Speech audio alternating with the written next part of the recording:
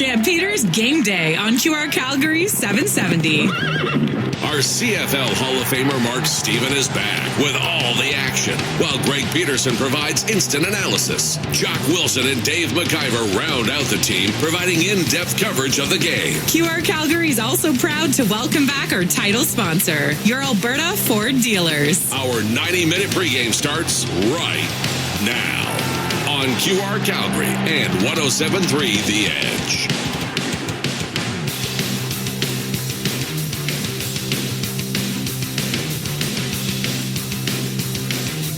From the Deerfoot Inn and Casino, drop by, say hi, enter for a chance to win tickets to the next Stampeder home game. Our street team is here.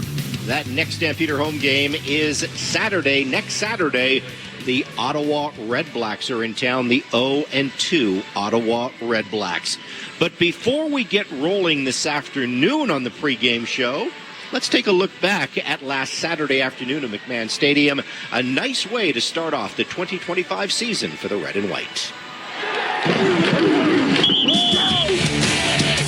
Gives to Mills. He dances, push ahead. He's in the end zone. Touchdown! Stampeders, a tremendous opening drive. If he does that, second down and goal to go from the 3-yard line. Adams is in the gun. Longley shifts back to the tight end left, and they'll go on the ground to Mills. He runs up the middle and falls into the end zone. Has a touchdown. Adams in the gun. Crouching behind him is Mills, who shifts to the right. Adams gives. Mills has a hole. Goes up the middle. He's in the end zone. Touchdown. Stampeders. The last time I had that was like college, though, man. It's been a while since I got 3 touchdowns in one game being professional, man.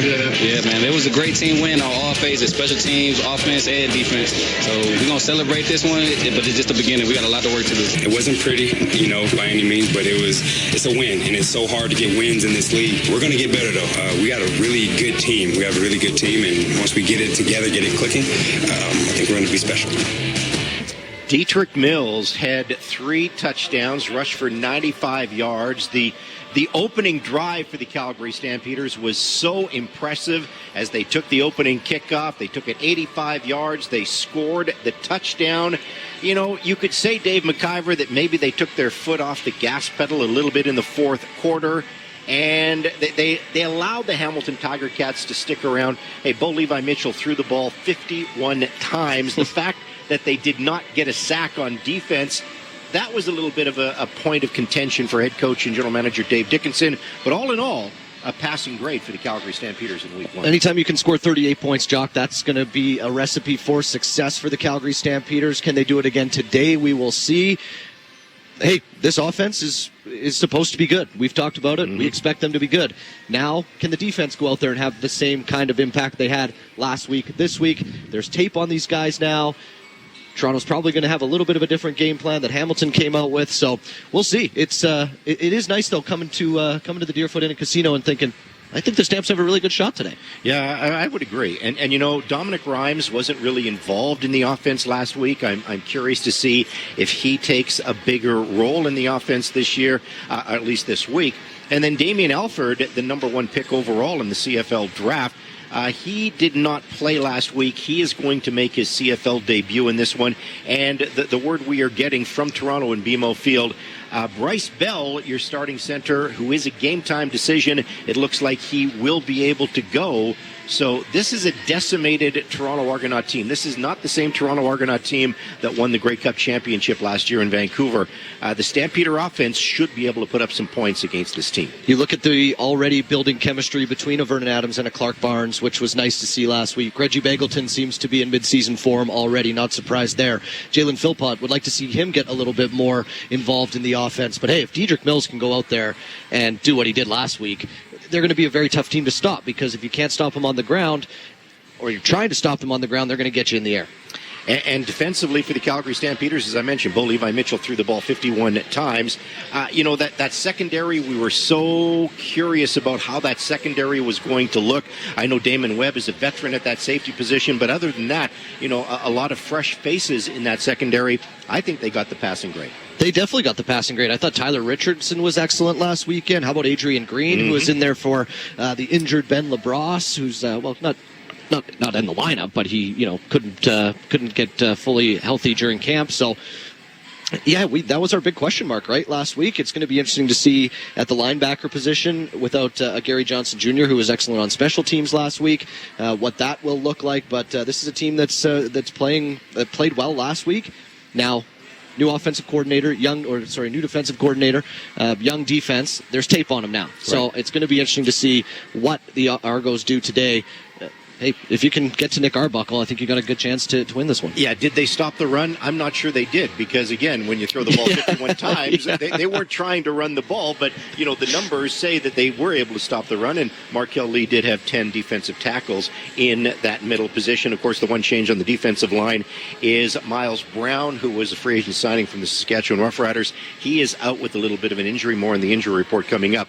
Josiah Coatney gets the start at that middle defensive tackle position. Yeah, I mean, that's going to be the big test today is can this defensive line get a little bit more pressure on Nick Arbuckle, right? Because they weren't able to do it to Bo Levi Mitchell last week. Clarence Hicks on the run. Fantastic. He was able to get, a bunch of good stops. He was excellent. Flo, can he get to the quarterback today? That's the big question, because I know they want more out of those end positions, and they'll need more if they want to stop getting thrown out 51 times. All right. If you've got a question for the pregame show, whether it's Greg Peterson, whether it's Mark Steven, whether it's myself, whether it's Dave McIver, text line is always open here on the home of the Calgary Stampeders. That text line is 403-974-8255. We're warming you up for the Stamps and the Hamilton, not the Hamilton Tiger Cats, that was last week. We're warming you up for the Stamps and the Toronto Argonauts. The opening kickoff coming your way just after 2 o'clock this afternoon. Mark Steven and Greg Peterson, they are in Toronto. Of course, the Argos, their ring presentation, the championship banner will be hung today. And when we come back on the pregame show, we're going to take a quick look at the other side. These two teams, remember, were involved in a major trade in the offseason. Flo Aromalade coming back to Calgary. Stamps linebacker Cam Judge going to the Argos. We're going to have a chat with Cam Judge when we come back. This is the Stampeder pregame show. Thank you so much for listening to QR Calgary on 770 CHQR and 107.3 The Edge. Remember last summer's heat wave that had you wishing for refreshing air conditioning? Let Furnace Family by Atco Home Services keep you cool this summer. Trust our expert techs and honest pricing to keep your home chilling when the summer is scorching. Ask about our best-selling Lennox models that offer optimal efficiency and cool, quiet comfort. Take advantage of Lennox's rebates up to $2,000 only for a limited time. You can count on Furnace Family by Atco Home Services to do the job right and have your AC unit up and running in no time. The summer rush is coming. Don't wait. Visit furnacefamily.com to secure your spot today. June is Discover Days at Volvo Calgary. Right now, enjoy reduced lease rates and save up to $7,000, including eligible government incentives. Discover luxury, innovation, and the award-winning safety Volvo is known for. Volvo's quality of products, the Volvo commitment to safety and innovation, and customer service excellence has become a generational tradition in Calgary. Visit Valentine Volvo in the Southwest, Volvo Cars Royal Oak in the Northwest, or start your journey online at volvocarscalgary.com. Don't miss Discover Days on now. Calling all baseball fans. Want to knock your summer out of the park? The Deerfoot Inn & Casino is hosting an exclusive viewing party on July 26th, where one lucky guest will win the ultimate baseball road trip. 4 games in 4 days in Toronto for you and a guest, plus round-trip air transportation, hotel accommodations, a pair of tickets to each of the 4 games, and $500 spending cash. For full details on how you can earn ballots to win your way into the viewing party on July 26th, visit deerfootinn.com. We're fun! You're listening to 770 CHQR AM and 107.3 CFGQ FM Calgary, Chorus Entertainment Radio Stations. Beyond our 50,000-watt radio signal? Get the Radio Player Canada app. Favorite QR Calgary and listen to Stampeders games no matter where you are. Shane Holmes has once again partnered with Kids Up Front for another great season of Stampeder football through its Yards for Kids program. Every Stampeder offensive yard this regular season, Shane Holmes will donate $1 to Kids Up Front. So far this season, 428 yards of offense against the Hamilton Tiger Cats last week. That's $428 for the kids. And Kids Up Front, if it is your favorite, it's probably Shane Holmes, Calgary's favorite home builder. Quick look at the Alberta Ford dealers kickoff countdown clock. The opening kickoff will happen just after 2 o'clock Calgary time this afternoon. 83 minutes away from that opening kickoff. The Stamps and the Argos as week number 2 of the CFL season is underway. Let's take a quick look at the other side here on the pregame show. As I mentioned earlier, the Stamps and the Argos were involved in a blockbuster trade in the offseason. Flo Orimolade on the defensive line coming back to the Calgary Stampeders, and going back to the Toronto Argonauts was Canadian linebacker Cam Judge. Here's Cam with the voice of the Calgary Stampeders, Mark Stephen. Well, our visit on the other side is with Toronto Argonauts linebacker Cam Judge. And Cam, first of all, thank you for joining us. And before we dive into some of the developments surrounding you, let's look at the Argos in Game 1. What'd you sort of take away from that? A season-opening loss against Montreal, but still lots of season to go. Yeah, exactly. I mean, you hit the nail on the head there. A lot of season to go. We got a lot of new guys on the defense. So definitely was a lot to learn from going forward. But the guys, they're all excited to improve on that, and I think we could have a good group going forward. All right, well, you're part of that good group going forward. And Cam, I guess just ask the obvious question. It was a big move by both the Argos and the Stampeders in the offseason, dealing you to the Argos. Did the trade catch you off guard at all? Yeah, it definitely caught me off guard. Yeah, it wasn't something I was expecting to hear, but I mean, yeah, it's the business of things. Mm-hmm. In terms of it, I guess it kind of helps going back to Toronto. It's ironic that both you and Flo Orimolade are going back to teams you came from, so I guess that made the adjustment a little easier, did it? Yeah, it definitely helped with the transition. Obviously I was here with Coach Dinwiddie last time. A lot of the staff is the same as when I was here, so definitely helped with the transition for sure. Yeah, in terms of the moves, too, I guess, the Stampeders, tough year a year ago, and they were just under the gun to make moves, and turns out that you were one of them, so I guess that's just the nature of the business sometimes, isn't it? Yeah, definitely. I mean, yeah, like you said, yeah, it was a pretty rough year, so, yeah, I mean, change is inevitable after a season like that, and, yeah, I mean, I just happen to be one of the pieces moving around, and it is what it is. Yeah. Well, speaking of changes, you've had a change in your personal life. Tell us all about that. Oh, yeah. So, yeah, I had my first son, my first child in general in January. So, yeah, just getting adjusted to the life of fatherhood. Well, how's the adjustment going, I guess?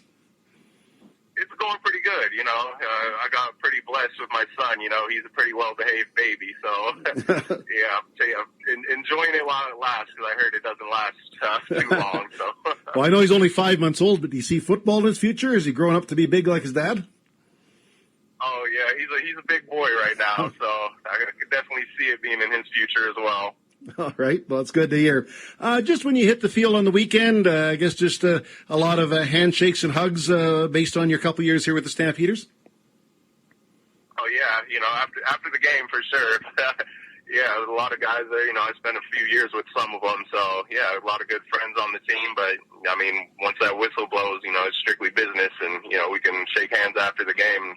Well, Cam, good luck with it, both personally and professionally. And thanks very much for joining us. All right, yeah, thank you very much. Have a good one.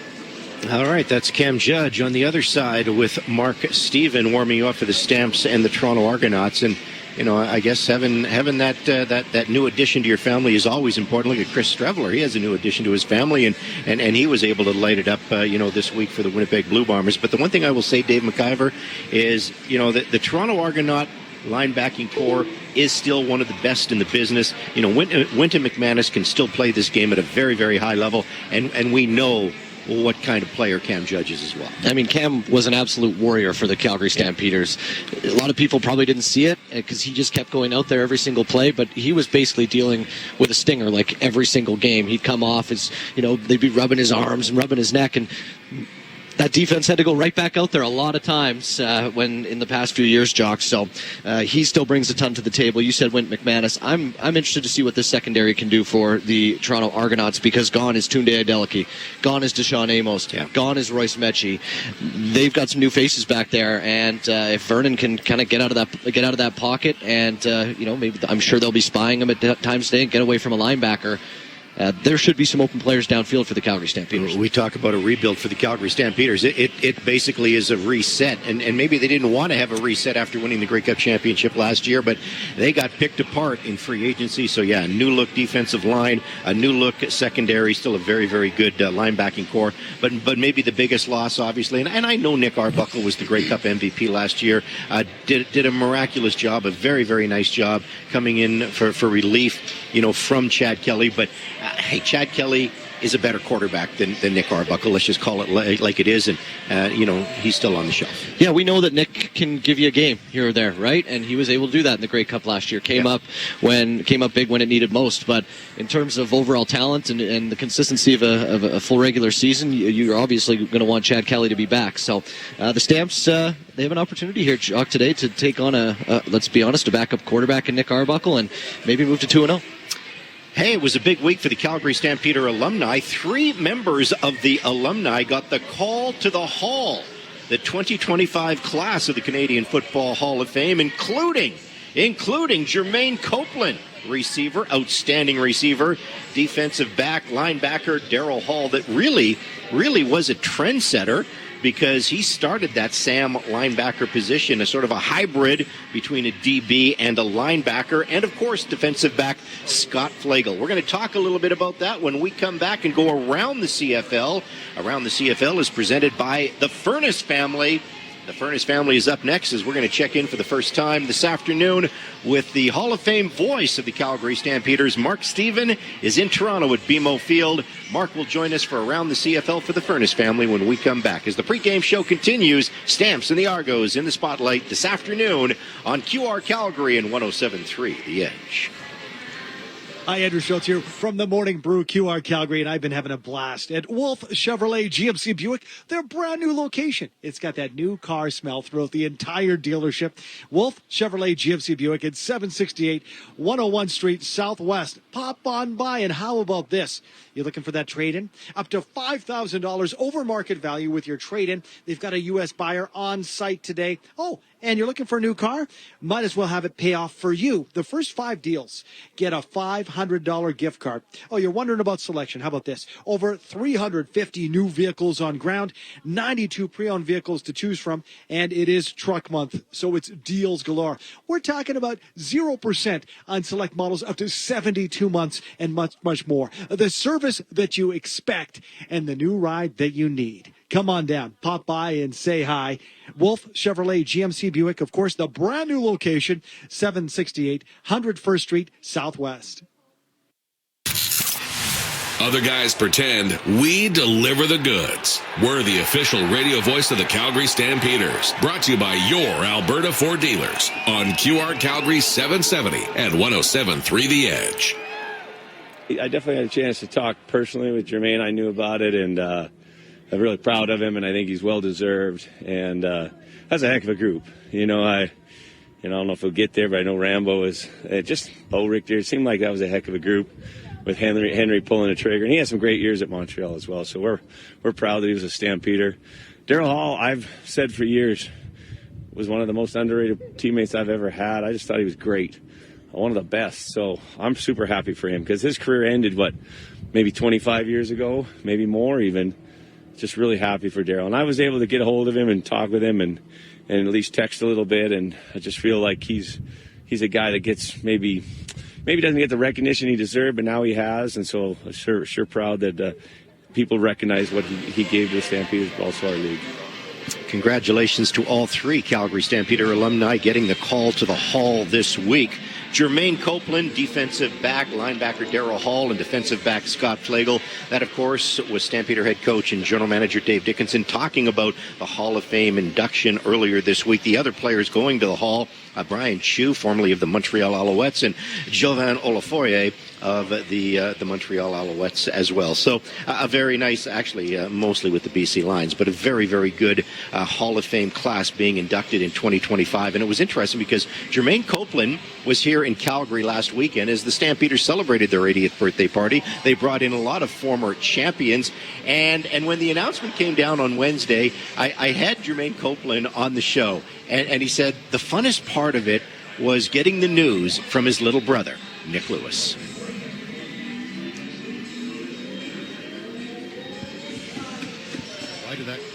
We had such a mushy time. Like, you talk about two grown men crying over a conversation real quick. It's like we just going back and forth reminiscing and snot going everywhere. But we definitely had some reminiscence going on. It was whining, but it was a good time, though. We was definitely emotional.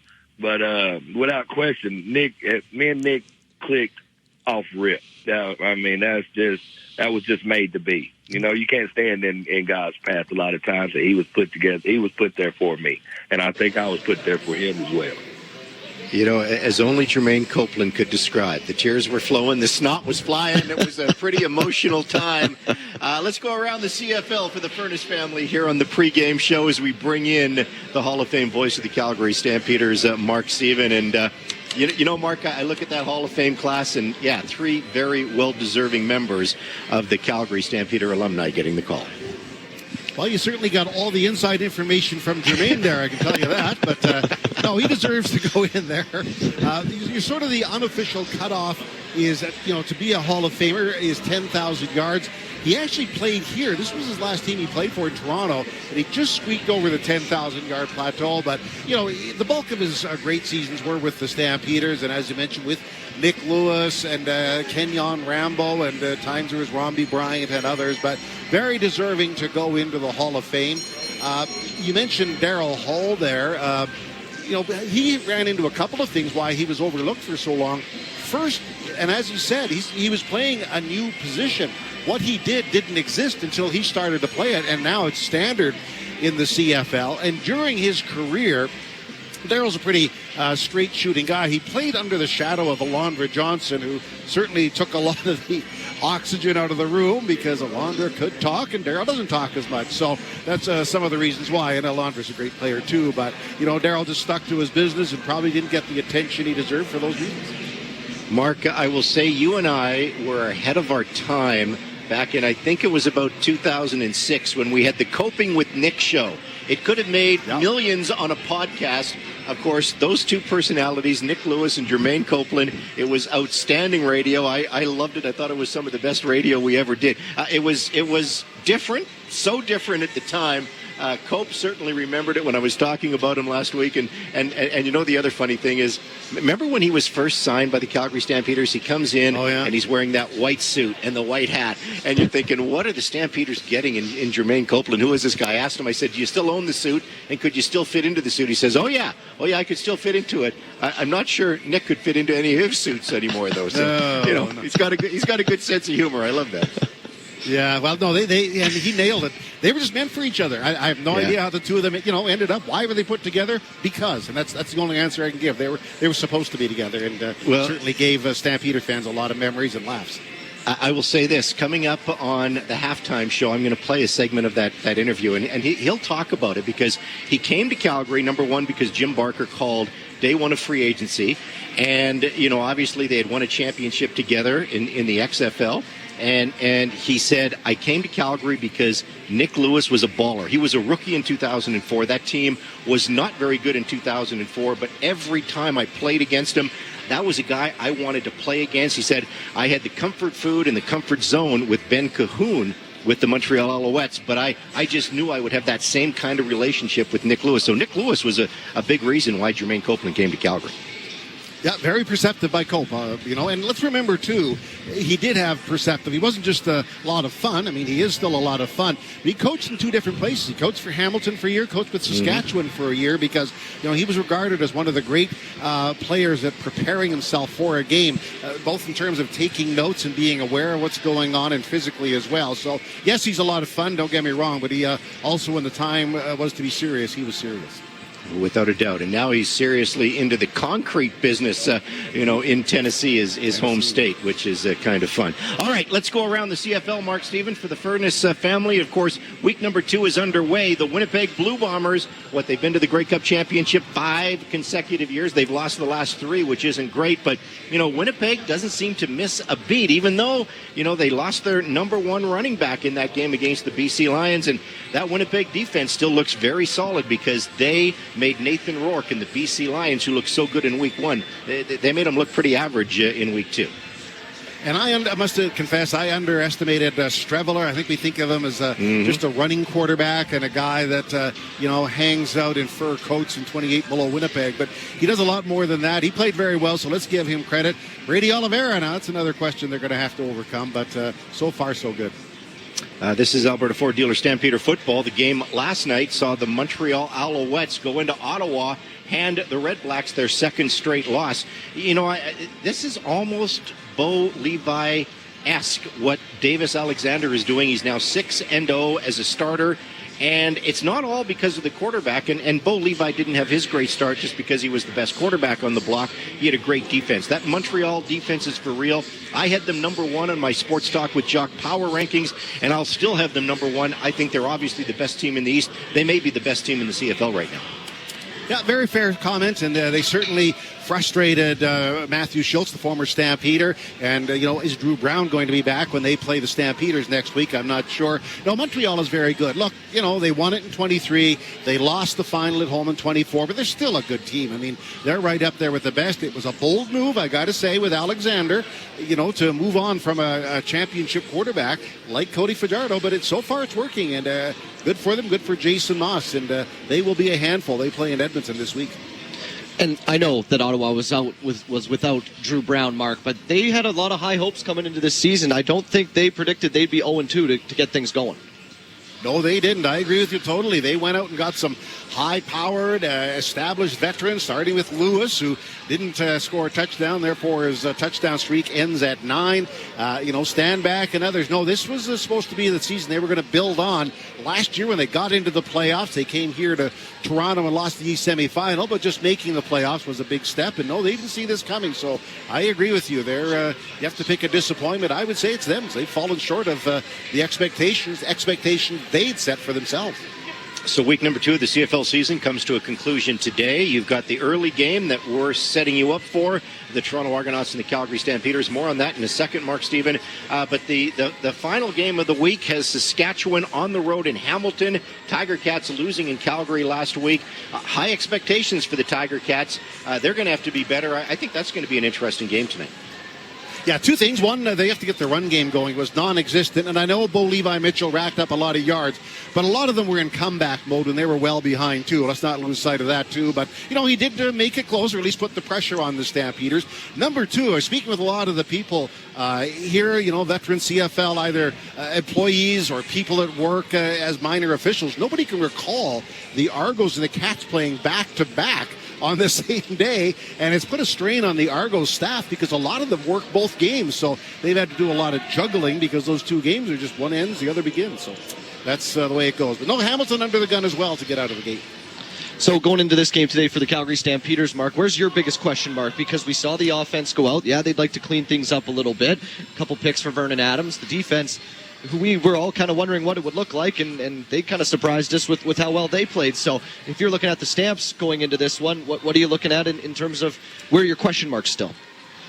Well, first of all, I think that first drive, get another one like that, right? If they can do that, I think that meant so much psychologically to them just to go down there and indicate it was a new season. Areas of concern, let's see if the defensive line can step it up. They stopped the run, but got to see if they can put Nick Arbuckle down. But, overall, I would say it was a game with a lot of good things that happened. I like the way the secondary stood tall, but again, another test. Now Nick Arbuckle's been eyeballing them for a week, so we'll see how that goes, but just build on it. Was it absolutely the best effort last week? No, just build on what they did, and I think they've got a pretty good shot here. Well, Nick Arbuckle got his Grey Cup championship ring. They're going to hang the championship banner today, Mark Stevens. So, this Argo team has something to play for, even though it's a different looking team than we saw win in Vancouver last year. Yeah, I'm trying to figure out, they were going to surprise Flo Ormalat. Maybe I shouldn't even be saying this, but they're going to surprise him with the ring. A couple of his former teammates are going to come over and give him the ring that he earned, but he was down to playing it this week, says he's a Stampeder now. Now, I guess I get it, but it doesn't change the fact it's a remarkable achievement. Yeah, without a doubt. And I've seen the rings online. They look pretty sweet. The Argos have done a nice job there. Very much so. Yeah. Argos are done. By the way, and just want to tell you that this game has got a lot of attention here in the city. They raised the Argo flag, the mayor and Pinball Clemens yesterday, and the iconic CN Tower was all lit up in double blue to indicate the Argos were ready to play. So a little hype for the game here in Toronto. Nice that the Argos are getting a little bit of love in the biggest city in this country, without a doubt. All right, that's a wrap for the CFL, for Around the CFL, for Furnace Family. Done right, day or night, furnacefamily.com. Still lots to come on our pregame show. As a matter of fact, we're going to take a look at the Cooperators injury report when we come back. We're also going to be joined by our outstanding color commentator, Greg Peterson. He is also in Toronto at BMO Field. And just a quick reminder to tune into the CFL Insider twice a week on Sports Talk with Jock every Tuesday night, every Thursday night. The CFL Insider brought to you by Valentine Volvo and Volvo Cars Royal Oak. This is Calgary Stampeder Radio on QR Calgary and 107.3 The Edge. You're listening to the pregame show. Wolf Chev GMC Buick Calgary is leading the pack, celebrating an all-new location and the same amazing experience. For a limited time, save up to $12,000 or get 0% financing for up to 60 months. Plus, eligible Costco members receive an additional $1,200 off select vehicles. Run with the pack to Wolf Calgary, your General Motors superstore. Now open at 768 101st Street Southwest, just off Stony Trail. Inspiration. It's where all great things start. When you bring your renovation ideas to the designers and expert craftsmen at Renovations by Hearth and Home, it inspires them to create with you the renovation project you've been dreaming of. Whether your project is big or small, the in-house team at Renovations by Hearth and Home have the experience to ensure your dreams come to life. Imagine the extraordinary been dreaming of. Whether your project is big or small, the in-house team at Renovations by Hearth and Home have the experience to ensure your dreams come to life. Imagine the extraordinary. Visit renovationsbyhearthandhome.com. June 21st, trade screen time for FaceTime with bouncy castles, painted faces, and touchdown dances. See the Stampeders face off against the Ottawa Redblacks at 2 p.m. for the Family Day game, presented by TELUS. Before kickoff, hit Gridiron Gardens for a pregame party packed with fun for all ages. And after the final whistle, everyone's invited on the field to feel the brand new turf at McMahon. Great family memories don't come from a tablet. They're born on game days. Tickets at stampeders.com/tickets. Together, we ride. Every hit, every tackle, every touchdown. QR Calgary 770 and 107.3 The Edge. He is one of the best lawyers in town. He's also the best color commentator in the Canadian Football League. Of course, he has been teamed up with Mark Stephen for almost 30 years here on QR Calgary. Greg Peterson now joining us on the Alberta Ford Dealers pregame show. Mr. Peterson, your impressions last week of the Calgary Stampeders and what you think this team has to do better this week. I was very impressed with what they did last week. What a way to start the game. They had that opening drive, and they kept it going throughout the game. Some of the areas we were concerned about, like the secondary, I thought really shone through. And, we saw a different type of quarterback, someone who can make a play when a play wasn't there. What they have to continue to do this game is really about the same. But I'll get to my keys to the game. Obviously, one of them is going to be that running play. I think you have to keep Mills going, and that's going to be the hallmark of this offense, is where they can continue to run the football like they did last week. Well, that's a great segue into our injury report brought to you by the Cooperators, because only two running backs dressed for this game. Dietrich Mills, who, of course, was very, very good last week, and Jeswin Antwi, who I thought played very, very well as well. Choquette is off the roster, and so is Will Langlois. Of course, Will was your fullback in the game. How does that change the running game, or do you have to bring Quincy Vaughn maybe the odd time for that extra offensive lineman / fullback position? Jock, I really don't think it's going to change it much, because most of the time when Dietrich or Antoine were running the football well, they were in what's called a rebel package, where they had the fullback out of the package and had a wide receiver in. I mean, when you bring a fullback in, sometimes that's telegraphing to the defense that you're probably going to run the ball, and that the fullback is in there to block. But when you spread them out, you spread the defense out more, you got more space, more area to run. So I don't really think it's going to make much of a difference, because they didn't use the fullback much last week. They don't plan on using it hardly anything, and they're going to be playing that 5 receiver package. Yeah, Will's going to have to find a way to stay healthy. He's got a back injury. That's why he is not dressed for this game today. Gary Johnson on the defensive side of the ball. He has a pec injury. Didn't practice all week. As Dave McIver mentioned earlier, Gary was a beast on special teams last week. How much of a loss is Gary going to be? I think that's going to be a little bit of a loss because he was the best player. I talked to the coaches, and I didn't pick him to be the special teams player of the week. I don't get the luxury of watching film between the time of the end of the game and when I got to pick it. But Gary Johnson was the best special teams player. And when you got a horse like that can go down, cover kicks, block well on kick returns, that's going to hurt. So one of these other guys is going to have to step up. Yeah, fair enough. Miles Brown on the defensive line, of course, he was acquired from the Saskatchewan Roughriders as a free agent. He has a shoulder injury. He is not playing in this game.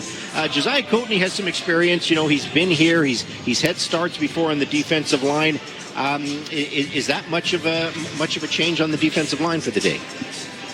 Well, Brown kind of won that starting spot, but it was close, and it's kind of a toss-up. So, I think Josiah Coatney, he's going to step in. Big guys, 6'4", 345, and they do got the big guys in the middle there, which is good with Hutchings at 302 and Miles Brown at 307. I just think that, those three are going to rotate around nose tackle, defensive tackle. So I don't think with Josiah going in, it's going to hurt us too much, although Miles was playing really, really well. But I think there's going to be guys rotating all the time. You can't play an entire year getting beat up in the middle like they do and not miss a couple of games. So it's good we got two guys, even three guys that can rotate in those two positions. The other injury we were keeping a close eye on was to the center position. Bryce Bell has a shoulder issue. It hampered him a little bit in training camp. He was very limited in practice this week. He was listed as a game-time decision, but from all accounts, and maybe correct me if I'm wrong, looks like Bryce Bell is going to be able to go. Is that right? I don't know. When I talked to Dave, he said to me 2 days ago that he probably wouldn't, but that's going to hurt. Bryce Bell has stepped in and played very well at center.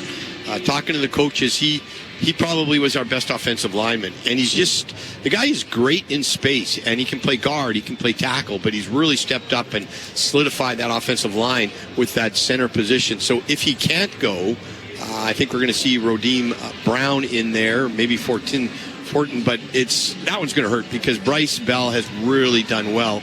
I don't know if he's going to start. I haven't heard, Doc. Yeah, Chris Fortin is he was the second first-round pick by the Calgary Stampeders. He is listed as your backup center. Calgary Stampeders also had Thomas Jack Kurtula on the roster as well, so we'll see how that one plays out. I guess the other, injury of note for the Cooperators, Damian Alford, number 1 pick overall last week. He did not play because of a hamstring/groin injury. Damian Alford is going to be able to go in this game. It's going to be his CFL debut. Here's what he had to say about his CFL debut earlier this week with Mark Stephen.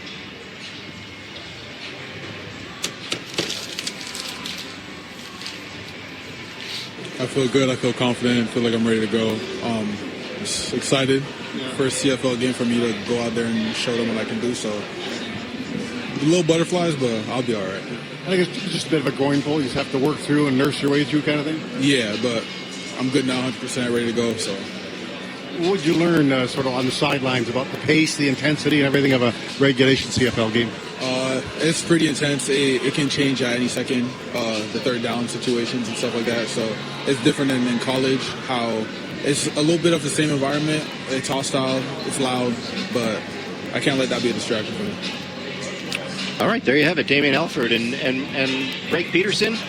I don't think we should have too high expectations. He's still coming off an injury. What are you hearing as far as his role in this football game? Well, he's a rookie, and he's going to learn. But when Mark was doing that interview that was taped there, I was standing right beside him because I'd never met the young man. And his college football coach, Kyle Whittingham, was one of my good friends. And I talked to Kyle about him, and Kyle just said to me last time I spoke to Kyle Whittingham, he's pretty well known, said, tell Damian hello for me. So I wanted to stay around and say that, Jock, I stood by him, and all I could think of while Mark was interviewing was, I'm 5'10", 175. I was a kind of a quick DB. I'm glad I don't have to cover this guy. He is huge. I mean, 6'6", and he runs a 4.40. So the guy's got the physical tools, but yeah, I don't think that we can. he's got to learn the CFL game a little bit. You know, he's been down in the States for 4 years, and he just has to pick up this pro football. So I don't think we should expect too much. But when it comes to a physical presence, that guy's got it. We got to hope he continues to develop it, because I don't ever want to cover him. I never will, but I wouldn't if I was a player. I have this visual of Damian Alford at 6'4", and then, of course, mini-me, Greg Peterson at 5'10". That's a great visual. He's a big dude, I'll tell you. He's a big guy. And you know, just throw the ball up and let him jump up and catch it. And I was watching him down. I was down on the field before the game, and I was just watching him warm up. And he's got real smooth hands, and he's got some physical talent. Let's just be patient with him. He's going to develop. All right, that is the injury report brought to you by Cooperators Insurance Plans, Investment Plans. They do both. Cooperators.ca. We're going to take another timeout here on the pregame show. We're going to flash back. It's the 80th anniversary of the Calgary Stampeder Football Club. A few reflections for you as you're listening to the Alberta Ford Dealers pregame show. I'm Jock Wilson. He is Dave McIver. We're live from the Deerfoot Inn and Casino. Drop by, say hi. Our street team is here. You can register to win some Calgary Stampeder tickets to the next home game. That is next Saturday. The Ottawa Red Blacks are in town. The Red Blacks off to an 0-2 start this season. This is the home of the Calgary Stampeders. We are QR Calgary and 107.3 The Edge. Hi, Andrew Schultz here from QR Calgary. I get it. You've been looking high and low for that new ride or new to you ride. You're getting sick of it. Well, time to finish that journey. Stop on by Wolf Chevrolet GMC Buick, the all-new location, 768 101st Street Southwest. It is shiny. It is new. And the deals, fantastic. Get on down here. June is truck month, don't you know? You can get employee pricing on all half-ton and heavy-duty GMC and Chevy trucks. Or how about this? You don't get this anywhere. 0% for 72 months. Are you kidding me? Also, the Chevy Trailblazers from $99 weekly and up to $7,000 off the 2025 Corvettes. It's the ride you need and the service you want and the service you expect. Down here at Wolf Chevrolet GMC Buick, 768 101st Street Southwest. Pop on by. The deals are here for you. Get in the car, get the family together, and find the new to you or brand new ride at Wolf Chevrolet GMC Buick. Again, the brand new location, 768 101st Street Southwest. In times of crisis, Canadians support each other. The state of the advertising landscape in Canada is an emergency. Canada's ad market is increasingly dominated by billionaire-owned foreign tech companies. Instead of supporting Canadian jobs, communities, and local business, they spread misinformation, hate, and political interference. Let's keep ad dollars at home on radio and TV stations, websites, streaming, and news services that are Canadian-owned. It's time to buy Canadian. A message from QR Calgary. Every hit, every tackle, every touchdown. QR Calgary 770 and 107.3 The Edge. It's time for some reflections on the 80th anniversary of the Calgary Stampeders. The Calgary Stampeders have fielded some of the best players in league history. In fact, 8 of those players have been saluted 11 times as the league's outstanding player. The list starts with Doug Flutie. The quarterback captured the award 3 consecutive years, 1992, 93, and 94. Simply amazing. Then Bo Levi Mitchell won the award twice in 2014, 2018.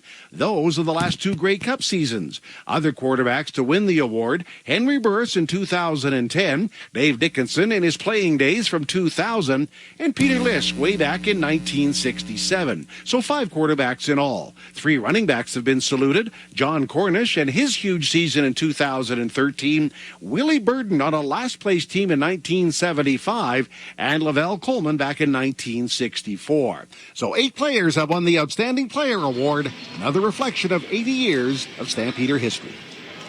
80 years of Stampeder football. It is a birthday celebration all season long for the football club. And you know, Greg Peterson, I go back to last Saturday at McMahon Stadium.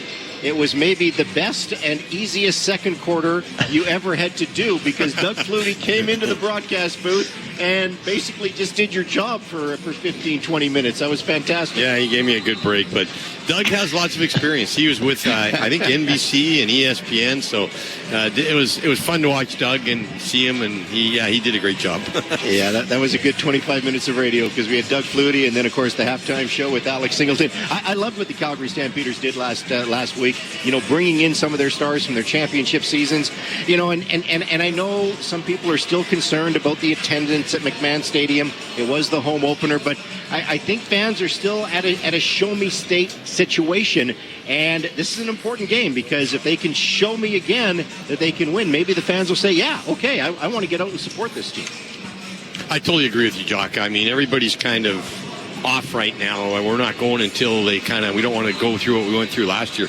They win this game tonight, and people are going to start looking up, and then if they keep going, they just got to give the fans hope that they're going to be making the playoffs, and I think the fans will come back. At least we got to hope so. And I'm really excited about the game that we're going to have here during Stampede Week. They haven't done it.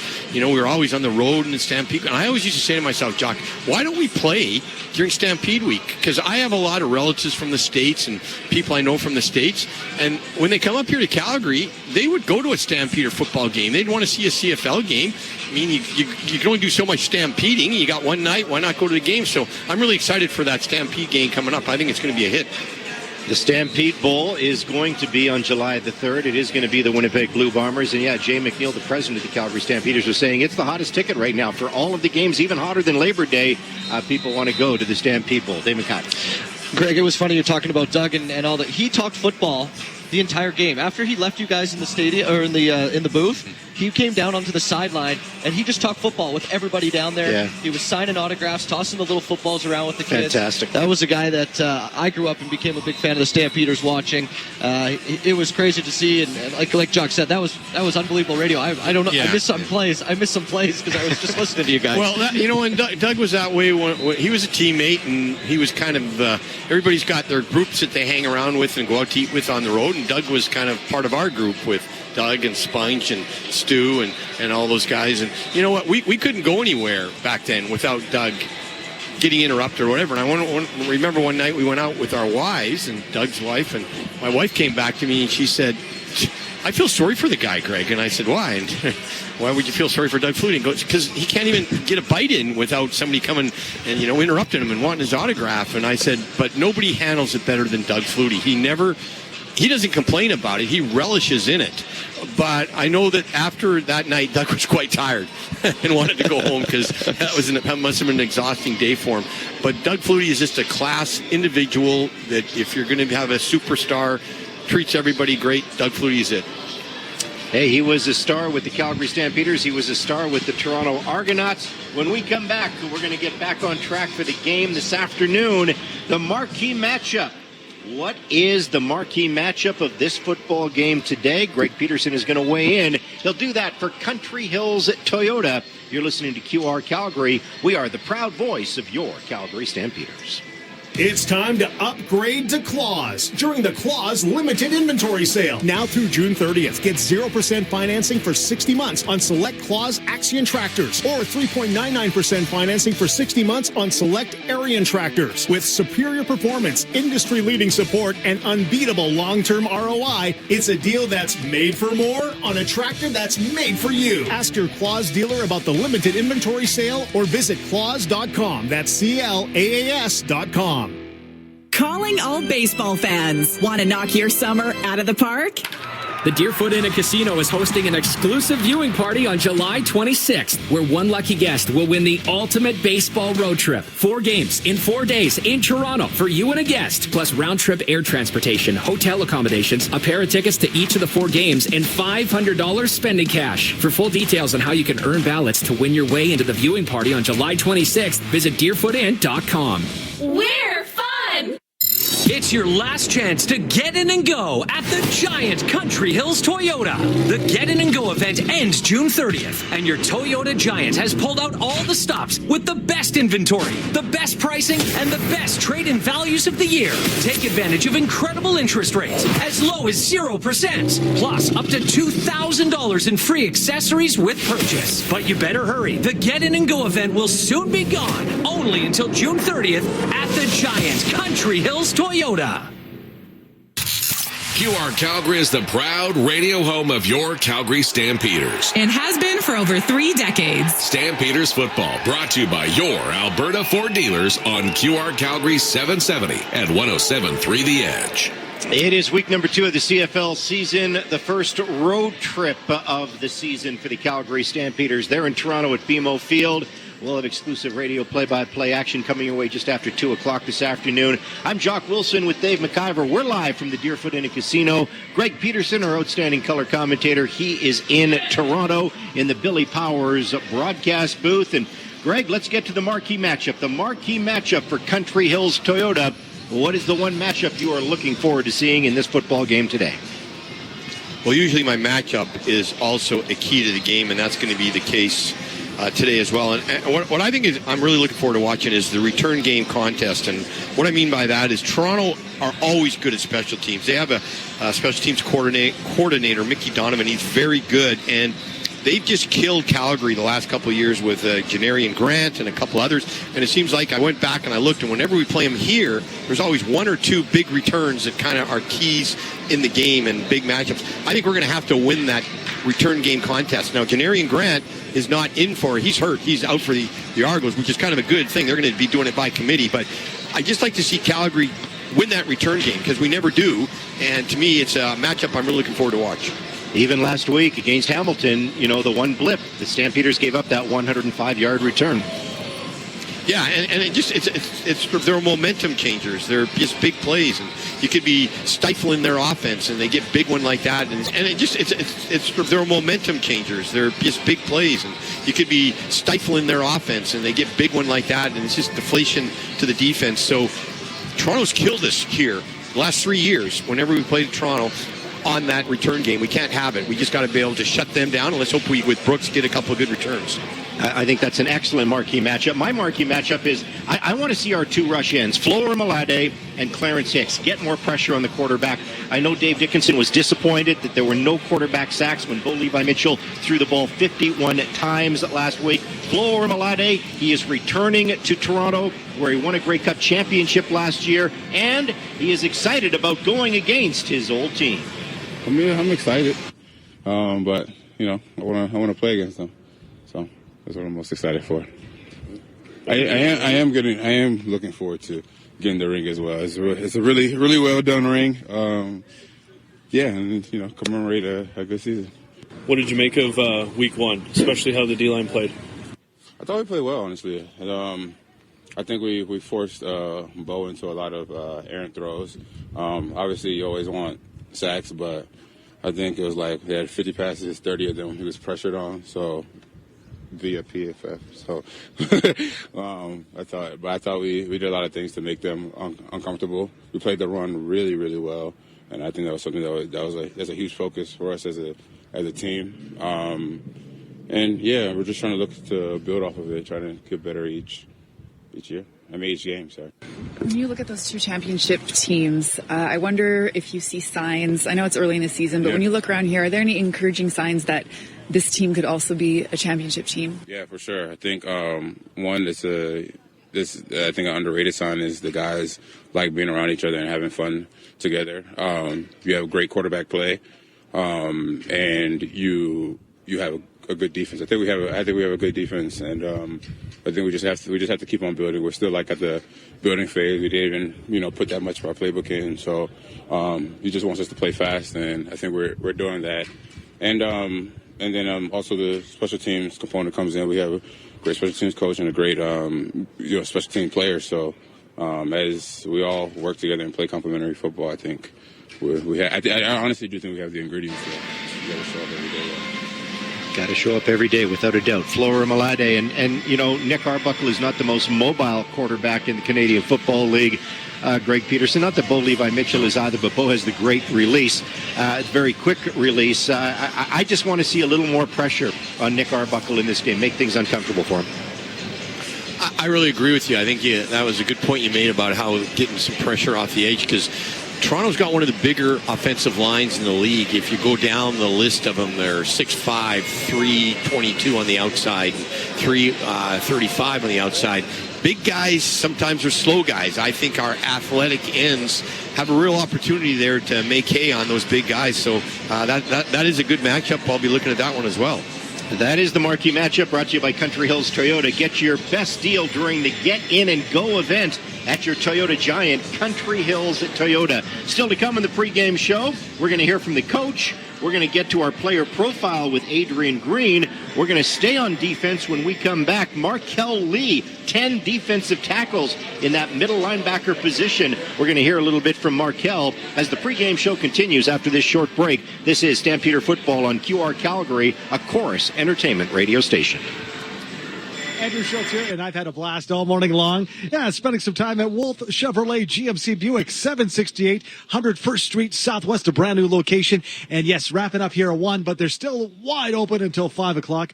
Tip of the hat to GM Joe for taking care of us all. And more importantly, Joe and his staff taking care of you. You're looking for a new ride? Well, this is the time. Hey, did you know that June is truck month? Employee pricing on all half-ton and heavy-duty GMC and Chev trucks, or how about this? 0% financing for 72 months.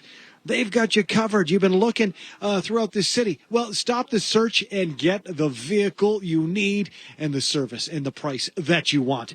All down here at the brand new Wolf Chevrolet GMC Buick, 768 101st Street Southwest. Again, open right through until 5 o'clock. It is shiny, it is new, and the whole dealership has that new car smell. Pop on by and visit Wolf Chevrolet GMC Buick, 768 101st Street Southwest.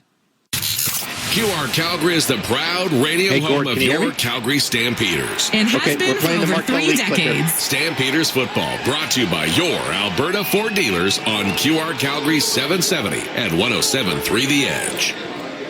Last week, Greg Peterson selected our 4 stars of the game in the postgame show. Top offense, top defense, top special teams player, and the top Canadian. The top defensive player was Markel Lee with 10 defensive tackles.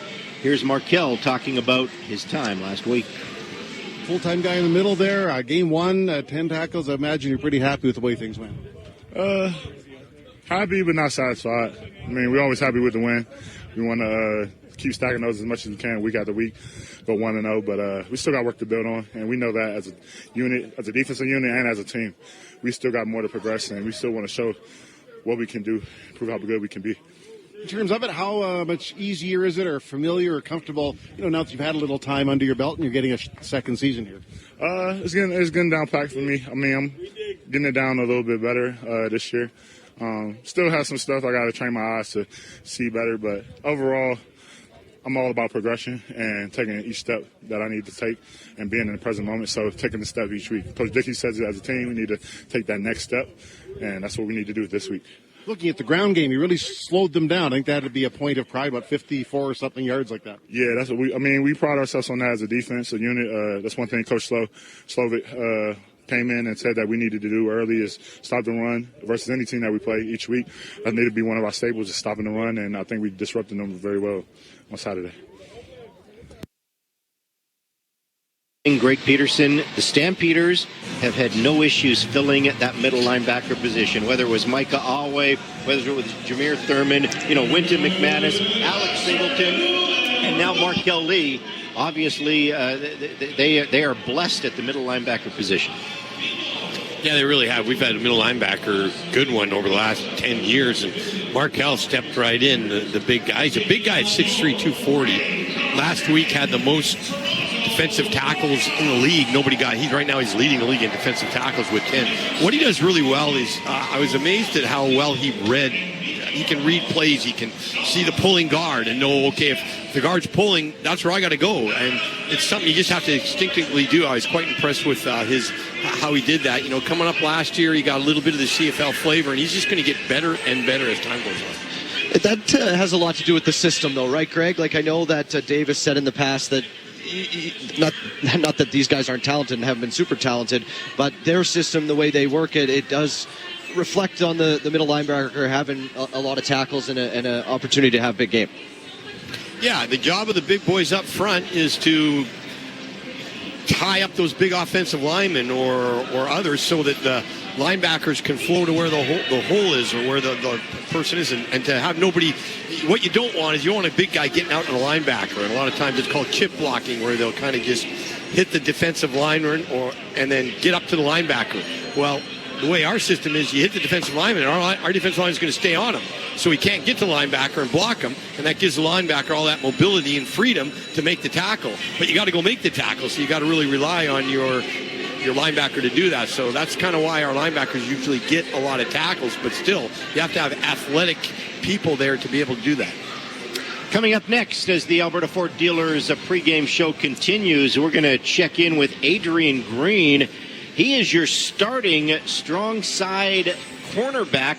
Now, I know Ben LaBrosse was supposed to get the start last week. That was a mistake, according to Dave Dickinson. All along, it was going to be Adrian Green. Ben LaBrosse still dealing with a little bit of an injury. He's on the roster. He'll be on the roster again today. But Adrian Green made an impact for the Red and White last week in his Stampeder debut. We're going to hear from the new defensive back from the Calgary Stampeders. We're going to do that next as we roll along here on the pregame show, warming you up for the Stamps and the Toronto Argonauts. This is QR Calgary and 107.3 The Edge. The Get In and Go event is on now under the tower at South Point Toyota. Once again, it's the best time of year to buy your new Toyota. The best inventory, the best interest rates of the year, as low as 0%. And the best trade-in bang for your buck. Don't miss the Get In and Go event on now at South Point Toyota. June 21st, trade screen time for FaceTime with bouncy castles, painted faces, and touchdown dances. See the Stampeders face off against the Ottawa Redblacks at 2 p.m. for the Family Day game, presented by TELUS. Before kickoff, hit Gridiron Gardens for a pregame party packed with fun for all ages. And after the final whistle, everyone's invited on the field to feel the brand new turf at McMahon. Great family memories don't come from a tablet. They're born on game days. Tickets at stampeders.com/tickets. Together, we ride.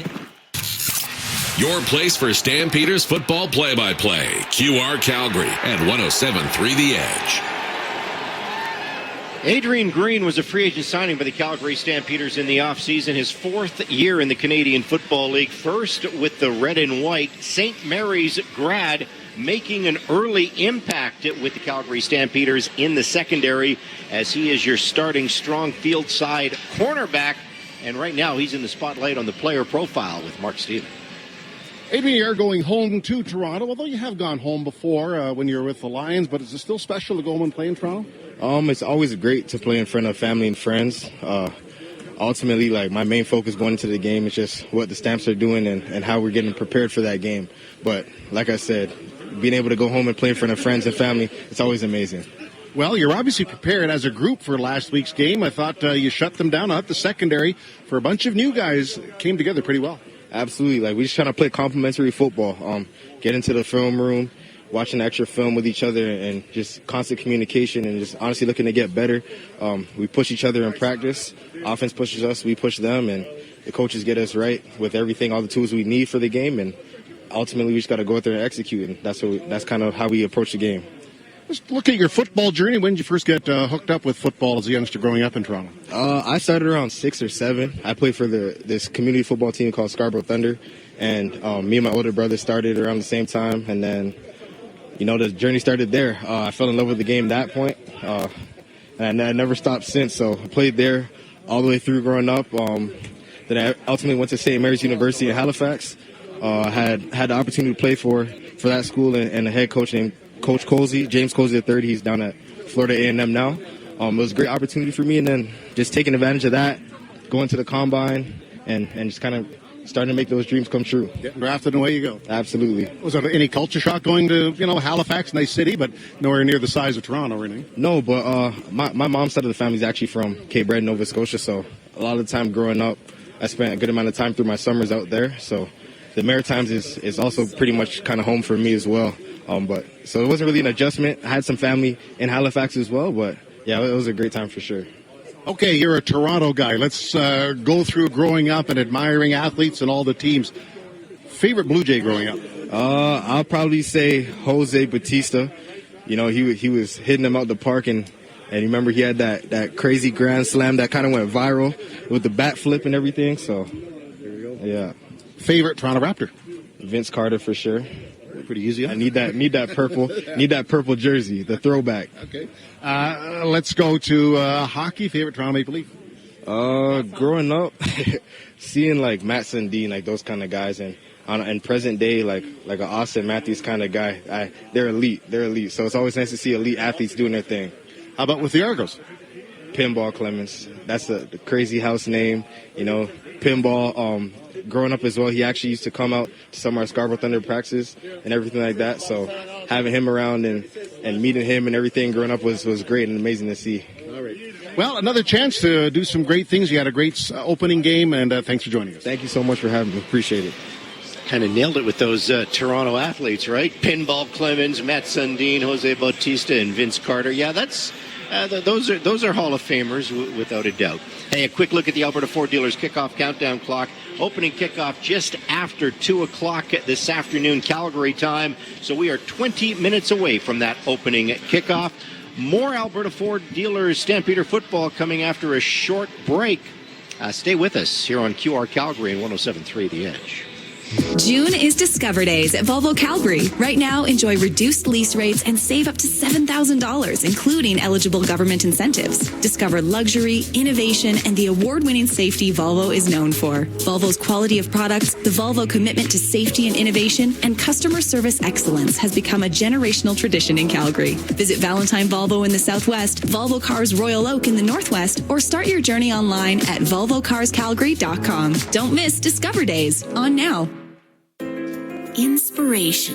It's where all great things start. When you bring your renovation ideas to the designers and expert craftsmen at Renovations by Hearth and Home, it inspires them to create with you the renovation project you've been dreaming of. Whether your project is big or small, the in-house team at Renovations by Hearth and Home have the experience to ensure your dreams come to life. Imagine the extraordinary. Visit renovationsbyhearthandhome.com. Your place for Stampeders football play-by-play. QR Calgary at 107.3 The Edge. Our goal is to go 1-0. We know they're having a Grey Cup celebration, and they lost last week, so that, they want to get a win at home as well. So they're going to bring their best game. We have to be on our best game. I have to do better, take care of the ball, throw my hot throws and things like that, and just be ready for whatever. The first drive, that sort of send a statement maybe to you, to the team, that, hey, we're here, or let's just make it happen right out of the gate. Yeah, man, that was good, man. First drive of the season to go down and get a score, to start the year off like that is huge, man. And we want to start every game like that. Every time we get the ball first, let's try to go down and score and, put our defense in a good spot to get a stop, and hopefully we can do it again. That, of course, is Vernon Adams Jr., new quarterback number 1 for the Red and White. Last week, Greg Peterson completed 19 of 28, that very impressive opening drive, 284 yards of offense. Hey, he also ran the ball 3 times for 33 yards, showed some mobility, which the Calgary Stampeders have not seen recently from their quarterback position, unless your name is Tommy Stevens. No touchdowns thrown by Vernon Adams. He did make a couple of mistakes. Obviously, this is still a learning process. He's learning a new offense, and I'm just going to make a bold prediction. I think he's even going to be better in this game today. Yeah, he's just got to clean up the TD-worthy plays that he forced the ball.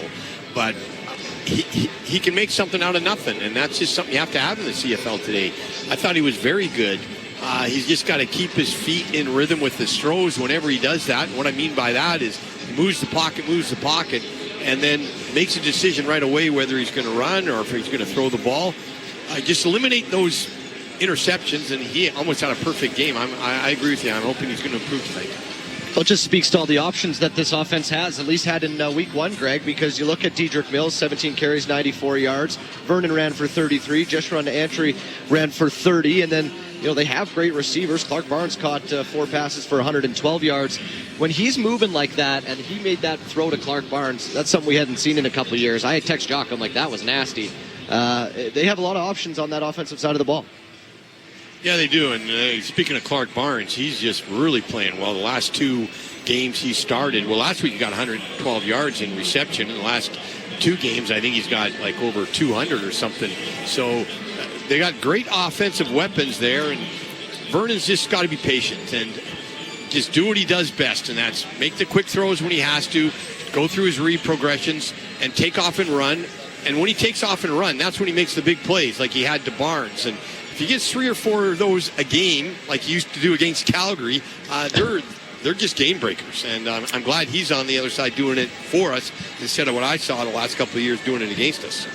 Okay, you're listening to Alberta Ford Dealer Stampeder Football here on QR Calgary. In 90 seconds, we're going to hear from Stampeder head coach and general manager Dave Dickinson. The interview with the coach is brought to you by Tom's House of Pizza.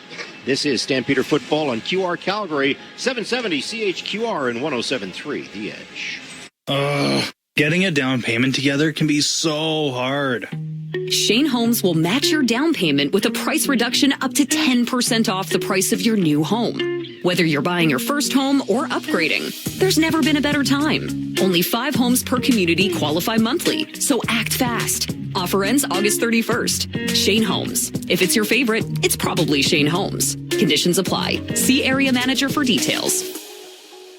Hey, Paul Brandt here. Big skies, rugged landscapes. Now that's Alberta in a nutshell. And if you're looking for an SUV that can keep up with this place, check out the Ford Bronco. Built for those who crave adventure, with serious off-road capability and style to spare. Whether you're hitting the mountain trails or exploring the back roads, it's the perfect ride for those who want to experience everything this province has to offer. The Ford Bronco. Adventure awaits at your Alberta Ford dealer. And tell them PB sent you. Nobody calls the game like Mark Stephen and Greg Peterson. Stampeders Football, brought to you by your Alberta Ford dealers on QR Calgary 770 and 107.3 The Edge. Getting closer and closer to the opening kickoff at BMO Field in Toronto, the Stamps and the Argos, week number 2 of the CFL season. Game number 2 for the Calgary Stampeders. First road game for the Calgary Stampeders as they look to go 2-0 on the season. And now let's check in with Stampeder head coach and general manager Dave Dickinson with the coach. Here is Mark Stephen for Tom's House of Pizza. Well, Dave, in Toronto, and it's a first road game of this season. How important is it to get off at a good start? Well, anywhere, I guess, but on the road where it was a bit of a struggle a year ago. Yeah, we just want to try to build. We're trying to improve. I do want our team to take steps forward. We definitely have lots of areas to improve. It was fortunate when you can win, and then you can really show the guys the film on how to be better. I think that's important for our guys. That's the goal, to go out here, get a win. But let's take some steps forward. Damien Alford's going to take a step forward on the roster, the number 1 pick. This will be his debut. I don't know exactly how much you're going to play him, but just the fact he's on the roster, how's he performed today? Yeah, he's healthy now. I mean, his hamstring was hurting him in camp, which was tough for us because you really don't know exactly what you got. But he's had 2 good weeks of practice in a row now, so he'll definitely play and be in a rotation. Excited to see what he can do. The ground game worked very well in game number 1. In fact, Dedrick Mills tripled his touchdown output just in that one game. But what clicked so well, and just some thoughts on how it can continue that path? Yeah, I think our offensive line moved people. I thought we ran blocked probably better than we pass blocked, but it was a lot of stuff coming at us. Dedrick's a good player, and he takes advantage of his opportunities. He does seem to have a little fire in him right now, and he's excited for his role on this team. And in order for us to do well, we have to run the ball, and he's a big part of that. Defensive backs tested again last week, could be tested again this week. You got 2 rookie halfbacks. You must be happy with their performance today there. Yeah, I mean, really, really young secondary. I mean, we did add Adrian Green, and he came in at the corner and had a good game for us. But we're young. Damon Webb on the back end just kind of keeps it together and keeps all the guys on the right page. And then we're just telling them all DBs will get beat. Just trust your eyes, see what you see, and basically go to make a play. And that's what they did. A couple of quick notes on the Argos. Looks like Nick Arbuckle will start. There's a guy that's paid his dues and been around the league, starting right at McMahon Stadium. Yeah, and he played against us last year and beat us. We know he's a good quarterback, won a Grey Cup. We kind of know who he is too, so try to take away some of the things he does well. And he's a tough player, a guy that'll stick in there and make the throws. Great leader, so still have a lot of challenges for our defense. Argos are going to unveil their banner. Do you use that as any kind of, I don't know if motivation is the right word, or just point out to the guys this could happen at the end of this year, or is it just the Argos business? More their business. I mean, we did play them back in 2018, the year they did their banner, and they beat us in 2017. And, yeah, that was a little bit more because that was personal. We we'd certainly felt like we had a real good chance to win that one in 17. We came out and played really well. I think we beat them 41-7. Our guys this year, it's just a whole new team. It's really nothing about last year for us. But let's take those steps forward. Let's chill.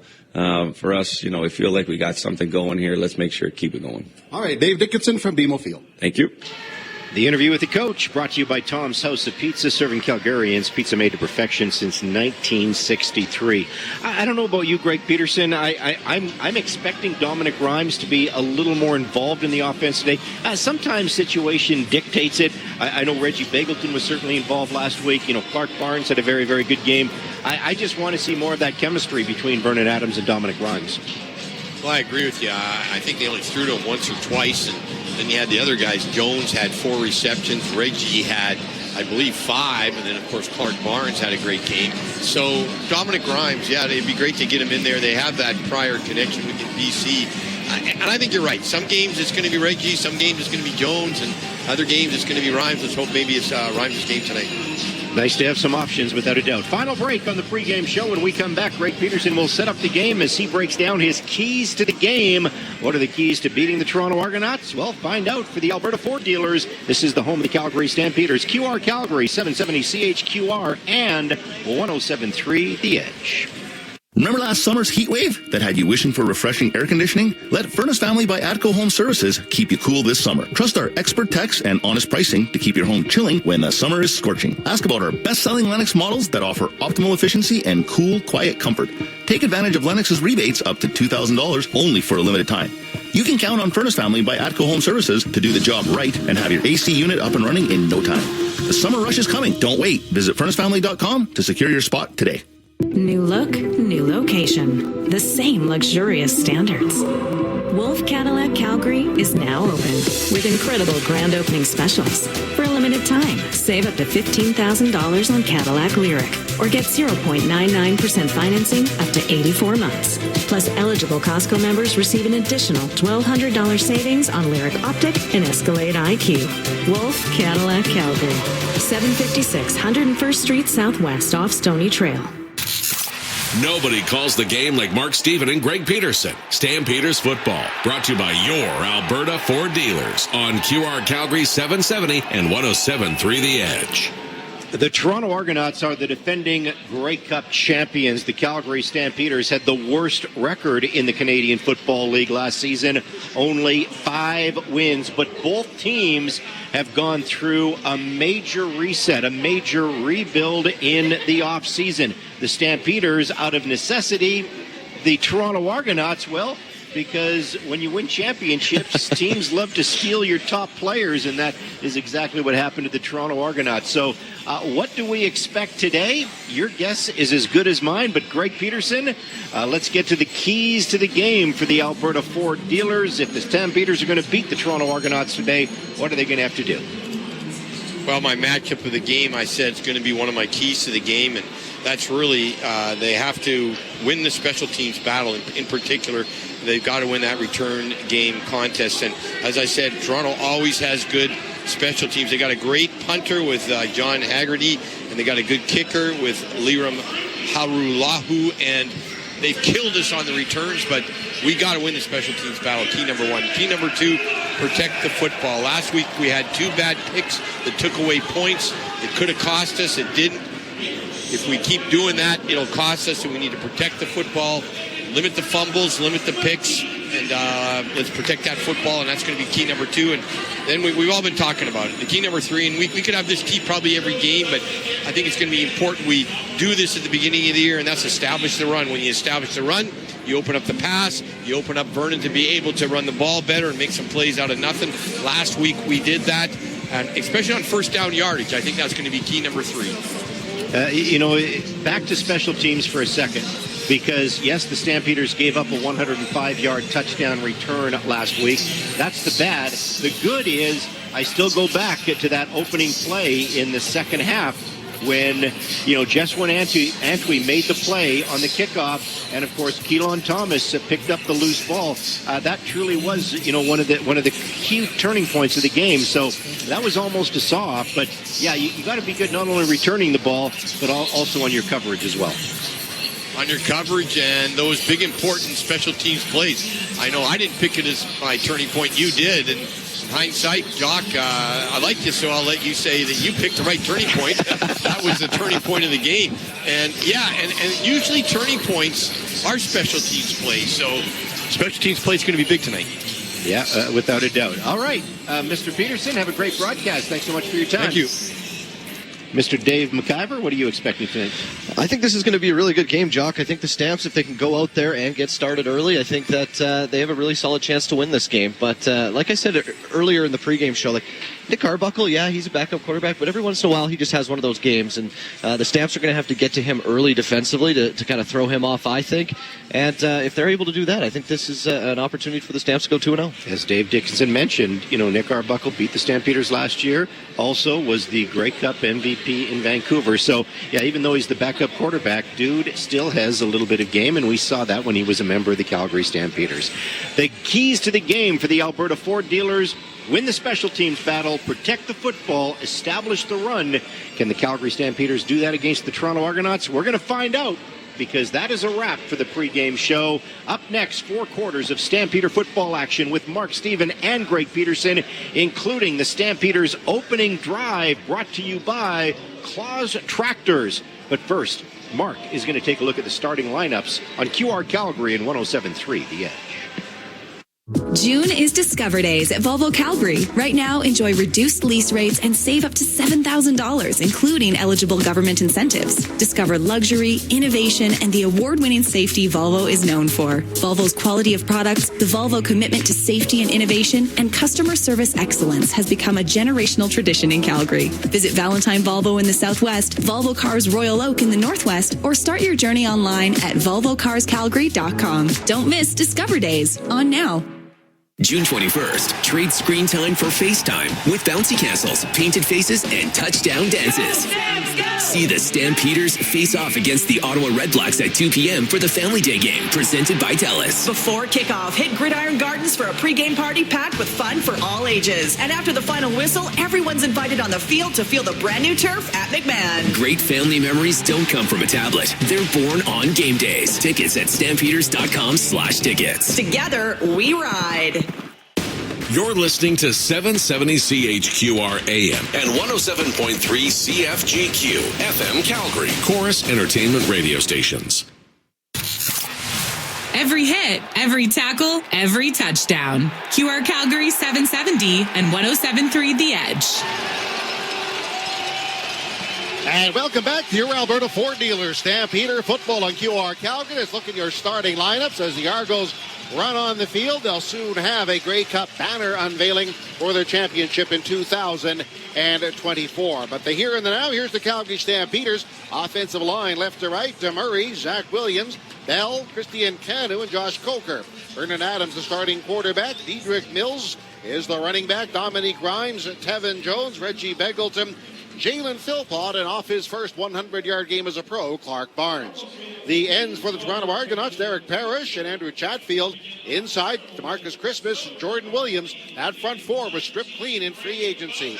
Quinton McManus, the starting middle linebacker. Former Stampeder, 3 years with the team. Cam Judge, and George is the outside backer. Darius Laika, who was converted during camp from receiver to safety, is the safety. Mark Milton, Darius Bratton, the halfbacks. Tavares, McFadden, and Benji Franklin are on the corners.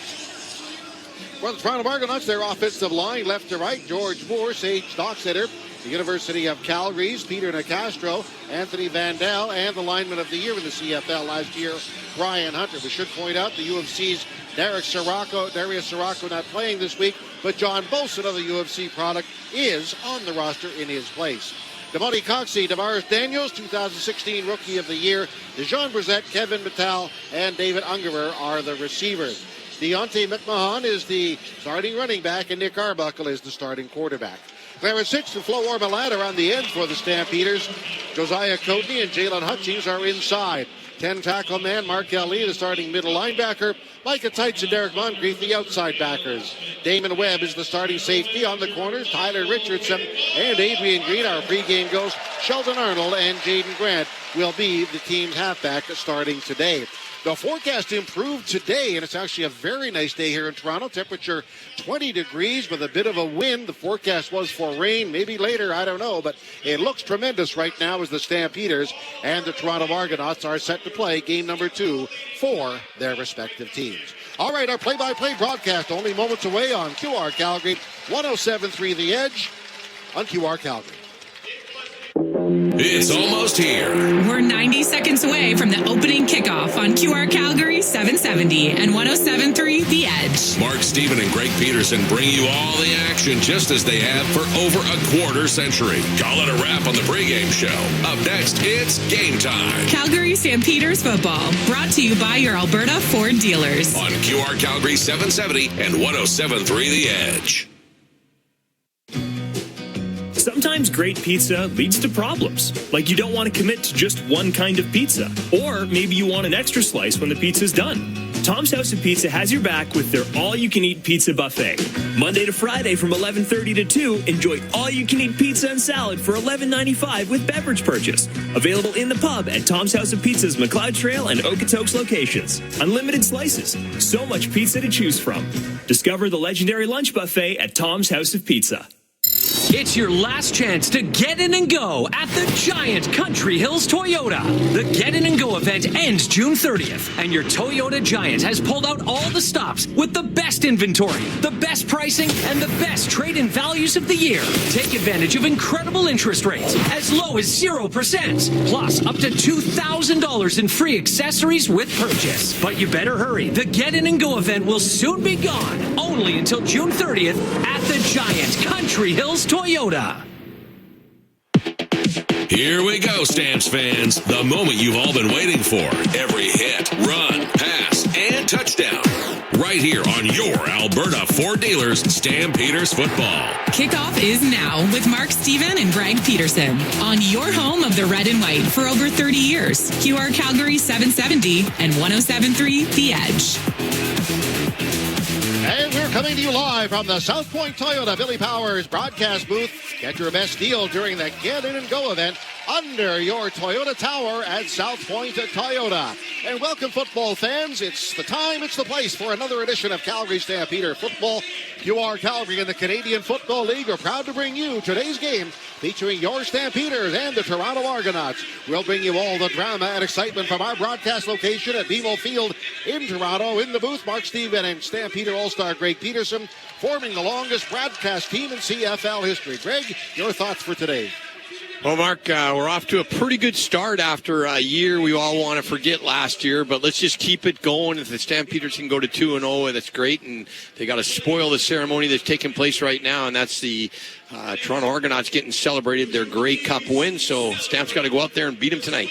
Yeah, the Grey Cup is on a podium on the field. Team general manager Pinball Clemens is now addressing the crowd, and they're going to unveil a big banner at the south end of the stadium. They have an array of banners dating way back to 1914. This will be the 19th Grey Cup in franchise history, and now the banner is being unveiled at center field. Well, that's 2024, but they tell me they're going to award one in 2025, so see if the Stampeders or somebody else can go get it. Congratulations to Toronto. Now time to turn the page. Coming up from Toronto, the opening kickoff, 90 seconds away.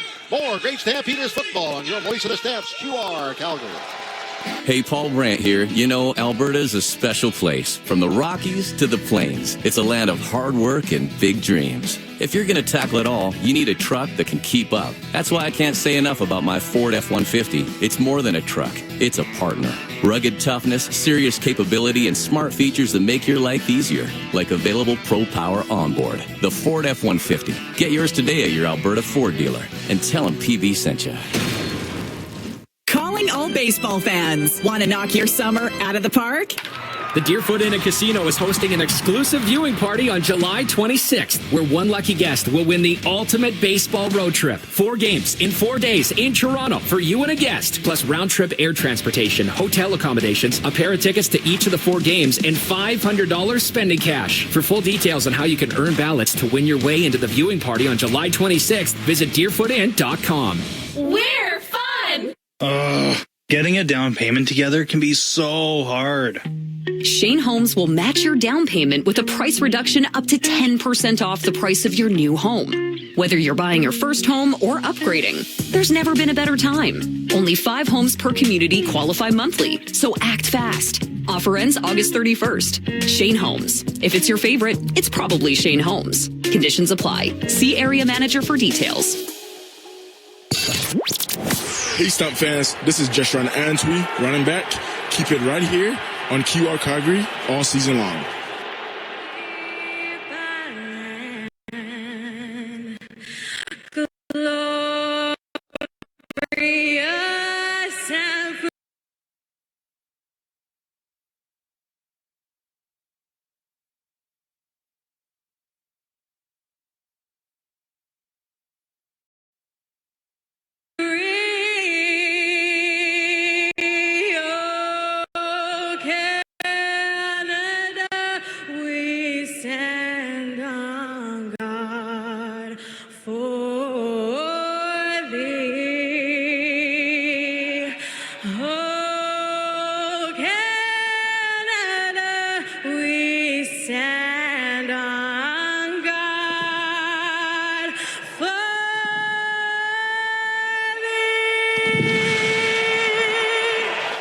The national anthem has been sung here in Toronto. It looks like a tremendous crowd.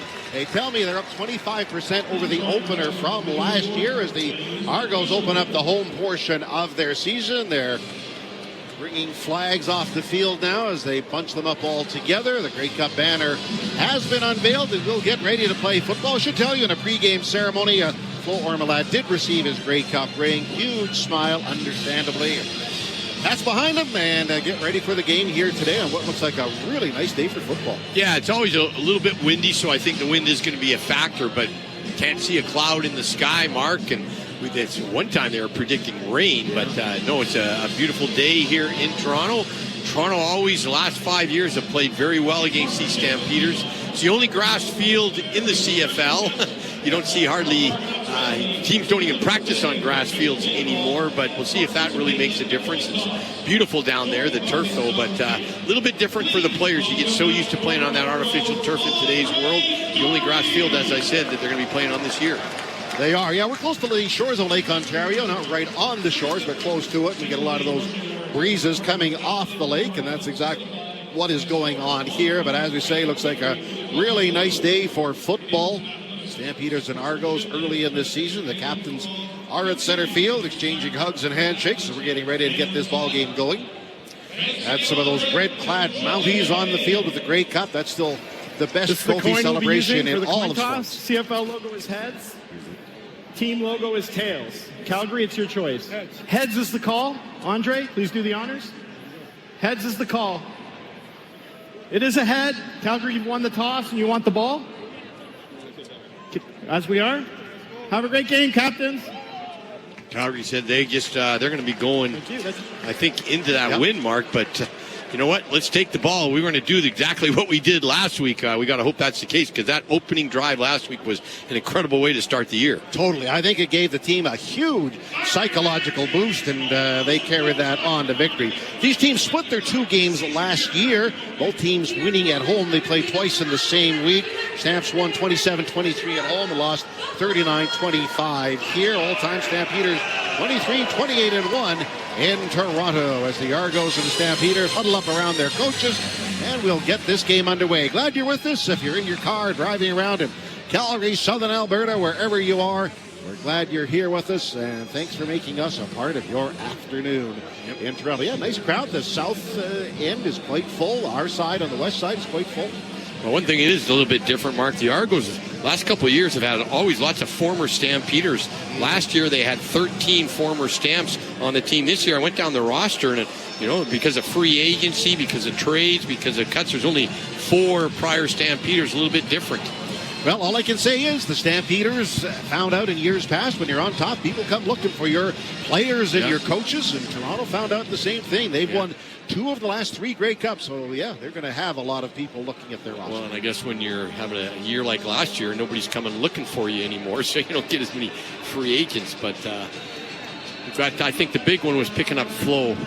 Ormelad, he's going to be a great player, and already showing that rush. So Stamp's going to be going into the wind that first quarter. Got the ball. Stampeders will return from our broadcast right in their white uniforms, white tops, red numerals. Argos will kick off from the north end at our broadcast left. Ball is kicked off in the air, 408 local, and that'll be returned by Brooks across the 15 far side. At the 20, at the 30, shoots through a seam, but the Argos are right there to bring him down. They saw him coming up the seam, and he is pulled down on that play by Kassar, the big linebacker. Yep. So the Stampeders start out at about their 25-yard line. He's a big guy, Mark. Jack Kassar. He leads the Argos. Has 2 special teams tackles last year in his 5th year. Big guy at 6'4", 240. Great tackle. Because if he didn't make that tackle, Brooks was off to the races. He is a big guy indeed. All right, time now for the Stampeders class opening drive. The makers of Precision Farm Equipment class made for more. The Stampeders scrimmage on their 37-yard line. Vernon Adams at the controls with Diedrich Mills in the backfield. And Mills gets the play fit. They dump it off on a crossing route. Caught by Beggleton. Goes down on a knee. And as he gets up, a couple of Argos bring him down. That looks like about a 7-yard pickup on the play. Slyke of the safety up. That's a gain of 7 seconds. Yeah, had a tight end that he went out into the flat. They had Richie or Beggleton. He ran a little curl. It was just a real quick read. Look at the flat. Look at the curl. You look where the guy is. He goes to the flat. You throw a little dump to the curl. 7-yard pickup. That's what it is. 2nd down and 3 for the Calgary Stampeders. Adams in the gun. He floods the far side of the receiver with 3 receivers. Now Jones comes near side to block. This time it is on the ground to Mills. He runs into a lot of traffic and no room whatsoever. They slam the door on the left side of the line, and the Stampeder down on the play downfield. And that was one of our wide receivers was blocking. I think that's Clark Barnes. Maybe Tavon Jones. All I saw was a number 4, but he's aching in pain. Now as he was trying to block down the field, the defensive back just kind of took him and threw him and came down hard, and we got a either way, it's going to be one of our wide receivers. Chatfield is the tackler on the play for Toronto. Yeah, several. We can't pick up the identity of the player, although I saw a number 4, Mark. So it's either Barnes or Jones, but they're looking at his knee, and I think he just got, this turf, it's got, even if you wear these long cleats now, and you're used to the artificial turf, everybody practices on it, everybody plays on it, it's got just a different give. You come out on this turf, you got these big cleats, and we're going to go to timeout, but your leg gets stuck, it goes the opposite way, and that's what I think happened. All right, we'll see as they attend to him on the field. Stampeder football has a home. It's QR Calgary. We are scoreless, and you're listening to Stampeder football, now streaming on QRCalgary.com. It's time to upgrade to Claws during the Claws Limited Inventory Sale. Now through June 30th, get 0% financing for 60 months on select Claws Axion tractors or 3.99% financing for 60 months on select Arian tractors. With superior performance, industry-leading support, and unbeatable long-term ROI, it's a deal that's made for more on a tractor that's made for you. Ask your Claws dealer about the Limited Inventory Sale or visit claws.com. That's CLAAS.com. Inspiration. It's where all great things start. When you bring your renovation ideas to the designers and expert craftsmen at Renovations by Hearth and Home, it inspires them to create with you the renovation project you've been dreaming of. Whether your project is big or small, the in-house team at Renovations by Hearth and Home have the experience to ensure your dreams come to life. Imagine the extraordinary. Visit renovationsbyhearthandhome.com. Wolf Chev GMC Buick Calgary is leading the pack, celebrating an all-new location and the same amazing experience. For a limited time, save up to $12,000 or get 0% financing for up to 6 limited time. Save up to $12,000 or get 0% financing for up to 60 months. Plus, eligible Costco members receive an additional $1,200 off select vehicles. Run with the pack to Wolf Calgary, your General Motors superstore. Now open at 768 101st Street Southwest, just off Stony Trail. This is the only place to listen to Calgary Stampeders football. Brought to you by your Alberta Ford dealers. QR Calgary 770 on AM, 107.3 The Edge on FM, or online at QRCalgary.com. The injured Stampeder in a scoreless game is Reggie Beggleton. More on him in a moment as Messine kicks the ball end over end. Ungerer, the little receiver, tracks to his right, catches outside the numbers, inside the 20, down the near sidelines, gets up near the 30, then steps out of bounds. So it's about a 9-yard flag return. On the play. But back to Reggie Beggleton. He was the player that was down. He was helped off the field with the aid of his teammates and went right into the medical tent located behind the Stampeders bench. Holding. Toronto number 26. 10-yard penalty. First down. Don't want to get ahead of ourselves here, but obviously it did not look very good at all. But we'll try to get some news from the sidelines from the authorities. He was not putting any weight whatsoever on his right knee, and they were being very cautious of it. Mark, it did not look good. I don't think we're going to see Reggie back this game. Well, we'll have to see. Welcome back to Stampeder football and QR Calgary. 107-3 the edge. That penalty moves the ball back to the 10-yard line. That's where Toronto will start out. Their 10, moving left to right to the Lakeshore end of Bebo Field in Toronto. Dick Arbuckle began his career in Calgary. He's actually appeared in a Calgary uniform more than any other. He started more games for Ottawa. Williams with him in the backfield, and Williams gets the call, runs right up the middle, but the Stampeders latch on, bring him down after a couple of yards over to make the tackle. Flo Armalad. That's about a 2 or 3 yard gain. 2nd and 7, Toronto. Yeah, for Flo Armalad, he's on that right. He just shot in the tackle, blocked down on our linebacker, and he just shot right through there, made a good tackle, limited the gain to 3 yards. Scoreless game. We are just underway. The Stampeders breaking the huddle. Dejan Brissett, fine receiver, and Kevin Mattal go left. They're inside Younger to the far wide side of the field. To the air goes Arbuckle. He is back, pitching downfield. That ball caught at the 20-yard line. Spinning and falling forward. Does he have enough for the first down as that ball is hauled in by Damani Coxie? And he fell forward after being hit and does have, well, let's wait for the spot. Yeah, a little stop route. He was the wide receiver, and he just kind of had a guy go in the flat, and he kind of just stopped before the linebackers. Then he wasn't great tackling, Mark. They had him stopped if they could have brought him down right where he caught the ball, but he lunged forward for the first down. Second effort gives it first down. Toronto at the 21-yard line. Stampeders out in a 4-man front. Arbuckle calling out signals. And Arbuckle on the ground, dancing is Williams. Again, the Stampeders were waiting as Derek Moncrief, the veteran, read that, wrestles him down. Very short game. Yeah, good play by Derek Moncrief, our other Sam linebacker. Just like Flo did the previous play, he shot through right. Nobody blocked him and get right down the line of scrimmage. The big 6'1", 213-pounder, former rider. Elk did a great job. Yep. Toronto 42% in second down conversions last week. They're second down and 9. Ball on the 22-yard line, their own 22-yard line. Ungerer out of the huddle left. 3 receivers that way. Peters 5 up on the line. Arbuckle takes the snap. Arbuckle buck throws, and that ball is knocked down. I think that was Flo once again. Flo Ormelat got his hand up. I don't know if he got a hand up, but he was the guy that they only rushed 4, Mark, and our 4 beat their 5. So great job by our defensive line. I believe that was Flo that got in there. Actually, and it was Hutchings that knocked the ball down. So both had their hand in that. Well, Eric Brooks is back to return the kick of Haggerty. Peters and Argos are scoreless just a few minutes into this game. Haggerty kicks this ball up. Give a flutter. Brooks tracked back to his 35-yard line. Cuts right, runs into traffic, reverses, trying to come down the near sidelines at the 40, and then runs out of room into the Stampeder bench, and the Stampeders will start out by their 45. All right, 0-0 our score. There's 10 minutes, 59 seconds of play in the first quarter. This is Stampeder football and QR Calgary. Valentine, Volvo, and Volvo Cars Royal Oak. They're proud sponsors of Stampeder football and QR Calgary, bringing you all your CFL action for over 3 decades. June is Discover Days at Volvo Calgary. Right now, enjoy reduced lease rates and save up to $7,000, including eligible government incentives. Discover luxury, innovation, and the award-winning safety Volvo is known for. Volvo's quality of products, the Volvo commitment to safety and innovation, and customer service excellence has become a generational tradition in Calgary. Visit Valentine Volvo in the Southwest, Volvo Cars Royal Oak in the Northwest, or start your journey online at volvocarscalgary.com. Don't miss Discover Days. On now. Sometimes great pizza leads to problems, like you don't want to commit to just one kind of pizza, or maybe you want an extra slice when the pizza's done. Tom's House of Pizza has your back with their all-you-can-eat pizza buffet.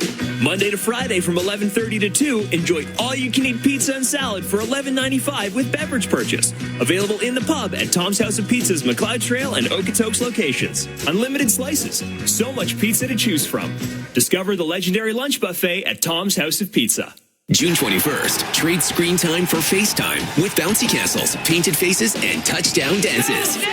See the Stampeders face off against the Ottawa Redblacks at 2 p.m. for the Family Day game presented by TELUS. Before kickoff, hit Gridiron Gardens for a pregame party packed with fun for all ages. And after the final whistle, everyone's invited on the field to feel the brand new turf at McMahon. Great family memories don't come from a tablet. They're born on game days. Tickets at stampeders.com/tickets. Together, we ride. This is your home for Stampeder football. I'm Falari Rimalade, defensive end. Thanks for listening. Stampeders have the ball. 10:58 to play in the opening quarter. We are scoreless. The Stampeders offense on the field. And we'll see how they configure the receiving core without their team MVP, Reggie Beggleton, who was helped off the field in the last situation. Big Vaughn is on the field. 4 receivers on the field. 3 go to the right. Jones lines up to the near short side. From the 44 of the Stampeders.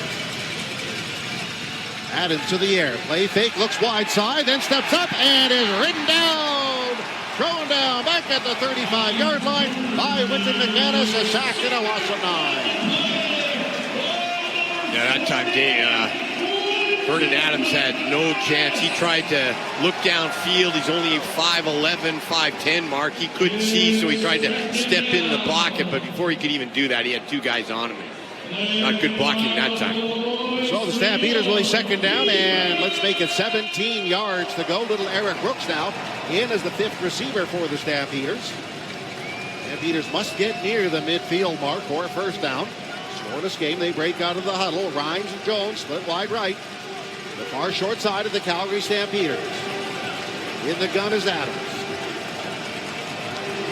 Argos dropping 9. Adams is back, pulls it down. He runs, line of scrimmage. 40, 45, at the 50, at midfield. Falls ahead to the Toronto 52-yard line. And picks up the first down. And that was run all the way before he is knocked down by the corner for Toronto Franklin. Well, they only rushed 4, but I think what they thought is the Stampeders, it's second down and 20 to go. Let's just get something and punt the ball. But Adams, draw up the middle. Good blocking down the field by our up front guys. And, he just barely got the first down. Huge play. To the Toronto 53, that's where the Calgary Stampeders are. One back set for Vernon Adams. And out of the gun, he gives to Mills. He runs right into trouble and has nothing. That's Cam Judge, who wrapped up his former teammate, and that's maybe a yard loss. That's what they're calling it. Second down as the Argos are on top of the Stampeders run game. Yeah, right now that was the left end of the Argos just shot down. Nobody blocked him. Right now our run game is not getting anything. We're losing ground. We got to be able to establish that run. Not working. Back to the midfield marker. Ball on the left side hash marks. Stampeders break the huddle. The shadows from the west side moving on the field. Big Grimes lines up in the shadows, as does Jones to this side. Argos crowd that box. Linebacker blitz on. Back is Adams dancing in the pocket. Hit, fires downfield. Sliding try by Rhymes, and that was broken up. A nice play by the Argos in the secondary. Franklin to get in front, and the Stampeders will kick it away. Well, the Argos came with the middle linebacker blitz, and they brought 7 that time, so Vernon Adams had to throw it a little bit earlier than he wanted to and had to throw it off his back foot, but well covered on a little slant or little deep seam route that time by the wide receiver. On time again on his Messine, who I thought had a very solid opening game. And the last kick was good. He placed the ball outside the numbers. That's what you want to do. The Lungerer is in to return, and Messine with that ball, end over end kick, angling it towards the near side, caught inside the 10, outside the numbers. Ungerer goes down the sidelines and has very little on the return. We'll place the ball in just a moment. Stampeder defense runs on the field. This is the first quarter of Stampeder football. We're here at BMO Field in Toronto. We are scoreless. This is Stampeder football on QR Calgary at 107.3 The Edge. The Get In and Go event is on now under the tower at South Point Toyota. Once again, it's the best time of year to buy your new Toyota. The best inventory, the best interest rates of the year, as low as 0%. And the best trade-in bang for your buck. Don't miss the Get In and Go event on now at South Point Toyota. Getting a down payment together can be so hard.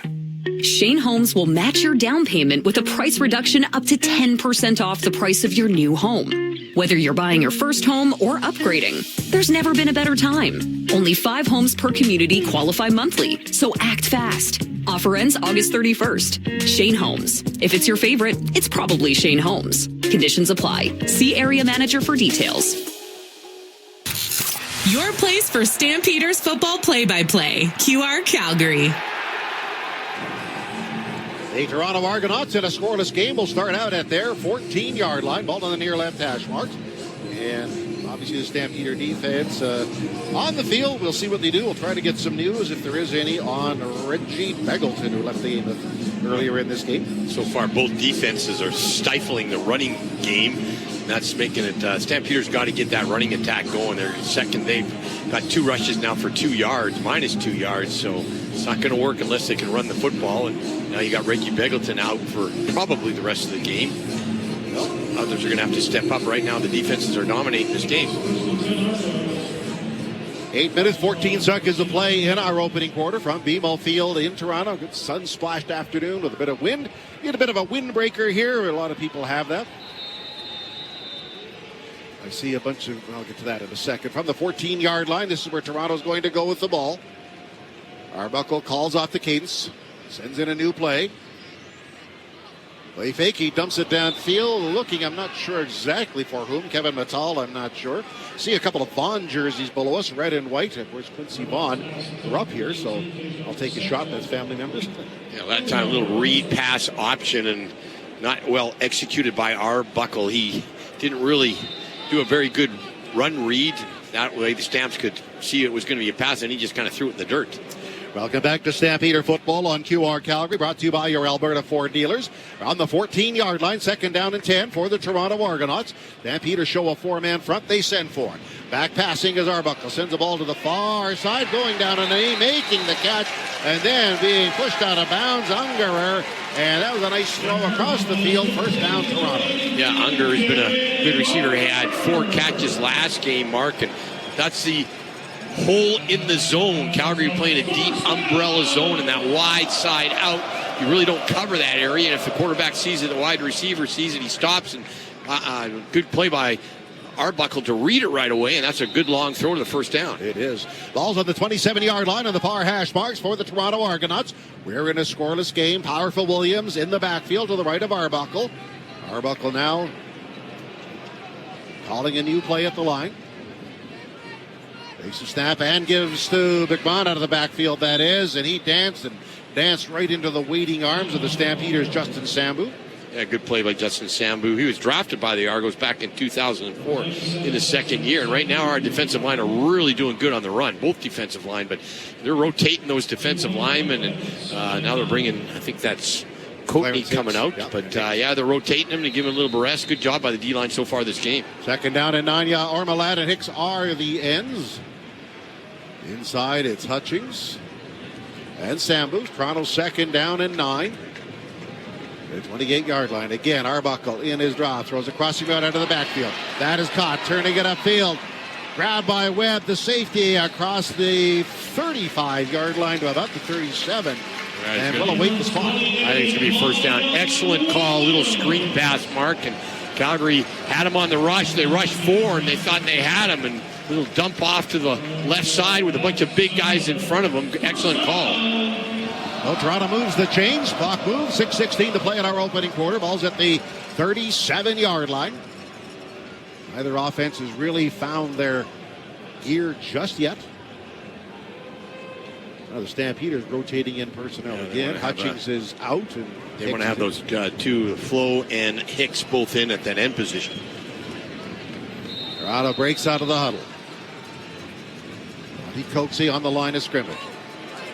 But they'll go on the line. Big hole, left side, 50, tripped up, falls forward to the 52-yard line by the Bulldozer Williams, and that's a Toronto first down, a gain of 16. Well, sometimes that read pass option, just give it to him right away, a little quick one. And that time our defensive linemen looked like they're a little bit tired. They were standing up, and pretty good hold there, sliced through. And if it wasn't for Jaden Grant, the rookie, making a shoestring tackle, he could have been gone. Very nice tackle out to the 52-yard line. Williams from Ohio State, very, very squat, compact, powerful back. Nick Arbuckle calls out signals, two receivers either way. Outside blitz on by the Stampeders. Give again out of the backfield, pushing for yards, driving up to the midfield marker where the Stampeders wrestle him down. It'll be tackle made by Roberts, the linebacker, on Williams, gain of about 6 or 7. Yeah. Actually, make that about 3 or 4. Well, Williams, he's only 5'8", but he's 240 pounds, rookie out of Ohio, and he did a good job of just keeping those legs at chugging, because first port of contact was at the line of scrimmage. He ended up getting almost 5 yards just by keeping those legs going. So Toronto, second down for the Toronto Argonauts. 6 yards to go. The ball nosing into Calgary territory at midfield. Argos with 5 receivers out, including Coxie to the near side. Outside pressure on. Back is Arbuckle. Throws a pass by the far sideline. That ball is caught. Unger returns it inside. Calgary 45. Falls down at the 43-yard line and picks up the first down. Well, the Argos are getting second and long. And Arbuckle's doing a great job of reading the defense. That's like the 4th time they've been in second and long. Just a great play by Arbuckle to see the open guy. Calgary came on the hammer. That's a halfback blitz from the weak side, and he went right back to where that blitzing linebacker had just vacated. Well, the Argos are on the march. They're at the Calgary 42-yard line. Clock is running, 3:54 to play in this quarter. Arbuckle has 5 receivers out. Unger, a wide man to the near side. Blitz on by the Stampeders. Arbuckle is back, floats a pass to the near side. Unger catches and was hit by Green, the corner, just as he caught the ball. But it is a gain of about 5 or 6. Well, again, Arbuckle, he's willing to throw it way to the outside. Normally he's known as the guy that throws over the middle, but he's attacking the outside and making those completions. Pretty good play by Green, though. Adrian Green had a great game last game. Came up, made the sure tackle, limited the gain to 5 yards. They got news from the Calgary Stampeders that Reggie Beggleton is still being medically evaluated but will not return in this game. So, tough news for the Stampeders. They'll have to do it without their MOP candidate from a year ago and this year as well. 2nd and 5 for Toronto. They're at the Stampeder 38-yard line as Arbuckle takes the ball. The whistles all over the place. Flags sound. Flags fly at least. I'm not sure what's called. So far, this is a real good drive. The Argos started in the shadows of their old goalpost. They're out past midfield up to the Stampeder 37. Offside. Toronto number 80. 5-yard penalty. Remains second down. Darius Daniels. So that backs Toronto up to their 42-yard line. 2nd and 10. Stamps having chance. You know what? This is like the 5th time the Argos have been in second and long, and they've capitalized on it. So Stamps got to do a better job of taking away that long out to the outside. That's where they're getting hurt right now. Get them off the field. They're at the 42-yard line. Toronto is. 42 of Calgary. Powerful Williams is in the backfield.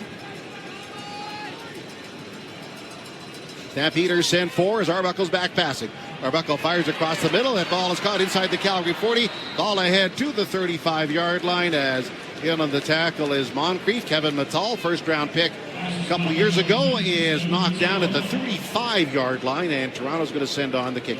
Yeah, I'm going to say so. Good drive by the Argos. And that Calgary Stampeder defensive line, they were starting to really get tired, Mark, so they bended quite a bit. We'll see if the Argos can come up with something. They do have a very good place kicker, one of the better guys in the league. Got it. Liram Hairelahu. He is on from 42. Neighboring breeze. Brooks a single returner. Ball is snapped. It's down. He drives the ball towards the uprights, and it is wide to the right. Brooks catches it and steps out the back of the end zone for a single point. So Toronto's up, and the Stampeders dodge a bit of a bullet. You're right there, Mark. Yeah, dodged a bit of a bullet. So Hairelahu misses that kick, but Toronto is 1-0. That's the score as the Stampeders offense is on the field. Well, if you're joining us again, about 3 plays in, Greg, Reggie Beggleton was helped out with his own teammates.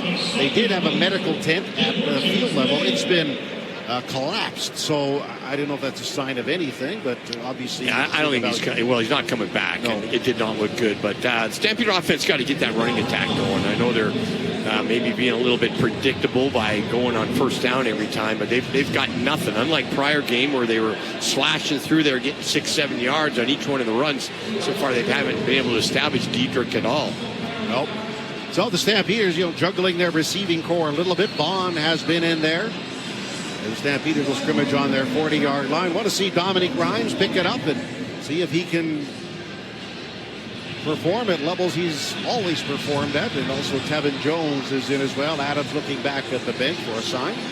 Well, Dominic Grimes, he can certainly, he's got the experience. He's in his 8th year, former Red Black and former Lion as well, Mark. Big guy, 6'4", 217, kind of plays like Reggie, so I think he's now going to move into that slot back, that wide position they call it, to where Reggie normally is, and those guys in that position usually get quite a few throws. They do indeed. We talked about the Argos at home here, and they've established something of a home field advantage.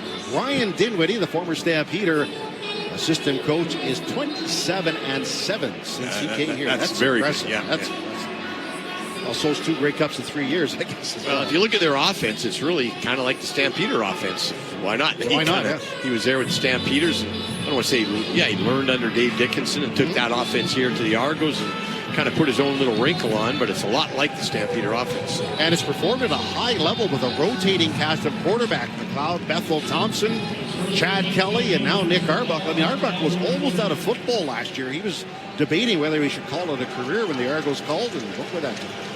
Grey Cup MVP. Stampeders are out of the huddle. Clark Barnes splitting to the near side of the field. He lines up in the shadows. Now being joined this way by Philpott and Gomes.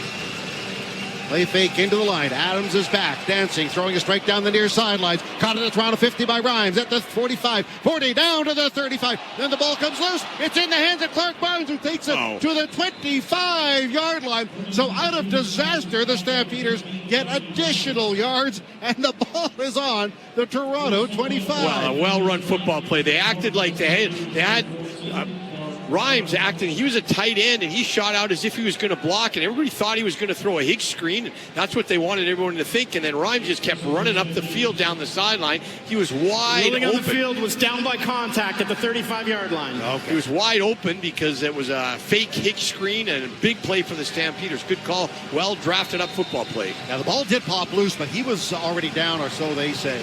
So a big play by Rhymes. He goes right. 4 receivers that way. Clark Barnes with him to that side. Philpott joins him. Also there is Ira Brooks. They start in motion to the line. Snap back to Adams. He pumps. Steps up. He is hit. He's in trouble and sacked. Back at the 40-yard line. Well, he's seeing right now that defensive line of the Argos are a lot more active than what he saw last week, Mark. And I'll tell you what, they're closing that pocket. They're not giving him, Vernon Adams, any time to throw that football. Christmas in on the tackle. Actually, a couple met at the point of attack. Well, Vernon Adams has already taken quite a beating. He's had about 3 big hits. Chatfield as well. The Stampeders are second down and 15. They're at the Toronto 40-yard line, moving right to left to the open end of the stadium. Bills in a one-back set. Adams takes the snap. They drop in. Adams back, pitching a strike down the near sideline, looking for Philpott. He reaches up. There was contact, knocked away by McFadden. And the Stampeders are arguing, Greg, that was pass interference. As Philpott went for the ball, McFadden ran into him. Well, I think it was a little bit underthrown. We're going to go to a timeout. We'll talk about it in a minute. That's it for our first quarter. The score, Calgary 1, Toronto 0. Up in a moment, second quarter football action. You're listening to Stampeder Football on QR Calgary, 770 CHQR and 107.3 The Edge. Hey folks, Paul Brandt here. Around these parts, we work hard, play hard, and we demand the best. Sometimes you need a truck that's a cut above. The Ford Super Duty. Tough enough for any job with the style and luxury you deserve. It's as powerful as it is refined, with cutting-edge features that make every drive a pleasure. In short, this ain't your everyday pickup. The Ford Super Duty. Drive the finest truck Alberta has to offer today at your Alberta Ford dealer. And tell them PV sent you. Remember last summer's heat wave that had you wishing for refreshing air conditioning? Let Furnace Family by Atco Home Services keep you cool this summer. Trust our expert techs and honest pricing to keep your home chilling when the summer is scorching. Ask about our best-selling Lennox models that offer optimal efficiency and cool, quiet comfort. Take advantage of Lennox's rebates up to $2,000 only for a limited time. You can count on Furnace Family by Atco Home Services to do the job right and have your AC unit up and running in no time. The summer rush is coming. Don't wait. Visit furnacefamily.com to secure your spot today. June is Discover Days at Volvo Calgary. Right now, enjoy reduced lease rates and save up to $7,000, including eligible government incentives. Discover luxury, innovation, and the award-winning safety Volvo is known for. Volvo's quality of products, the Volvo commitment to safety and innovation, and customer service excellence has become a generational tradition in Calgary. Visit Valentine Volvo in the Southwest, Volvo Cars Royal Oak in the Northwest, or start your journey online at volvocarscalgary.com. Don't miss Discover Days on now. Thank you for listening to Stampeder Football. This is Dominic Grimes, wide receiver of the Calgary Stampeders. Stampeders are on the field. The kick unit runs onto the field live from the Billy Powers broadcast booth. Brought to you by South Point Toyota in Toronto. Welcome to the second quarter. The Stampeders 1, Toronto 0. And how about some opening quarter stats? Yeah, not good for the Stampeders offensively. First down, Stamps 2, Argos 5. Total offense, Stamps 48, Argos 78. Offensive play, Stamps 9. Argos 13 in the rushing category. Calgary only had 18 yards rushing. Argos only 24. Both defenses doing a good job. And passing, Stamps 42. Big on that second last play we saw before the quarter. But for that, they really didn't do anything. Argos had 24. Big one here, though, sacks. 2 sacks by the Argos, none by the Stamps. That is one of the big deciding factors. You got it. All right, Rennie Paredes runs on the field, and he'll be kicking towards the south end. Almost the same place that the Argos were kicking from previously, where Wahoo missed that one. Time is whistled in. Of course, Reggie Beggleton, ever dependable. Last week, 3 of 3 from 47. The snap, it's spotted. He strokes the ball towards the uprights, end over end, and it is wide to the left. The Argos are going to return. Ungerer brings it out at the 5. He's tripped up, falls forward to about the 7-yard line. So both kickers. Yeah, both kickers missing, but the Argos are worse for wear when it comes to field position. They'll be inside their 10. Mark, I can't figure out which way the wind's going. I think now it's going that way. Yeah, he was kicking into the wind, and it's going a little bit that way. I think the kickers were just a little bit confused because you get up there and the wind is really going, but I can't figure out which way it's going. Now, the flags, there's a bunch of championship banners that are kind of flying in all different directions, and the flags on top of the uprights. Yeah, it is. Obviously, it's affecting the kickers because we had 2 of the better kickers in the CFL both missing makeable kicks. Toronto will start out. They spot it at the 9-yard line. Stampeders leading 1-0. Big Burley Williams is in the backfield. Natal going right. Tavares Daniels. Brissett outside him to the wide side. And Williams will get the play fake. They roll right, dumping it off. It's caught. Advancing to the 20. Break a tackle up at the 25-yard line before it's finally pulled down. And Peterson, the defensive end, is up to drag down Tavares Daniels. Nice ball fake, and it's a first down, Toronto. Yeah, it was a run-pass option, but they had 4 receivers to the wide side.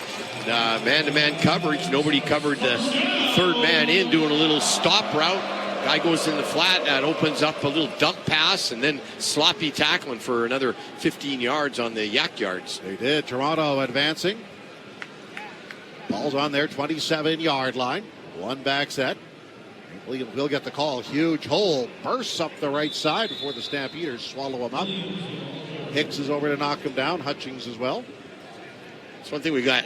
Our defensive interior line, I think, is a lot better with big guys. We needed some bigger guys in there with Hutchings at 302 and Courtney, Josiah Courtney at 345. So even Sambu's 250. Last year we were a little light in there and we were getting blown away by the run. Not so much this year so far. Second down and 6 for the Toronto Argonauts at their 31-yard line.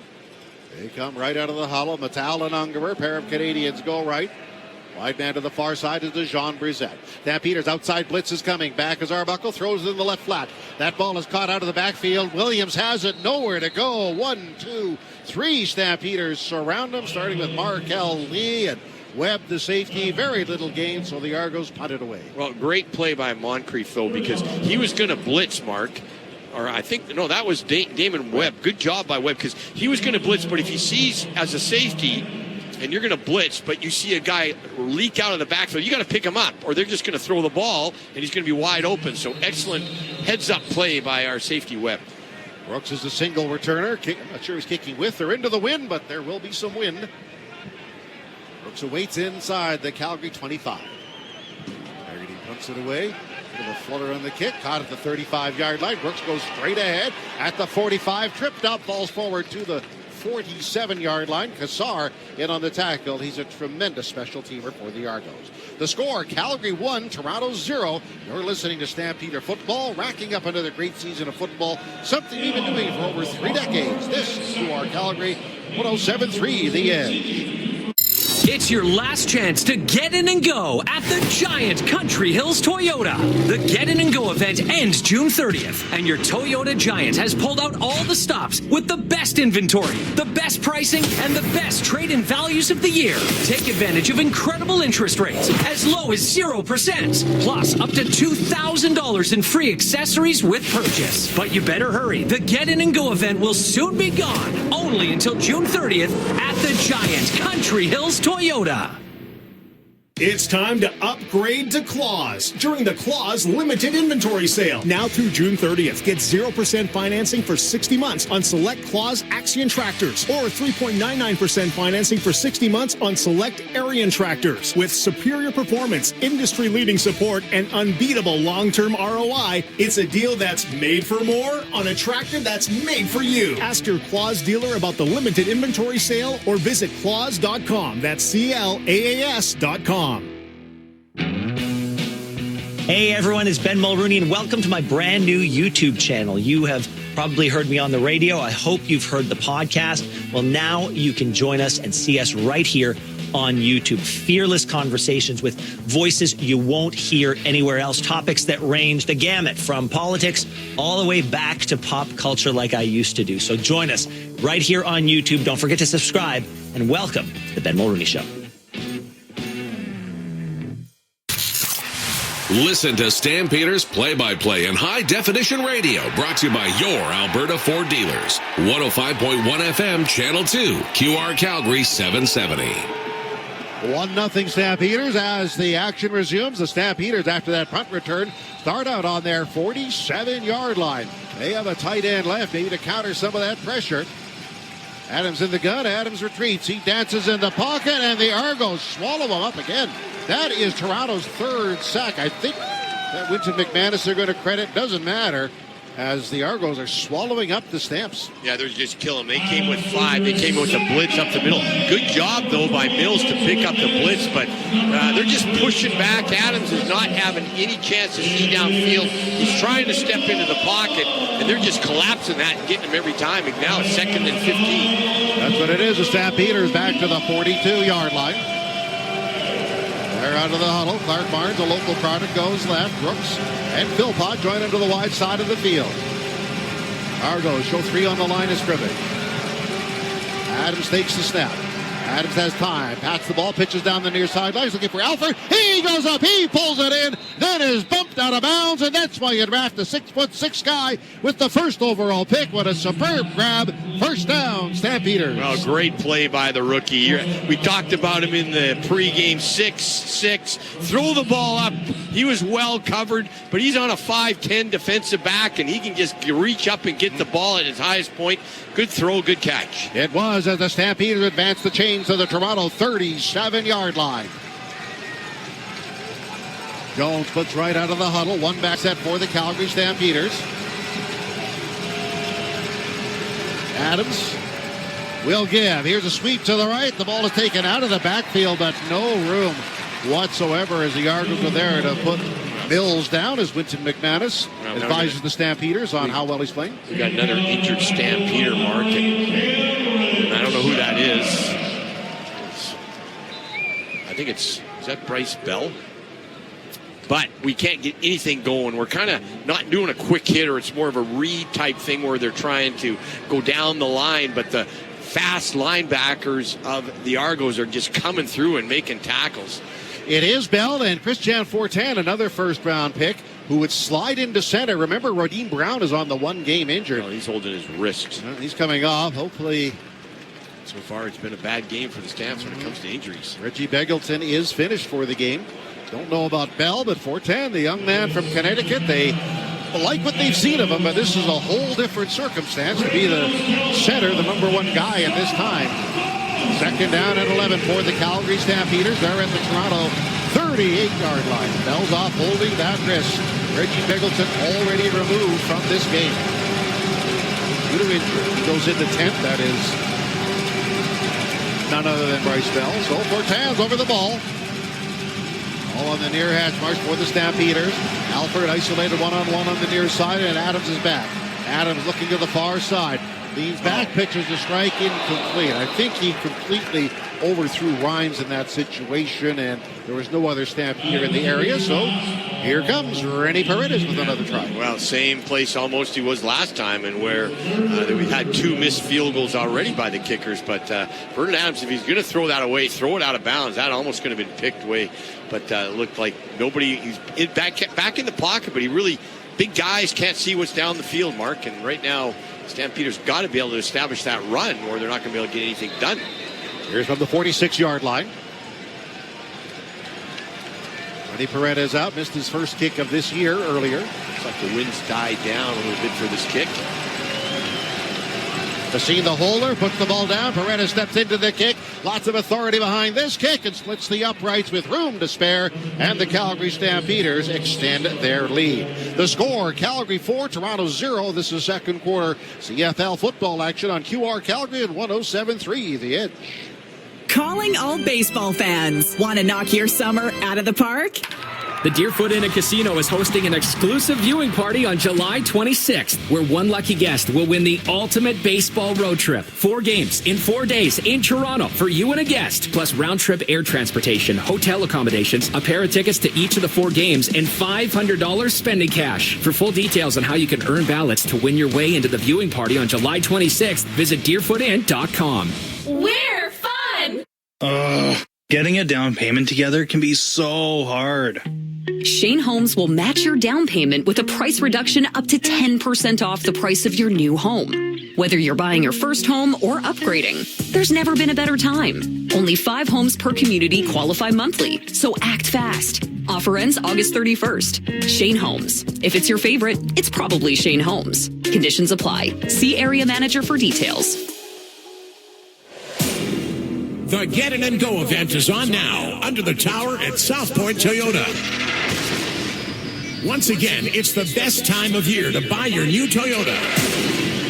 The best inventory, the best interest rates of the year, as low as 0%. And the best trade-in bang for your buck. Don't miss the Get In and Go event on now at South Point Toyota.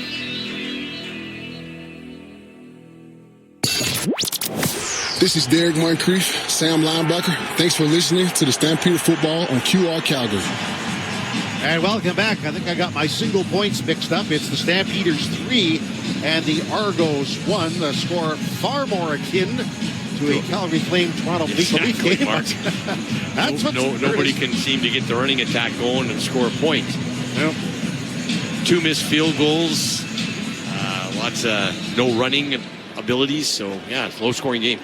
Argos have the ball at the 40-yard line with Nick Arbuckle from Georgia State, the quarterback. He lines up in the gun. There's play fake. He's going to take off on a receiver sweep, give it on an end around, trying to turn it upfield before Green pushes him out of bounds on the far side. Ball's taken by Kevin Mattal on a little flip pass, and let's wait for the spot. Yeah, they bring a guy across the motion and they flip it to him and then fake the handoff as they're going to do that read pass option. The Stampeders, a couple of them a little confused who had the football, but still limited the game to only 5. They did. Welcome back to Stampeder Football on QR Calgary. 770 CHQR. They're at the 45-yard line. Big, bulky Williams in the backfield. Nick Arbuckle, great veteran. First down, play fake, swing in the right flat, caught by Mattel, looks to turn it upfield. Arnold gets a hand out to upend him, and he falls down short of the first down marker. I think the Argos are about 3rd and 1. Yeah, it's going to be a long one. Good hustle, though, by Sheldon Arnold, the rookie. He had to come down, and his guy was going in the flat, and he had to get on his horse to get there. Otherwise, a little dump pass, and he's kind of trailing, and he did a good job at keeping it, so they got a punt. Yeah, Argos aren't gambling here. No, not with this low-scoring game and the way you can't run the football, both teams. And it is far more than a yard by the time they spotted it. So Brooks will stand in the sun at the 10-yard line. Snap back to Haggerty, who boots the ball. A bit of a flutter. Running up to catch at the 20 is Brooks. Cuts left. He's at the 25. Flag is thrown, and he is put down at about the 27-yard line by the Argos. Cassar is over. D'Arcangelo as well. That Cassar is just great, Mark. He's making every single special teams tackle, but he had to run up and get the ball. Brooks at is our returner, and I'm sure that was no yards. And if there is a flag on the field, haven't got the officials called just yet. Well, Dave Dickinson's going to want to know what, so the referees were running all the way to the sideline and telling Dave Dickinson what the call is. Calgary 3, Toronto 1, 8:29 to play in this quarter. So Dave Dickinson will give his choice. And he'll get the call. For a no yard. Maybe there was something else, an illegal. Yeah, I don't know. Illegal interference. Toronto number 20. 10-yard penalty. First down, Calgary. Why are they moving the ball back? What? Yeah. I don't get it. It must have been on Calgary. That's what I'm thinking. If 20 Calgary is Antwi. Antwi there must have called something on it. Well, now they're getting a straight. Yeah, say, okay, we're going the referee. wrong way. Because they were moving the ball the wrong way and go, hey, if it's on Calgary, why are we back on the 1 yard line? So it's going to come push back up to the 30-yard line. And even Ryan Dinwiddie on the sideline just stare and say, huh? What's going on here? It's like the safety with the infraction. Well, he's going, I like it. What? No, I don't like this anymore. 8:29 remaining. The Calgary Stampeders find rookie Alfred. He splits left to the far side of the field. Being watched in that corner by Franklin. Comes in motion to the line. And first down, they'll give it out of the backfield to Mills. Breaks one tackle, and the Argos bring him down after a very, very short gain on the play. Cam Judge over tackling. Second down and about 7 Stampeders. Well, Judge, McManus, they're just doing a great job of, and even Donald Redlock, they're just scraping to the football, and they got such fast linebackers. Mills hasn't been able to get anything going. Fortan remains in the game as the starting, or at least the center right now. Bryce Bell left earlier. They'll try and get an update on him. In the meantime, the Stampeders have Rhymes left, Jones outside of him. Rhymes in the slot to the far side. Starts in motion to the line. Blitz is on. Back is Adams. Standing in the pocket. Throws a crossing route. Caught by Brooks. He's tackled right away at the 35-yard line. Short of the first down. As D'Arcangelo's over to tackle. So that's third down at about 4. Yeah, we got another injured wide receiver way down the field. And that's going to be Damian Alford, Mark. And, man, Stampeders are a rash of injuries here. He might have just had the wind knocked out of him, but... Well, he's on his back on the far side, by the far sidelines, lying outside the numbers. But you're right, that's Reggie Beggleton gone for the game. Bell is, we don't know, but he's not in there right now. Now Alford is on his back. Well, we also had, and I don't think he's back in the game, our center, Bryce Bell, yeah, so... Alfred had one terrific catch. This was good. I think he got the wind knocked out of him. I think he came down. It looks like he's going to be fine. Okay, the punt unit is on, and Greg, I know you had some time with him yesterday. He is one tall guy. Yeah, I was saying in the pregame how while you were interviewing him, and I got to have a little conversation with him, and all I could think of while you were interviewing was, like, glad I don't have to cover this guy because he's a big guy at 6'6", and it'd just be tough if you're 5'10", 5'11", even 6 feet, as almost all defensive backs are, to try and cover a guy that's 6'6" and runs a 4.40. Alfred is off the field under his own power. Ungerer is a single returner standing inside the 30.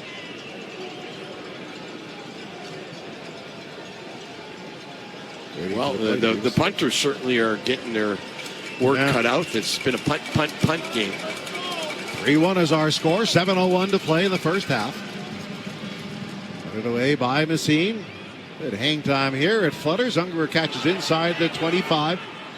Fakes left, runs right, and then runs out of room on the far side, knocked out of bounds. All right, the Stampeders have a 3-1 lead. You heard right, 6:49 to play in the first half. This is Calgary Stampeder football. We're the voice of the red and white.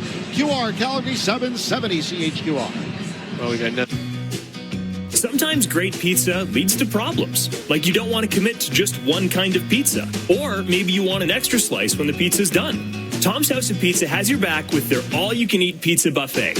Monday to Friday from 11:30 to 2, enjoy all-you-can-eat pizza and salad for $11.95 with beverage purchase. Available in the pub at Tom's House of Pizza's McLeod Trail and Okotoks locations. Unlimited slices, so much pizza to choose from. Discover the legendary lunch buffet at Tom's House of Pizza. Remember last summer's heat wave that had you wishing for refreshing air conditioning? Let Furnace Family by Atco Home Services keep you cool this summer. Trust our expert techs and honest pricing to keep your home chilling when the summer is scorching. Ask about our best-selling Lennox models that offer optimal efficiency and cool, quiet comfort. Take advantage of Lennox's rebates up to $2,000 only for a limited time. You can count on Furnace Family by Atco Home Services to do the job right and have your AC unit up and running in no time. The summer rush is coming. Don't wait. Visit furnacefamily.com to secure your spot today. Hey, Paul Brandt here. Big skies, rugged landscapes. Now that's Alberta in a nutshell. And if you're looking for an SUV that can keep up with this place, check out the Ford Bronco. Built for those who crave adventure, with serious off-road capability and style to spare. Whether you're hitting the mountain trails or exploring the back roads, it's the perfect ride for those who want to experience everything this province has to offer. The Ford Bronco. Adventure awaits at your Alberta Ford dealer. And tell them PB sent you. Beyond our 50,000-watt radio signal, get the Radio Player Canada app. Favorite QR Calgary and listen to Stampeders games no matter where you are. Stampeders leading 3-1, but we have another injured Stampeder, health off the field. That's the long snapper, Aaron Crawford, a great 11-year veteran. I don't know if we'll have time to talk to the coaches after this game, Greg. We might have to bring in a team of doctors to straighten us out. I've never seen this many injuries in such a short period of time. That's the fourth guy that's gone down, and all of them have been having to be carried off the field. So I don't think any of them are going to be back. They're just getting killed with injuries. They are. It's at the 26. That's where Toronto will start out. Nick Arbuckle is the quarterback. Early Milo Williams in the backfield, left of Arbuckle. And first down, play fake. Arbuckle is back, reads the coverage, firing a strike over the middle, almost intercepted, and frustrated was Markel Lee. He had it in his hands. The dropping linebacker couldn't hang on, second down. Yeah, good play by Lee, and little fake handoff, and had a deep post going the opposite way. We had Arbuckle looking right. He got a good deep drop, no pressure on him, and he tried to throw that deep post, but didn't really see the dropping linebacker, and he just jumped up and got his hands on a good play by Markel Lee. You're listening to QR Calgary, 107.3 The Edge, as the Stampeders lead the Argos 3-1. Stampeders adjusting personnel on that defensive line. They show 4 on the line. Second down, Toronto. Toronto with 5 receivers out. And Arbuckle takes the ball. He looks wide side, leans up, throws a long out to the near side. Picked off by Green at the 40, at the 30, at the 20, at the 10. 5, touchdown! Calgary Stampeders.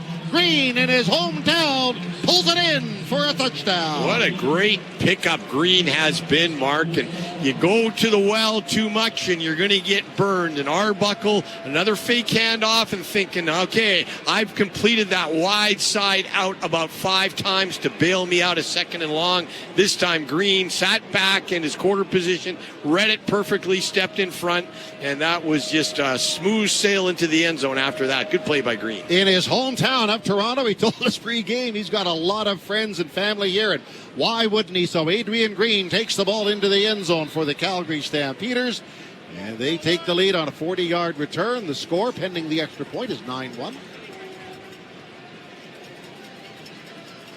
High snap. It's in the hands of Rennie Paredes. He runs right. What's he going to do with it? He takes off and runs, tries a pass. He's hit from behind. Ball rolls out of bounds. You haven't got Crawford in there. Yeah, another snap is obviously a problem because they don't have the regular long snapper in. Yeah, without Crawford, and you've got to get that timing down. They practice it so much. You get one guy out of it, and right now Dave Dickinson is screaming at the ref about something. But we're going to see what happens right now, and Dave Dickinson is screaming, and he's pointing at the opposing team coach's bench, and I think he's saying there was something dirty going on. And Dave Dickinson is quite adamant that that was illegal, something going on. Yeah. Well, anyway, he's pacing around. 5:45. Well, I think what he's saying is the guy was offside. Because the guy was totally offside, and you couldn't get the outside, but it was a bad snap nevertheless. But then the guy that was offside chased down Rennie Paredes, but Dave was quite upset about that. Anyway, it's an interception return for Green, 40 yards. Green has really played well. He's just kind of solidified that position now. And, Ben LaBrosse was the guy that was projected to be the starter out there at that corner position. But Green's did so well last game. Had 2 knockdowns last week. Led the team in knockdowns. Played a good, solid game. And now he gets his pick.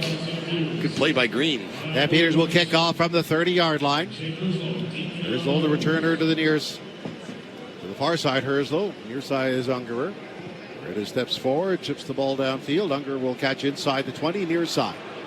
In stride, 20, 25, at the 30. Breaks one tackle and driven into the Stampeder bench at the 40-yard line. And that's where the Argos will start out. Stampeders leading 9-1, 5:38 remaining in this quarter. Yeah, no offensive production, no offensive touchdowns. The only touchdown was the pick 6 by the Stampeders, and defense playing pretty good, just keeping it up. Nice pick. And here comes the Toronto offense on. Heard some rumbles. Nick Arbuckle is 10 of 14, but only 80 yards. And the one big. Well, as I said, he has completed that wide side out 4 times to bail out a second and long. But this time Green was saying, no way, I'm taking this one the other way. Vidal, Brdcst go right for the Toronto Argonauts. Ungerer to the wide side as well. Arbuckle will go to the air. Throws to his check down man in the flat. Williams has it at the 45, up at the 50-yard line, and then wrestled out of bounds by Richardson, the corner. But Toronto has the first down. Yeah, good deep drop. Calgary playing a zone, and nobody covering that out or flat route. And just picked it up, an easy first down by just getting up the field. Got to do a little bit better job in your zone coverage to take away the flats. 5:14 remaining in the quarter. 9-1 Stampeders.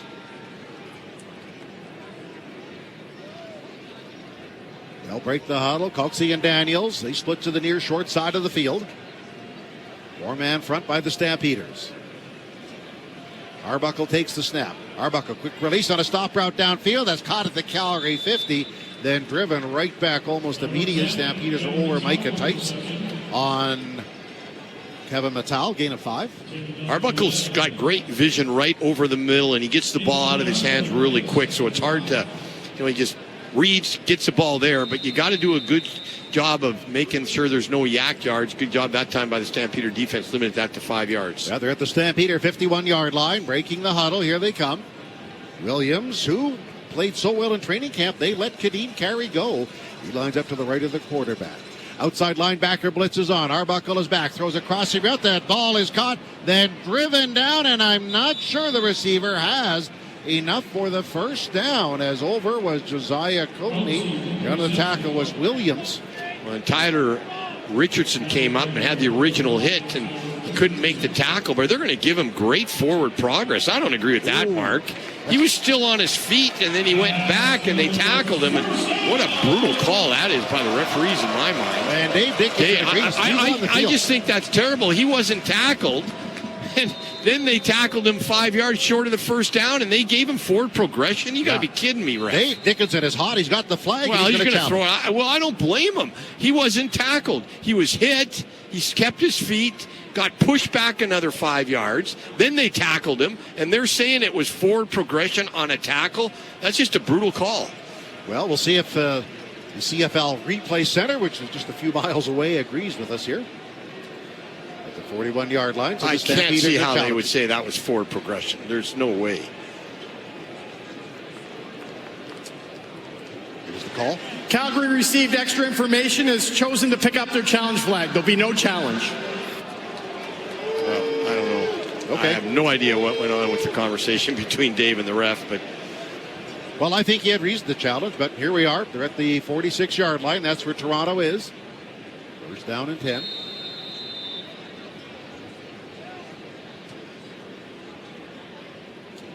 Argos break the huddle as the clock ticks, 3:30 remaining. Alan Brdcst going right for the Toronto Argonauts. Now pre-snap motion on the line. Outside blitz is coming. Back is Arbuckle, and he's clobbered by Flo Ormelad back across midfield. Big Flo busts through for the sack. And we're sacked by the Stampeders this year, back to the Toronto 53. Well, Arbuckle got a deep drop, really got back deep, and Flo just kind of went inside his man, and he can't, those big tackles, they're not going to be able to match the athleticism of our defensive ends, and he beat it, went upfield, and got the big sack. The score, Calgary 9, Toronto 1. Stay tuned for the final minutes of the second quarter. You're listening to your Alberta Ford dealer, Stampeder Football on QR Calgary. June 21st, trade screen time for FaceTime with bouncy castles, painted faces, and touchdown dances. See the Stampeders face off against the Ottawa Redblacks at 2 p.m. for the Family Day game presented by TELUS. Before kickoff, hit Gridiron Gardens for a pregame party packed with fun for all ages. And after the final whistle, everyone's invited on the field to feel the brand new turf at McMahon. Great family memories don't come from a tablet. They're born on game days. Tickets at stampeders.com/tickets. Together, we ride. New look, new location. The same luxurious standards. Wolf Cadillac Calgary is now open with incredible grand opening specials. For a limited time, save up to $15,000 on Cadillac Lyriq or get 0.99% financing up to 84 months.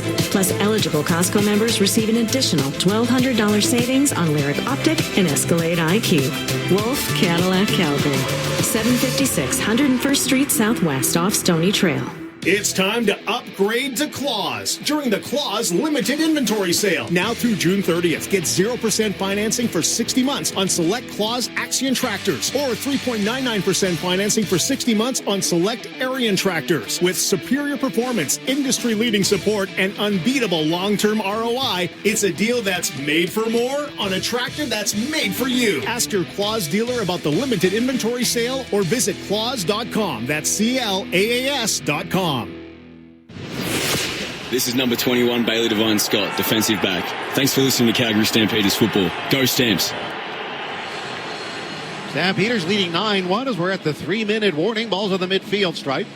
Second down at 19 yards to go as Stampeders defense is on the field. It's not exactly a work of art. The Stampeders are winning 9-1. Yeah, they're winning. And of course, the big pick six the other way was a big one, but that was a huge sack, Mark. That pushed them out of field goal territory.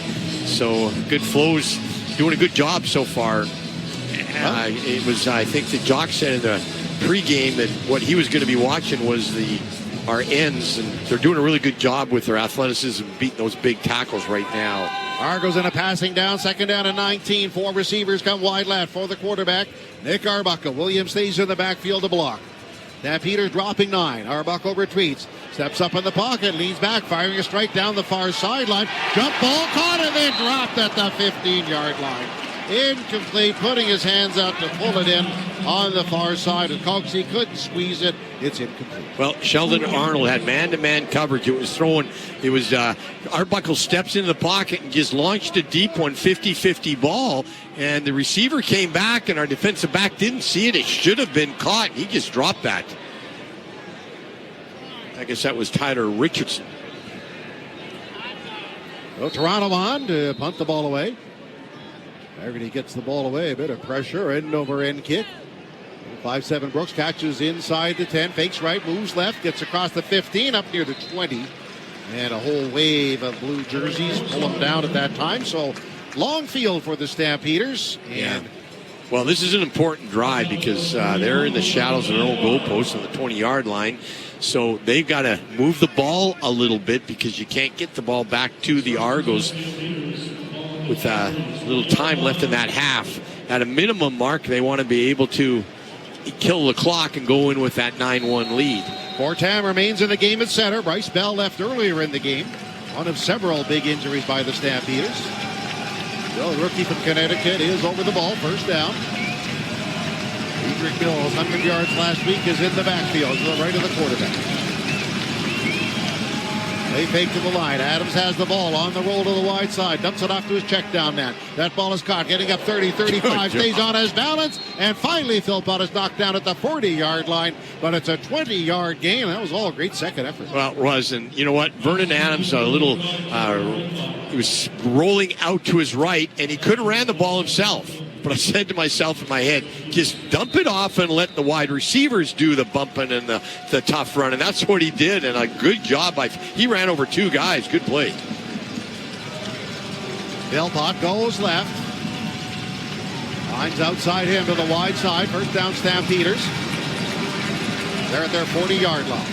They think again, quick slant route looking for Jones, but he led him too far. It's an incomplete pass at the 50. Well, Little tried to have 4 receivers to the left side, and Jones is wide out to the right. A little fake handoff, but really didn't fool anyone. It didn't fool the corner, and he was right on him, and that was just a bad throw, not a very good play. Second down and 10 for the Calgary Stampeders. They're 2 of 7 in second down conversions to date in this ball game. Paul Rhymes going right for the Stampeders. Brooks in the game as the Stampeders lost Albert. He's not in the game right now. Linebacker blitz is on. His back is Adams. Dancing in the pocket. Tries to throw to his check down man. Hit as he throws. The ball is on the ground. The Argos say he fumbled, but the officials say it was a forward pass and the ball was just knocked out of his hand. Well, the Argos have really been effective by blitzing this time Vernon Adams, and he's now limping, Mark. You don't want that. Vernon Adams coming off the field with a little bit of a limp.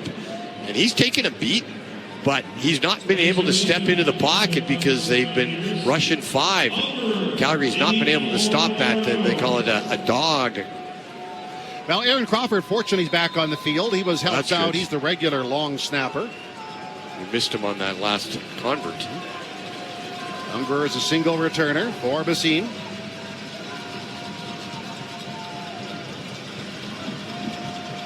Rams run up to the line of scrimmage. And Basine punts it away. Fluttering, lazy kick caught inside the 30 by Ungerer. He finds a seam, gets up near the 35, and Micah Tights is there to bring him down. Very limited gain, so Toronto gets another crack with 1:27 remaining. Yeah, you got 1 first down. You wanted 2. He still didn't want to give him any chance, so Argos got some time now to get some points before the end of this half. Good play by Mike Tights. He's a great special teams player. Drafted 2nd round by Saskatchewan in 2018. Now in his 7th year, done a good job on teams and playing a little bit of linebacker. First down, Toronto with the ball has 8. The Stampeders have 4. As we approach the final moments of this quarter. First down and 10 for the Toronto Argonauts. Ungerer and Brdcst go wide right for the Toronto Argonauts. Daniel to that side as well. Snap back. Quarterback Arbuckle in the pocket. Dancing. Steps up. Launches the ball to the far side. Contact. The ball is tipped. And it's into the hands of Green. And he has an interception. His 2nd interception. He runs out of bounds at the 49-yard line. So the hometown lad is putting on some kind of a show. Well, good play by Moncrief. He's with his guy man-to-man coverage. His guy did a little bit of a wheel route. He's with his guy all the way.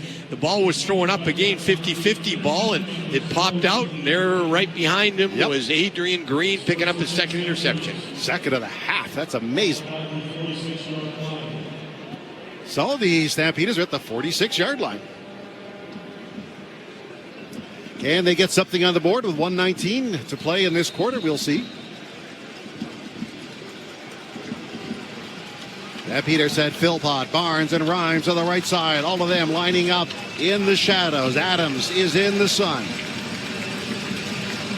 Adams takes the ball. They drop 9. Throws down a stop route. Caught by Rhymes. He catches it near midfield and was on the ground. Probably be short. Probably a couple yards. So it'll be 2nd and 2, Stampeders. Yeah, just keep it going.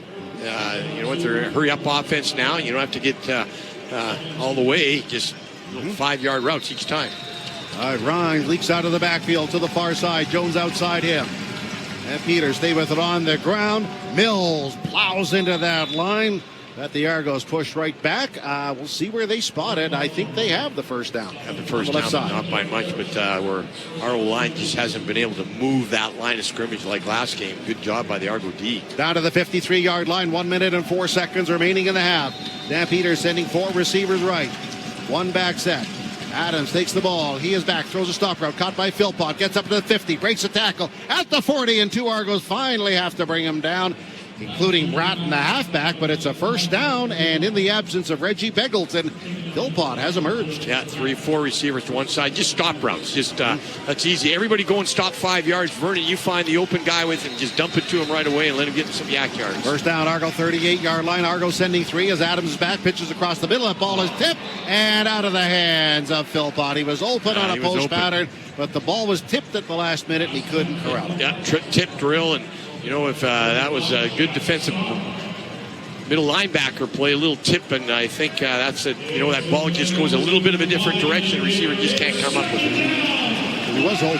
Yeah, he was open. He had his hands right on it, but that tip just kind of threw him off a little bit. At the 38 again, second down. Clark Barnes going wide left. Philpott is there as well with Brooks. Brooks looks back at the formation. Adams takes the ball. At his back, looks right, throws on the run, throws downfield, tries to thread the needle, and that is broken up and almost intercepted by Toronto as Slika, the safety, came up.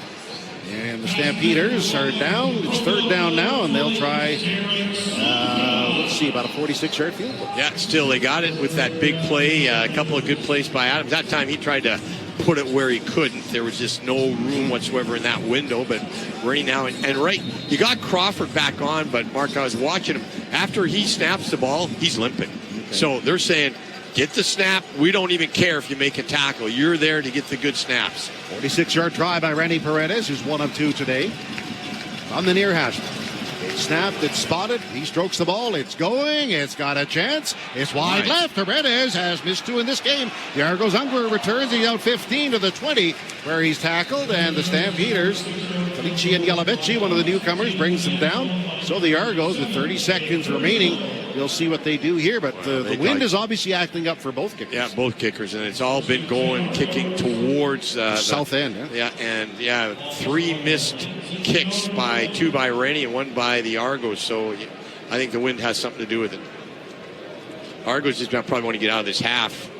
30 seconds left. I can't see them doing much but just running the football. Stampeder defense sticking pretty good. At 1 point, that's very good. Well, they just showed a television picture via TSN of Reggie Beggleton on crutches, so not a great picture. No. He left the game very early. Argos on their 30-yard line. First down and 10. Arbuckle is the quarterback, and he'll go to the air.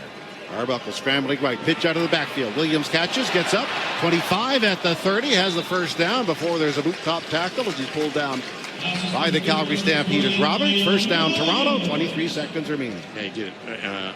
Little Roberts, little shifty guy out in the open field. He's going to make a couple guys miss as he did on that play. 5 receivers out for the Toronto Argonauts. On count by Arbuckle. He takes the snap. Looks right, leans back. He's firing a strike down the far sidelines. There's a jump ball, and it's knocked away out of bounds. Even if the receiver Coxie caught it, Arnold was right there. I think he would have fallen out of bounds anyway. Yeah, exactly, Mark. And that was just wish they throw this up, wish something good happens, but something bad could happen. Stampeder defense was right there. But you're right, he jumped up, timed the timing really good. Right now the Argos are all saying, hey, throw the flag, throw the challenge flag. But, oh, there he did. He just barely threw it. Okay, I guess they're saying there was pass interference. It's their decision. Of course, it was on the other side of the field. Toronto is challenging for pass interference. We'll review the play. If it is pass interference, that's going to give them a possible field goal position. Dave's now speaking to the refs about something. Well, I think he's saying maybe it wasn't a catchable ball because it coaxed it. Well, it was out of bounds. I don't think it was pass interference. I think they were just all going up for the football. And good job by the wide receiver to jump up and get it at its highest point. But he was out of bounds. Even if he would have caught it. Stampeders 9, Toronto 1. No offensive touchdowns in this game. The lone touchdown by Adrian Green on an interception, and he had another one in the half, so he's had 2 picks, 1 for a touchdown. I don't think that was pass interference, Mark. You're all jumping up, or you're having a little bit of contact, but it's incidental contact, and it's just you jumping up trying to get the ball. Well, the Stampeders, they need to regroup as well. They got a toll of injuries. And got guys playing hurt like Crawford. He's going to be snapping the football, and you're going to have one guy less covering down on kicks. Reminder, it's Family Day next Saturday at McMahon, and 2 o'clock Ottawa's in town. Well, we'll eventually get the call. Well, we're not supposed to call. What's it now called? Not the Replay Center. Replay Center. Okay, we got back here in Toronto, the Replay Center. Official is having a conversation with the appropriate people. After review by the command center, we have pass interference, Calgary number 38. Ball will be placed at the spot of the foul. Automatic first down. That's possibly going to give him a field goal. Well, the referee called it the command center. So the ball moves to the 45-yard line of the Calgary Stampeders. Well, it might have been pass interference, but he would have caught it out of bounds. Well, that's kind of what I'm thinking. He was in the air. Anyway, it's been decided. Toronto has the ball at the Stampeder 45-yard line. 13 seconds remain in the half. Arbuckle takes the snap. In his drop, scrambling right, throws on the run, throws on a crossing route. Ball is caught, getting inside the 40-yard line. Micah Tights with first contact on Natal. He's down at the 39-yard line, so it'll be second down and 4. Well, they're going to kick the field goal here, so that pass interference probably will be giving the Argos 3 more points going in at half for a 9-4 game. No offensive touchdowns. Nope. So the Toronto Argonauts. This should be automatic. I think he's going with the wind. Yeah, 45. It's kind of swirling or something on the field. This will be from 45. Time is whistled in, so this will do it.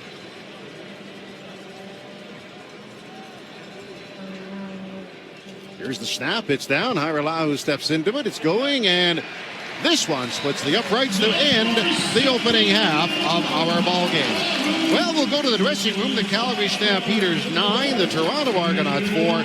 That's your second quarter, and this is your radio home for football, QR Calgary. Getting a down payment together can be so hard. Shane Homes will match your down payment with a price reduction up to 10% off the price of your new home. Whether you're buying your first home or upgrading, there's never been a better time. Only 5 homes per community qualify monthly, so act fast. Offer ends August 31st. Shane Homes. If it's your favorite, it's probably Shane Homes. Conditions apply. See area manager for details. The Get In and Go event is on now under the tower at South Point Toyota. Once again, it's the best time of year to buy your new Toyota. The best inventory, the best interest rates of the year, as low as 0%. And the best trade-in bang for your buck. Don't miss the Get In and Go event on now at South Point Toyota. Inspiration. It's where all great things start. When you bring your renovation ideas to the designers and expert craftsmen at Renovations by Hearth and Home, it inspires them to create with you the renovation project you've been dreaming of. Whether your project is big or small, the in-house team at Renovations by Hearth and Home have the experience to ensure your dreams come to life. Imagine the extraordinary. Visit renovationsbyhearthandhome.com.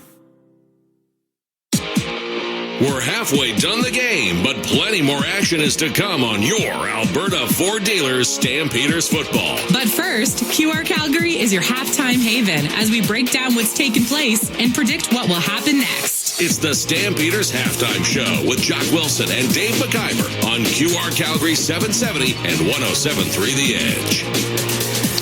Yeah, we got a defensive battle going on in Toronto right now. The Calgary Stampeders up 9-4 on the Toronto Argonauts at the half. We'll get to the summary in just a second, but the big story of the first half, injuries, and possibly 2 big injuries. One to Reggie Bagleton on the 3rd play of the game, and one to center Bryce Bell as well. So we'll keep an eye on those ones for you. Does not look like Reggie Bagleton's going to be back because he had crutches on the sideline. Not sure about Bryce Bell, but prayers up for Reggie Bagleton because did not look good. Appeared to be something on the right leg, possibly the knee. I am not a doctor, but yeah, not a good look for the Calgary Stampeders in terms of injuries in the first half of this one. Our first half summary, we got the Toronto Argonauts opening the scoring late in in the first quarter. It was actually a missed field goal by Liam Hyrala, who missed a 42-yarder, ended up going as a single point. So that put the Argos up 1-0. The Stamps would respond at the beginning of the second quarter. Their first drive of the second quarter, Rene Paredes would hit a 45-yarder. That was after missing a 47-yarder just at the end of the first quarter. The Stamps were up 3-1. This is where the defense started to really step up their game, specifically Adrian Green, because just a couple of drives later for the Argos, Adrian Green would pick off Mr. Nick Arbuckle and run it back for 6, a pick 6. But then, of course, what happens? A bad snap by Aaron Crawford. He looks to be hobbling as he's running down the field as well. Goes over the head, and it was a missed extra point. So it was 9-1. The Stamps would get another interception late in the second quarter. They couldn't convert anything there. And then, you heard it there with a nice challenge play by the Toronto Argonauts. They end up getting 3 right at the end of the quarter. So 9-4 for the Calgary Stampeders at the end of the first half. Just take a quick look at the stat story here. It looks like Vernon Adams, 7 for 13, 120 yards. Nick Arbuckle, 15 for 21, 124 yards. Net offense, 128 for the Calgary Stampeders, 143 for the Toronto Argonauts. Defensive battle, Jock, and some tough injuries to get us started here. Hey, the positives are the Calgary Stampeder defense has come to play in this game. You know, Nick Arbuckle's numbers are okay, except for the 2 interceptions and including the pick 6 that you talked about. Calgary Stampeders have done a nice job trying to stop the run. Vice versa, the offensive line for the Calgary Stampeders, they are struggling a little bit. You know, Vernon Adams has been under all kinds of pressure in this game. He's been sacked 3 times, and, you know, he did have the one nice run where he reeled off a 20-yarder.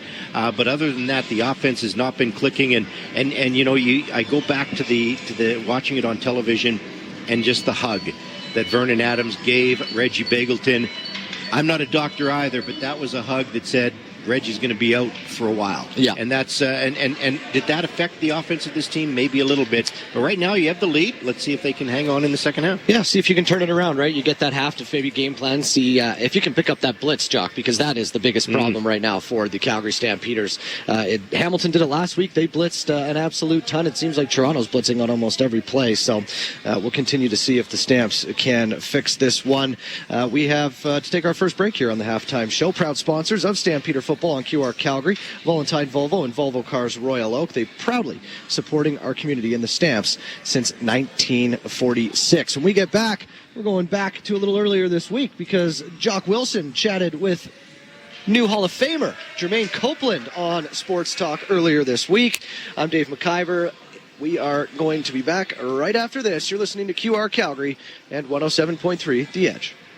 June is Discover Days at Volvo Calgary. Right now, enjoy reduced lease rates and save up to $7,000, including eligible government incentives. Discover luxury, innovation, and the award-winning safety Volvo is known for. Volvo's quality of products, the Volvo commitment to safety and innovation, and customer service excellence has become a generational tradition in Calgary. Visit Valentine Volvo in the Southwest, Volvo Cars Royal Oak in the Northwest, or start your journey online at volvocarscalgary.com. Don't miss Discover Days on now.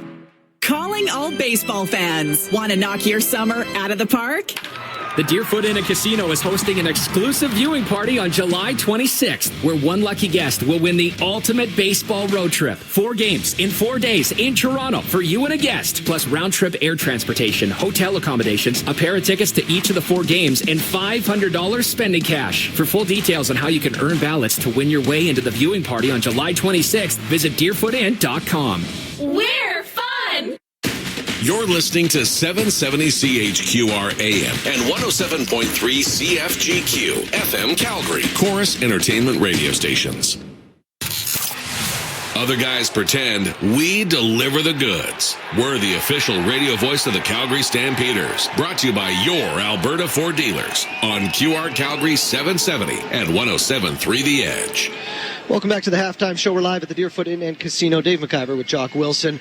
The CFL announcing their Hall of Fame class for the next time they put guys into the Hall of Fame. What year is it? 2025? 2025 in September. They're going to go in 3 Stampeders making the grade. Yes, the Stampeder alumni. 2025 class. One of those Stampeders, Jermaine Copeland, joined Jock on Thursday night on Sports Talk. Here's a little bit of that conversation. Oh man, unbelievable. I mean, words can't express it, to tell you the truth. I mean, it's just, I'm blessed. I thank the Lord. And, it's just hard work, dedication, man. The CFL pretty much, it started me. It gave me the green light to be me and to have fun. And I took full advantage and just had a lot of fun while I was out there playing the game. Took it serious every play. And that's just kind of how it all works out whenever you think about it. Take us back to 2005. You were coming off an outstanding season with the Montreal Alouettes. You got the offer from Calgary. Why Calgary, and what was the attraction? Because it wasn't just the money, was it? No, it wasn't just the money. No, not at all. I mean, you got to think it was Calgary was having a bad season in 2004, but one thing that I talk about a lot is I saw us playing against Calgary whenever I was with Montreal. And there was a little rookie out there that was just going crazy, he was killing it. And I was like, man, they got a little baller on their team. Like, I'm thinking about him trying to come to Montreal type stuff, but I was like, man, they got a little guy out there. This name just happened to be Nick, Nick Lewis. And I was like, man, he's a little beast. Like, he can make plays. He's there. And I was like, 2005, Coach Barker ended up going to Calgary, right? And he was out there in 2004, and he was 2005, 5 minutes after free agency hit. I was trying to stay in Montreal. I was trying to close the deal with Jim Pop, but he wasn't getting anywhere close to what I was even talking. And Coach Barker called me 5 minutes after free agency and made me an offer. And I said, Coach, I definitely, we talked about it and said, everywhere we've been, we've won championships. Why can't we do it in Calgary? And so and behold, 3 years later, we raised the cup. But my whole reason for coming to Calgary was because I knew that I had another receiver that was going to give everything that they had, just like the one that I had. Mm. I knew Ben Cahoon, every game he was going to come to play ball. I knew there was no reason that I could slack off because I know he's going to go as hard as he could. And I knew Nick was going to go as hard as he could by watching him play on a losing team at the time. So I knew that the core of the receiver crew was started. All we needed is the finishing touches of the addition of Henry. Ended up adding Kenyon, Ralphie, Thelwell. We played with some great ones there, So I said, ended up having Joffrey at the backs, So it's like we had everything that was needed, and it just closed in the way it was supposed to be closed. That Jock had with Jermaine Copeland. 9-4, the Calgary Stampeders lead the Toronto Argonauts. We got to take a break for the news. That'll do it for your Calgary Stampeder halftime show. Second half action 5 minutes away. First, an information update from the Global Newsroom. Remember last summer's heat wave that had you wishing for refreshing air conditioning? Let Furnace Family by Atco Home Services keep you cool this summer. Trust our expert techs and honest pricing to keep your home chilling when the summer is scorching. Ask about our best-selling Lennox models that offer optimal efficiency and cool, quiet comfort. Take advantage of Lennox's rebates up to $2,000 only for a limited time. You can count on Furnace Family by Atco Home Services to do the job right and have your AC unit up and running in no time. The summer rush is coming. Don't wait. Visit furnacefamily.com to secure your spot today. Wolf Chev GMC Buick Calgary is leading the pack, celebrating an all-new location and the same amazing experience. For a limited time, save up to $12,000 or get 0% financing for up to 60 months. Plus, eligible Costco members receive an additional $1,200 off select vehicles. Run with the pack to Wolf Calgary, your General Motors superstore. Now open at 768 101st Street Southwest, just off Stony Trail.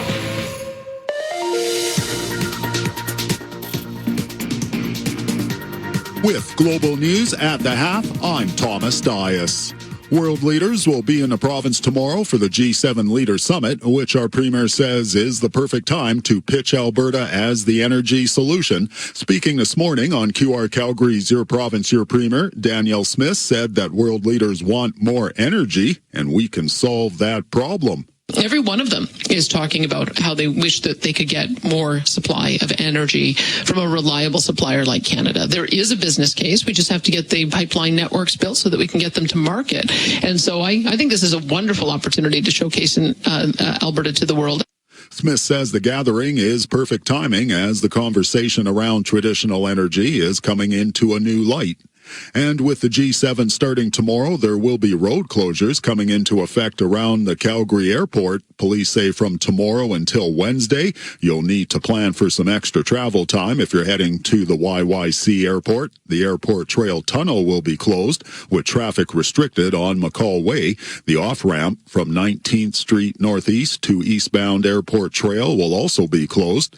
There will also be no stopping or parking around the airport perimeter, and Calgary police say that the closure of the Red Line C train is not related to the G7.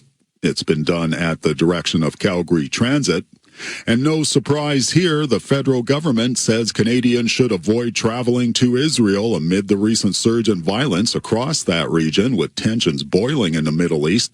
A U.S. military official says 3 drones launched toward a military base housing U.S. soldiers in Iraq were shot down following Israel's strikes on Iran. No group has claimed responsibility for the drone attack on the U.S. soldiers. Global News Sky Tracker weather, scattered showers and storm cells with an overnight low of 11 degrees, sunny tomorrow with a high of 21, and possible late-day showers. I'm Thomas Dias. Your next newscast is coming up after the game on QR Calgary. Inspiration. It's where all great things start. When you bring your renovation ideas to the designers and expert craftsmen at Renovations by Hearth and Home, it inspires them to create with you the renovation project you've been dreaming of. Whether your project is big or small, the in-house team at Renovations by Hearth and Home have the experience to ensure your dreams come to life. Imagine the extraordinary. Visit renovationsbyhearthandhome.com. Sometimes great pizza leads to problems, like you don't want to commit to just one kind of pizza, or maybe you want an extra slice when the pizza's done. Tom's House of Pizza has your back with their all-you-can-eat pizza buffet. Monday to Friday from 11:30 to 2, enjoy all-you-can-eat pizza and salad for $11.95 with beverage purchase. Available in the pub at Tom's House of Pizza's McLeod Trail and Okotoks locations. Unlimited slices, so much pizza to choose from. Discover the legendary lunch buffet at Tom's House of Pizza. June is Discover Days at Volvo Calgary. Right now, enjoy reduced lease rates and save up to $7,000, including eligible government incentives. Discover luxury, innovation, and the award-winning safety Volvo is known for. Volvo's quality of products, the Volvo commitment to safety and innovation, and customer service excellence has become a generational tradition in Calgary. Visit Valentine Volvo in the Southwest, Volvo Cars Royal Oak in the Northwest, or start your journey online at volvocarscalgary.com. Don't miss Discover Days, on now. This is Markel Lee, linebacker for the Calgary Stampeders. Thanks for listening to Stampeder Football on QR Calgary. And welcome back. The Calgary Stampeders are on top by a count of 9-4. We're live from the Billy Powers broadcast booth, presented by South Point Toyota at BMO Field in Toronto. We're getting ready for the third quarter. That's score 9-4. I don't think there's been any momentum really in the game at all, Greg, but how about the first half stats? After that first half mark, first downs, Stampeders only 6, Argos 10. Net offense, Stamps only 128, Argos only 143, and consequently you see what the score is. In the offensive play category, Stamps have 24, Argos 28. Rushing yards, this is real disappointing for both teams, especially for the Stampeders. Only 25 yards rushing, 28 for the Argos. In the turnovers, of course, the Argos got 2, which really helped them at least keep in the game. And passing yards, not much there either, over 100, about 120 each. So, Mark, a very bad quarter for both the rushing attacks, for both offenses, defenses hanging in there, and we'll see how this game is going to develop. Argos will get the ball to start the second half as Rennie Paredes kicks off from our broadcast left, the north end of BMO Field in Toronto.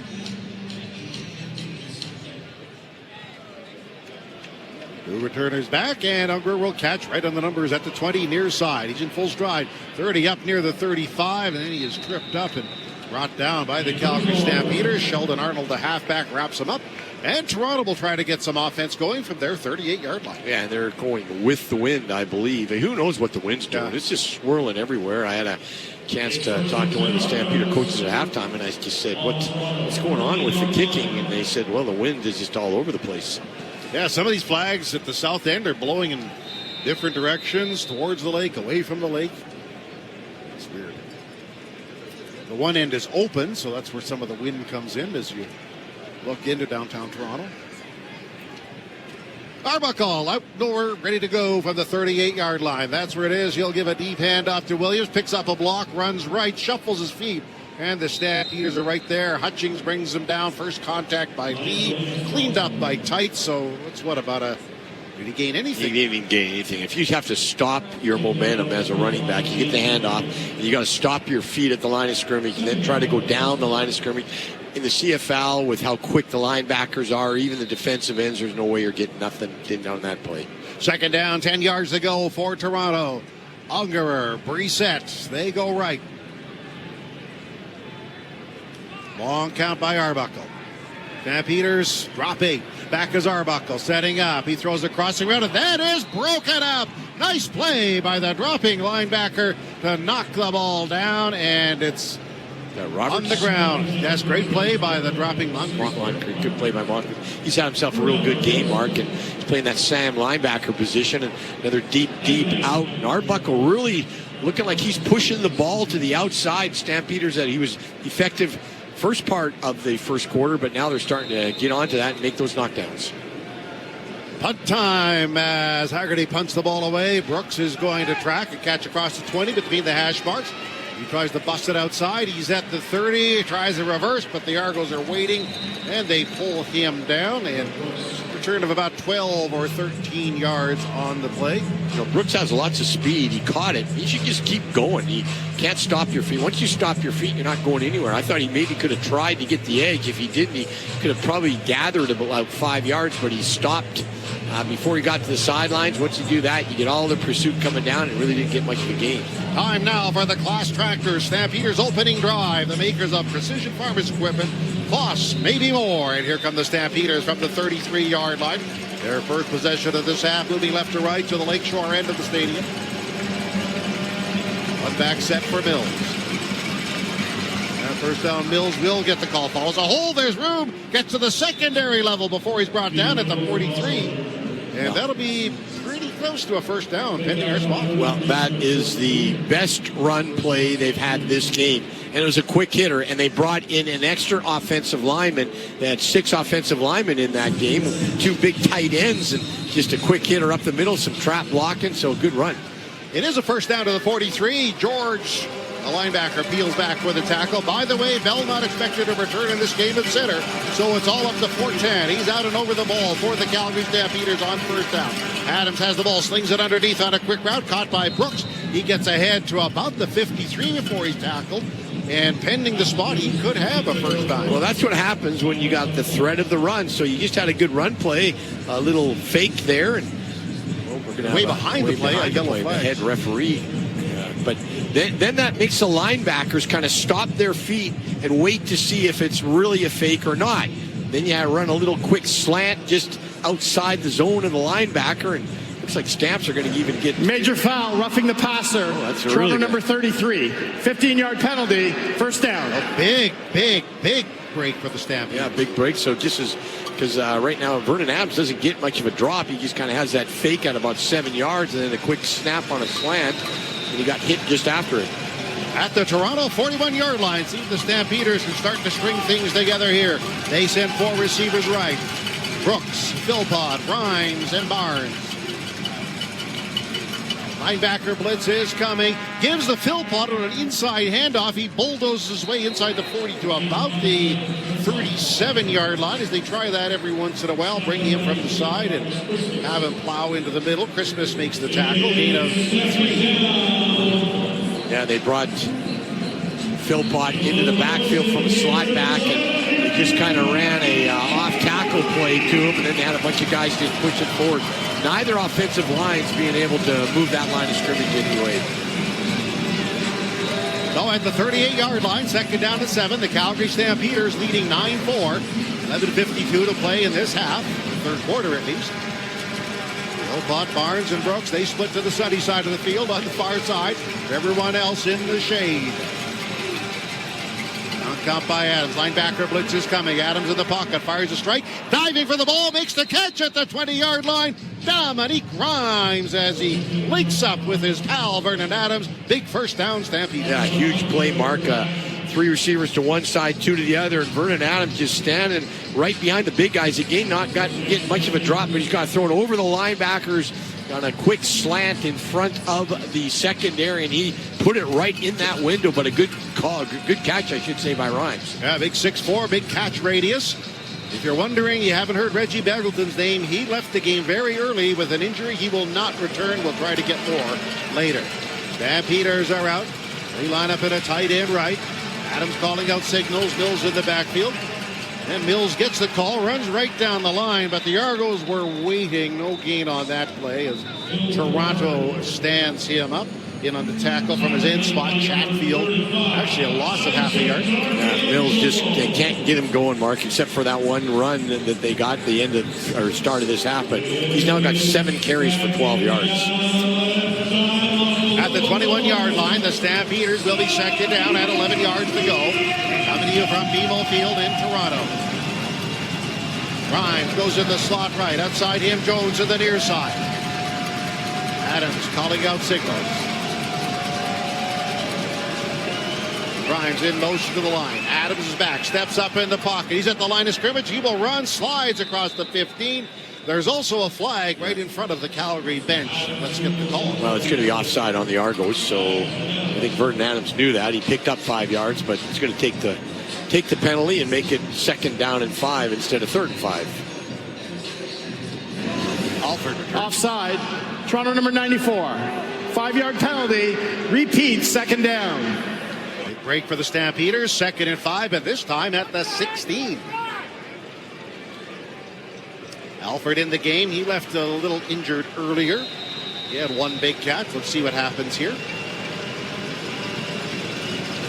Alford and Rhymes, 2 6'4" plus targets line up to the right side. Fourth hand over the ball as Adams barks out signal. 6 on the play clock. Adams to the air. Adams back, standing, waiting, throwing in the end zone, looking for Rhymes. There's a jump ball off his hands. Rhymes deflected out of bounds. Tough coverage there by the Toronto Argonauts as well. As right there, stride for stride, was built in the half. Yeah, Rhymes running a little bit of a post corner. Yep. Again, just throwing it up to your big guy. He's got the big guys with Rhymes at 6'4" and Alford at 6'6", and throw it up and hope they can come down with it, but good coverage. So this should be automatic. It is right in front of the goal post at 20 yards. I'd be shocked if Rennie can't make this one. But the wind has just been crazy all day. But it shouldn't affect the ball too much from that distance.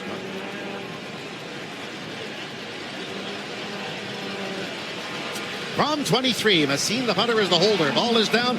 Paredes strokes the ball, splits the uprights with authority, and the Calgary Stampeders extend their lead. You're listening to third quarter football action. The score, Calgary 12, Toronto 4. This is Alberta Ford Dealer Stampeder football on QR Calgary and 107.3 The Edge. The Get In and Go event is on now under the tower at South Point Toyota. Once again, it's the best time of year to buy your new Toyota. The best inventory, the best interest rates of the year, as low as 0%. And the best trade-in bang for your buck. Don't miss the Get In and Go event on now at South Point Toyota. It's time to upgrade to Claws during the Claws Limited Inventory Sale. Now through June 30th, get 0% financing for 60 months on select Claws Axion tractors or 3.99% financing for 60 months on select Arion tractors. With superior performance, industry-leading support, and unbeatable long-term ROI, it's a deal that's made for more on a tractor that's made for you. Ask your Claws dealer about the Limited Inventory Sale or visit claws.com. That's CLAAS.com. Getting a down payment together can be so hard. Shane Homes will match your down payment with a price reduction up to 10% off the price of your new home. Whether you're buying your first home or upgrading, there's never been a better time. Only 5 homes per community qualify monthly, so act fast. Offer ends August 31st. Shane Homes. If it's your favorite, it's probably Shane Homes. Conditions apply. See area manager for details. Every hit, every tackle, every touchdown. QR Calgary 770 and 107.3 The Edge. Calgary Stampeder defense is on the field as the Calgary Stampeders are leading 12-4. Welcome back to Toronto. Thank you wherever you are in Calgary, Southern Alberta, driving around on this Sunday afternoon. It's a beautiful afternoon in Toronto. Temperature in the low 20s, a bit of wind, and a big and I would say pretty lively crowd here today. Yeah, they've got the lower bowl. They don't even sell them up in the upper bowl yet, but the lower bowl is pretty well full, Mark. As Toronto takes over on the 40-yard line, Nick Arbuckle all the way at quarterback. Arbuckle sends 3 receivers left.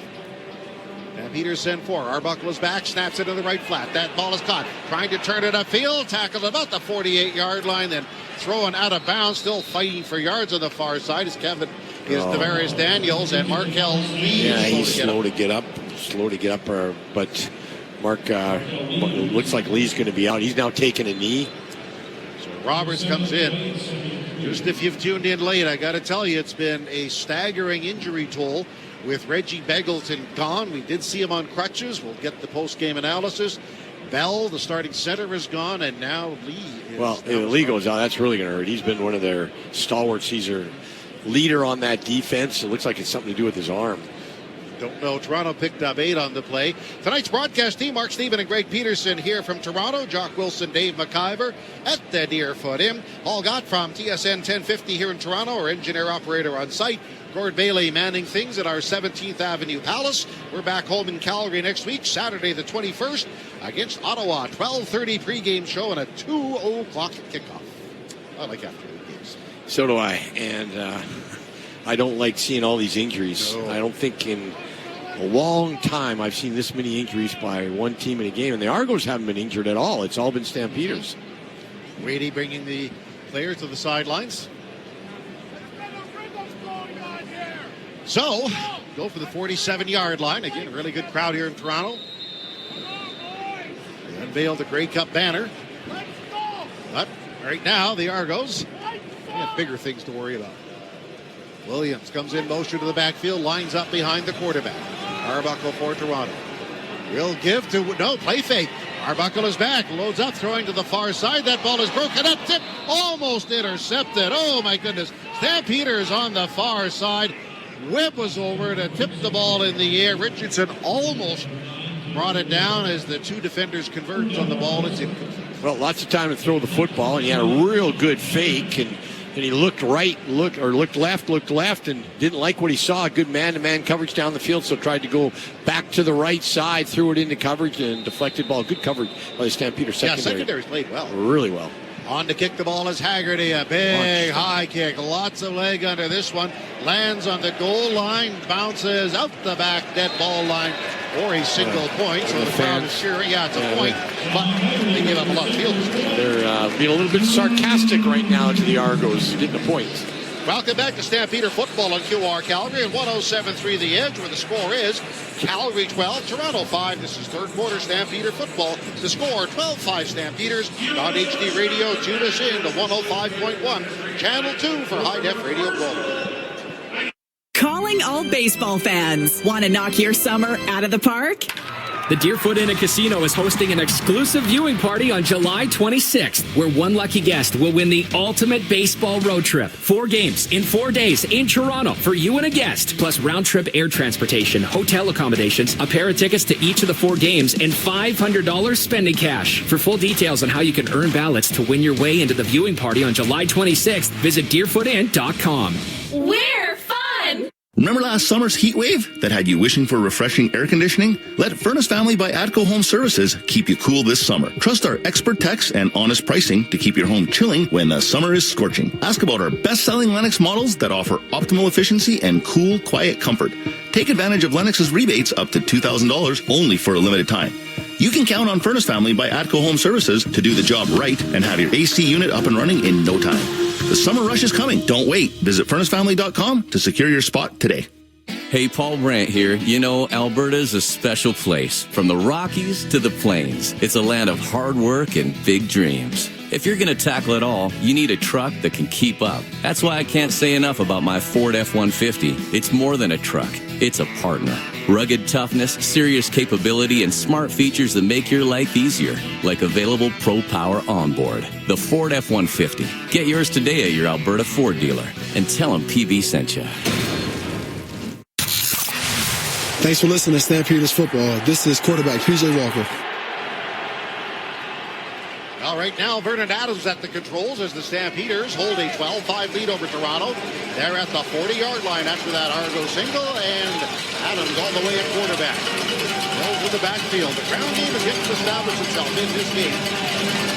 And they'll try again. Running left is Bills. He bounces into his own man, then is tackled by D'Arcangelo, the linebacker, and that's maybe a 1-yard gain. Just nothing on that O-line. Just on the running attack. Just can't get anything going. Mark, that offensive line's just getting blown back a little bit, and Mills is getting frustrated right now. Big Vaughn is out of the game, and Brooks in as an extra receiver. It is second down and 10. 7:44 to play in the third quarter. Out of the huddle, lining up to the left. Dominique Grimes in the slot that way. Alfred lines up on the line of scrimmage on the number at the 40. Argo sending 4. Back is Adams, dancing in the pocket. He has time, throws across the ground. Ball is caught by Alfred. He's at the 45, at the 50, near side before he's pushed out of bounds by Slika, the safety. However, behind the play, a flag has been thrown. I think we're going to have a hold this time, and that's going to be very frustrating. That was a pretty good play. Calgary number 54. 10-yard penalty. Repeat second down. Well, that's unfortunate as Alfred made the catch. Got his second catch of the game, and he did a good job of catching and getting some yak yards. Now we got our first injured Argo. You know what? I honestly, Mark, I know that now in today's world, these players all play on that real good artificial turf. It's got some give. It's soft. It's been so... the technology on turf now is so good that they've eliminated all the injuries you used to get back in the older days when you played on turf. It's really good now. Then you come and play on this grass, and all these are leg injuries or, a couple of, but it's because, their foot gets planted in that turf and it gets hit and it's not given. Yep. So it's like the way it is in today's world, playing on the artificial turf really is almost more safer than playing on grass.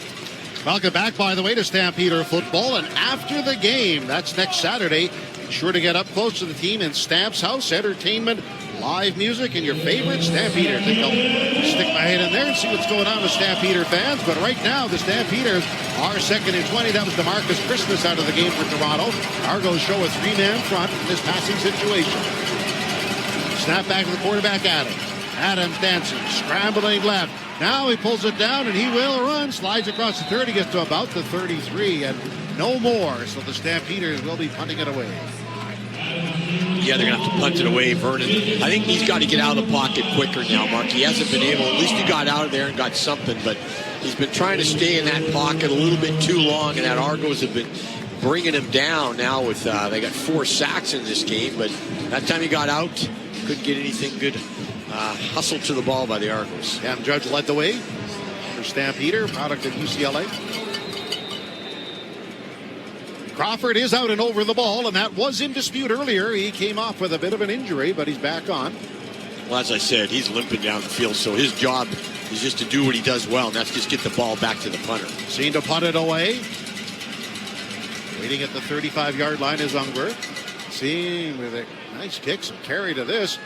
At the 30-yard line, Ungerer catches. He makes one man miss, gets up to about the 33, and several Stampeders are there to lead the charge to bring him down. LaBrosse is there, along with George Adacco. All right, you're listening to third quarter football action on QR Calgary, 770 CHQR, and 107.3 The Edge. The score is Calgary 12, Toronto 5. June is Discover Days at Volvo Calgary. Right now, enjoy reduced lease rates and save up to $7,000, including eligible government incentives. Discover luxury, innovation, and the award-winning safety Volvo is known for. Volvo's quality of products, the Volvo commitment to safety and innovation, and customer service excellence has become a generational tradition in Calgary. Visit Valentine Volvo in the Southwest, Volvo Cars Royal Oak in the Northwest, or start your journey online at volvocarscalgary.com. Don't miss Discover Days on now. Inspiration. It's where all great things start. When you bring your renovation ideas to the designers and expert craftsmen at Renovations by Hearth and Home, it inspires them to create with you the renovation project you've been dreaming of. Whether your project is big or small, the in-house team at Renovations by Hearth and Home have the experience to ensure your dreams come to life. Imagine the extraordinary. Visit renovationsbyhearthandhome.com. Sometimes great pizza leads to problems, like you don't want to commit to just one kind of pizza, or maybe you want an extra slice when the pizza's done. Tom's House of Pizza has your back with their all-you-can-eat pizza buffet. Monday to Friday from 11:30 to 2, enjoy all-you-can-eat pizza and salad for $11.95 with beverage purchase. Available in the pub at Tom's House of Pizza's McLeod Trail and Okotoks locations. Unlimited slices, so much pizza to choose from. Discover the legendary lunch buffet at Tom's House of Pizza. QR Calgary is the proud radio home of your Calgary Stampeders. And has been for over 3 decades. Stampeders football brought to you by your Alberta Ford dealers on QR Calgary 770 and 107.3 The Edge. Stampeder defense on the field. Stampeders holding a narrow 12-5 lead during that break. Ryan Dinwiddie, the head coach of the Toronto Argonauts, has challenged that there was no yards on the kick. I don't know. Call from the referee. I don't think it's going to be changed. So Ryan Dinwiddie threw his red flag to the side. He's got no more challenges. Right now the ball's on the 32. Well, I don't know who it was, but he just our player just timed it perfectly. He was going full tilt, running, and he was flying. Toronto challenged the previous play for no yards. After review, the ruling on the field stands. Toronto will be charged a timeout. Okay. What he did right, whoever it was, he just hit that 5-yard just as the guy caught the football, and it looked like he got in there really quick, but it's just because he had that forward momentum going. Yeah, it was Godfrey Onyeka, a Canadian. You're right. He was right up to the letter of the law at 5 yards. But he was going full tilt as the guy caught the ball. So he just timed it right. That was a good play. Toronto from their 32-yard line, leading the way, barking out signals is Nick Arbuckle. Argos down by a touchdown. Argos give it out of the backfield to Williams. He hits the Stampeder defensive line. The Stampeder line hits right back. Sheldon Arnold and Hutchings, the big interior lineman, helped tackling him. No gain, perhaps a loss. Well, the Argo fans are starting to get a little bit frustrated here. Some boo birds coming out, but both teams trying to establish that run on first down. Both teams not being able to run the ball at all. Stampeders 9 first downs. Toronto 10. And we're late in this third quarter, 5:19 remaining. The receivers come wide left. Arbuckle calling out signals. Stampeders dropping 8. Arbuckle is back. Dancing throws to his check down man. Williams catches at the 35. At the 40, break another tackle. Get up for the 45 before Roberts, the middle linebacker, brings him down. But it is a Toronto first down. Yeah, you can't. You got to make your tackles in the open field. Little dump pass over the middle. Had a linebacker miss, a defensive back miss, another defensive back miss. Toronto going hurry up. They're at their 46-yard line. Roberts playing middle linebacker. We do not see Lee on the field as well. And a first down. Arbuckle has the ball. Rolling right. Comes to the line of scrimmage. Flips downfield on a crossing route. Caught by Unger before Unger makes the catch. Steps out of bounds. First down Toronto. One thing about Arbuckle, he does a really good job on that read pass. It looks like he does a good job on the fake. You have a hard time telling if he's got the ball or if the halfback's got the ball. Arbuckle advances the Argos down to the Stampeders. Ready for this? 46-yard line. Arbuckle will go to the air. Short drop, throws it out to the near side. Ungerer catches at the 40. Richardson wraps him up, puts him down. And that'll be a gain of about 6. They're going with that underneath. Well, good play by Richards. So he comes up and instead of just flying at the guy and possibly missing the tackle, gather your feet, break down, and make the good sure tackle, and then throw him back. So he didn't give any more yak yards, but he just didn't fly in there with the big hit.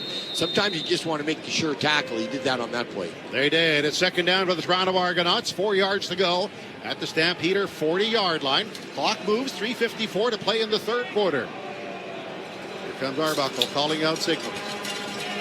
Williams leaks out of the backfield to the far side. Arbuckle is back. Throws the ball to the far side. That's caught by Kevin Mattel. Then he's pushed out of bounds by Derek Moncrief and will await the spot.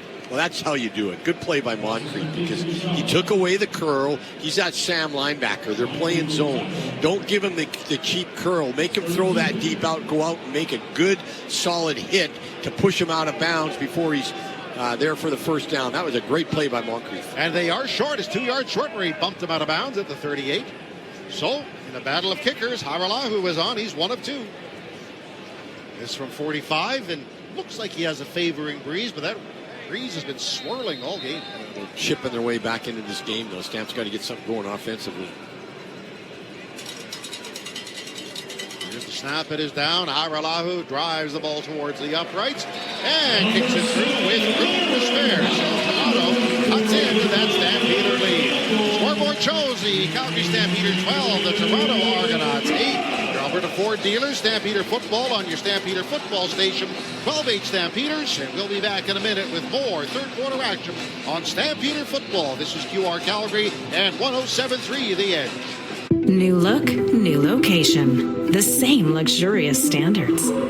Wolf Cadillac Calgary is now open with incredible grand opening specials. For a limited time, save up to $15,000 on Cadillac Lyric or get 0.99% financing up to 84 months. Plus, eligible Costco members receive an additional $1,200 savings on Lyric Optic and Escalade IQ. Wolf Cadillac Calgary, 756 101st Street Southwest off Stony Trail.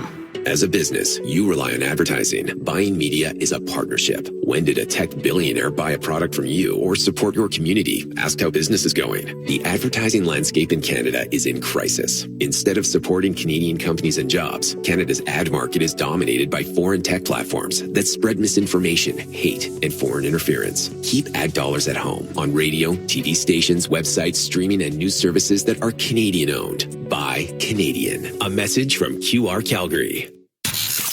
This is your home for Stampeder football. I'm Adrian Green, DB. Thank you for listening. Well, Adrian Green is the star tonight. He has the game's only touchdown, a 40-yard interception return. There have been no offensive touchdowns.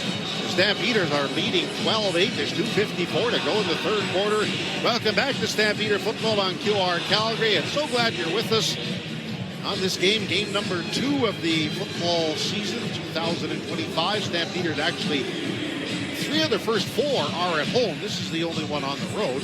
They'll be home on the 21st against Ottawa. Then July 3rd, the Stampede Bowl against Winnipeg.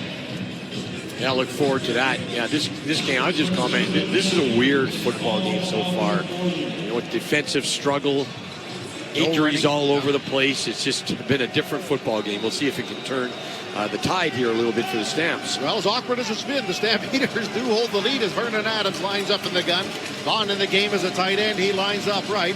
Toss on a receiver sweep. Catching the ball to Jones. Running right. He's at the 40. At the 45. Break a tackle up near the 50 and should have the first down as they ran that receiver sweep. Cam Judge was over along with George, fellow linebackers, but it is a Stampeder first down. They bring a guy across the motion. He's supposed to seal the end, and they bring the big guy who was at Tavon Jones across, and instead of running it up the middle, go around the end. He got the edge with some good blocks, good stock blocking down the field, a good play. 2 minutes, 14 seconds remaining in the third quarter. Calgary Stampeders send 4 receivers right. They're holding on and nursing up. Across, and instead of running it up the middle, go around the end. He got the edge with some good blocks, good stock blocking down the field, a good play. 2 minutes, 14 seconds remaining in the third quarter. Calgary Stampeders send 4 receivers right. They're holding on and nursing a 4-point lead. Bill crouches in the backfield. Stretch handoff out of the backfield. He finds a hole, but as he hits the hole, he was tripped up. Greg, I'm not sure. Did he hit Fortan, the center, or just slipped? Okay. He just slipped. He planted that foot, and on that grass, it slipped a little bit, and he didn't get nothing. Nobody really hit him. Just kind of fell forward. Big Alford is in the game. Jones comes out as a receiver to get a bit of a break. Second down and 9 for the Calgary Stampeders. They are 4-13. Second down conversion. 1 minute 37 seconds remaining. Big Alford splits to the near short side, lining up on the 52-yard line. Right on the number. Vernon Adams will go to the air. He has time. Dancing in the pocket. Now he steps up and run. Midfield slides at the Toronto 50-yard line. Went down very close to the first down marker. Let's wait for the spot. Well, that was a good play. It was across the board. 4 receivers to one side. Stamps had all their wide receivers out. Really was empty type backfield. But the Argos love to do this. They play bump and run, and they do it very well. They take outside leverage and just try to funnel you inside. Stampeders are now going to go for this. Short yardage play. Let's see what they do here as Big Vaughn is in the ball game. But so is P.J. Walker. Let's see what happens here because they got a good full yard to get. Yeah, it's not a gimme. It's not a gimme. Who's going to be under center? It's going to be Walker. P.J. Walker. Stampeders stack up that line of scrimmage. It is a full yard for 10 to snap. Walker takes the ball. He runs right. He's tripped up, but falls forward inside the Argo 50, and I think would be given the first down. They give him a very good spot. Referees haven't been my favorites tonight, but I think they're going to get enough. 21 seconds to play in the third quarter. The Calgary Stampeders holding a 12-8 lead, and yes, the chains move. Yeah, they had Walker in there. Nobody in the backfield. Everybody knows it's going to be a run, and he kind of just takes a snap and delays a little bit. Says, okay, where do I go? Where do I go? And then just kind of dives off the right tackle. At the 49-yard line of Toronto, that's where the Stampeders will scrimmage. This will likely be the final play of the quarter. Dominique Grimes, Phil Todd, and Barnes go to the wide side of the field for quarterback Vernon Adams. Adams working, looks over that Toronto defense. Adams takes a deep handoff out of the backfield for Mills. 50, 45 at the 40 before he's throwing down. Should have enough for the first down. That was the best run of the game for him. The Argos throw him down at that point as we go to timeout. All right, we'll sort everything out there after 3. Calgary 12, Toronto 8. In 2 minutes, we're back into fourth quarter play-by-play action. Get the iHeart Radio app to listen to our football broadcast and tune in on your smart speaker. It's your last chance to get in and go at the giant Country Hills Toyota. The Get In and Go event ends June 30th, and your Toyota Giant has pulled out all the stops with the best inventory, the best pricing, and the best trade-in values of the year. Take advantage of incredible interest rates as low as 0%, plus up to $2,000 in free accessories with purchase. But you better hurry. The Get In and Go event will soon be gone, only until June 30th at the giant Country Hills Toyota. Getting a down payment together can be so hard. Shane Homes will match your down payment with a price reduction up to 10% off the price of your new home. Whether you're buying your first home or upgrading, there's never been a better time. Only 5 homes per community qualify monthly, so act fast. Offer ends August 31st. Shane Homes. If it's your favorite, it's probably Shane Homes. Conditions apply. See area manager for details. June 21st, trade screen time for FaceTime with bouncy castles, painted faces, and touchdown dances. See the Stampeders face off against the Ottawa Redblacks at 2 p.m. for the Family Day game, presented by TELUS. Before kickoff, hit Gridiron Gardens for a pregame party packed with fun for all ages. And after the final whistle, everyone's invited on the field to feel the brand new turf at McMahon. Great family memories don't come from a tablet. They're born on game days. Tickets at stampeders.com/tickets. Together, we ride. Your place for Stampeders football play-by-play. QR Calgary at 107.3 The Edge. The Calgary Stampeders holding a 12-8 lead as here we go from the South Point Toyota Billy Powers broadcast booth. This is fourth quarter action, and Greg, as the teams get ready to huddle up, what's the stats for them? We'll go through 3 quarters. Calgary Stampeders holding that 12-8. Yeah, sorry, Mark. Stats: first downs, Calgary 12. Toronto 12 in the offensive plays, Calgary 37, Argos 37, rushing, Stamp 63, Argos only 28, and in the passing category, Stamps 159, Argos 171. Not a great offensive explosion so far. No, not so far. So the Stampeders will turn around and move right to left to the open end of the stadium. Vaughn is in the game, lining up as a tight end right. A score here, important in this low-scoring game for the Stampeders. They're out in a double tight set. Mills in the backfield. Flea flicker, toss to Mills, toss back to Adams. He turns, pitches down by the goal line. Caught by Rhymes at the 5. He goes down, falls forward to the 1. And the Stampeders, with some razzle-dazzle, are in great scoring position. Well, a little flea flicker, or I shouldn't say flea flicker, but you hand it off, you flip it back, you get the defensive back that's caught, and he threw it. It was undercover. The DB, Mark did a pretty good job of covering, but it was a little bit underthrown. A good job by Rhymes to come back to the football, make the good catch. We now got an injured Stampeder again, and he got it down to the 1 yard line. And a super call, trick play at the right time, could be a turning point in the game. I think that is Rhymes. I think, Greg, he probably just got winded. He landed very hard. And I think when he landed, he tried to get the ball over, and I think he kind of hit his elbow or his arm. Well, he's coming up on his own steam, so we'll see what they do. That was a big play, Mark. Down to the 1 yard line.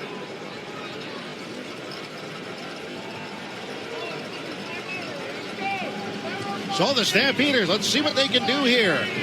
A great razzle-dazzle play. The Stampeders on a flea flicker pick up 37. They're down to the 1.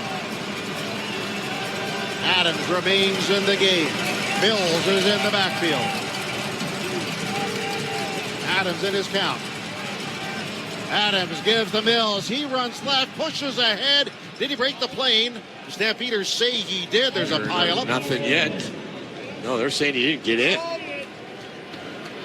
Okay, I think his body got across, but perhaps his knee hit the turf first. Could be, but they're not giving it to him, and he's quite upset about it. He's saying, hey, I was in. Now they're giving it to him. A real late call after they piled the guys up. So touchdown, Mark. Touchdown, Stampeders. Well, that's a little delayed action there, but nonetheless, it's a touchdown, Calgary Stampeders. Well, you got to really hand it to the coaches for taking that risk and calling that trick play, because you know what, you practice. The previous play is under review. Okay, so you can't call it a touchdown quite yet. You practice these trick plays, and you really, everybody wants to run them, but they didn't even get in the game. And I'll tell you what, it takes gumption for a coach to call it, because if it doesn't work, everybody criticizes it. Everybody says it's a terrible, terrible call. If it makes it, then they're all happy. But the risk of calling a trick play at a critical time like that is huge. So you got to give the coaches lots of credit for making that call. Well, this could be the turning point of the ball game right here early in the fourth quarter. Was Mills in? There's a lot of debate. From our vantage point, it appeared he did, Greg, but mind you, he's in the middle of a whole... After review from the Command Center, touchdown. Touchdown, Stampeders. Okay. Yeah, his fourth of the year on a trick play, setting it up. Yeah, that was the first touchdown of the game by the Stampeder offense, and couldn't come at a more critical time. No momentum now with the Stampeders after that drive. It was, and a real gutsy play. So the extra point try by Rene Paredes. By the way, when the game is done next week, no need to rush off. Be part of the team at Stamps House. Players, music, Stamp fans, and so much more. Stamp fans after every home game. It is on at the extra point. Snapped, it is down, flag in the air. He kicks it through. We'll await the flag, although it did look like an Argo jumped across the line of scrimmage. Let's get the officials' verdict. They're conferring. Referees have had lots of conferring. Yes. So is it an extra point or not? Well, the kickers haven't lit the world on fire with that whip and win. 3 missed field goals. Now they're just going to say kickoff. So I guess, I don't know. I didn't. Well, that was a critical drive right now. Just had to get something going. Neither team was kind of grasping the momentum, Mark, and then you have that happen, and next thing you know, we're going to go to a timeout. All right. They haven't told us if that is good or not. Right now, it's 18-8 Calgary Stampeders. Let's get things going with our fourth quarter play-by-play action.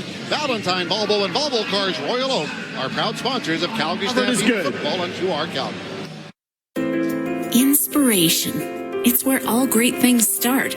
When you bring your renovation ideas to the designers and expert craftsmen at Renovations by Hearth and Home, it inspires them to create with you the renovation project you've been dreaming of. Whether your project is big or small, the in-house team at Renovations by Hearth and Home have the experience to ensure your dreams come to life. Imagine the extraordinary.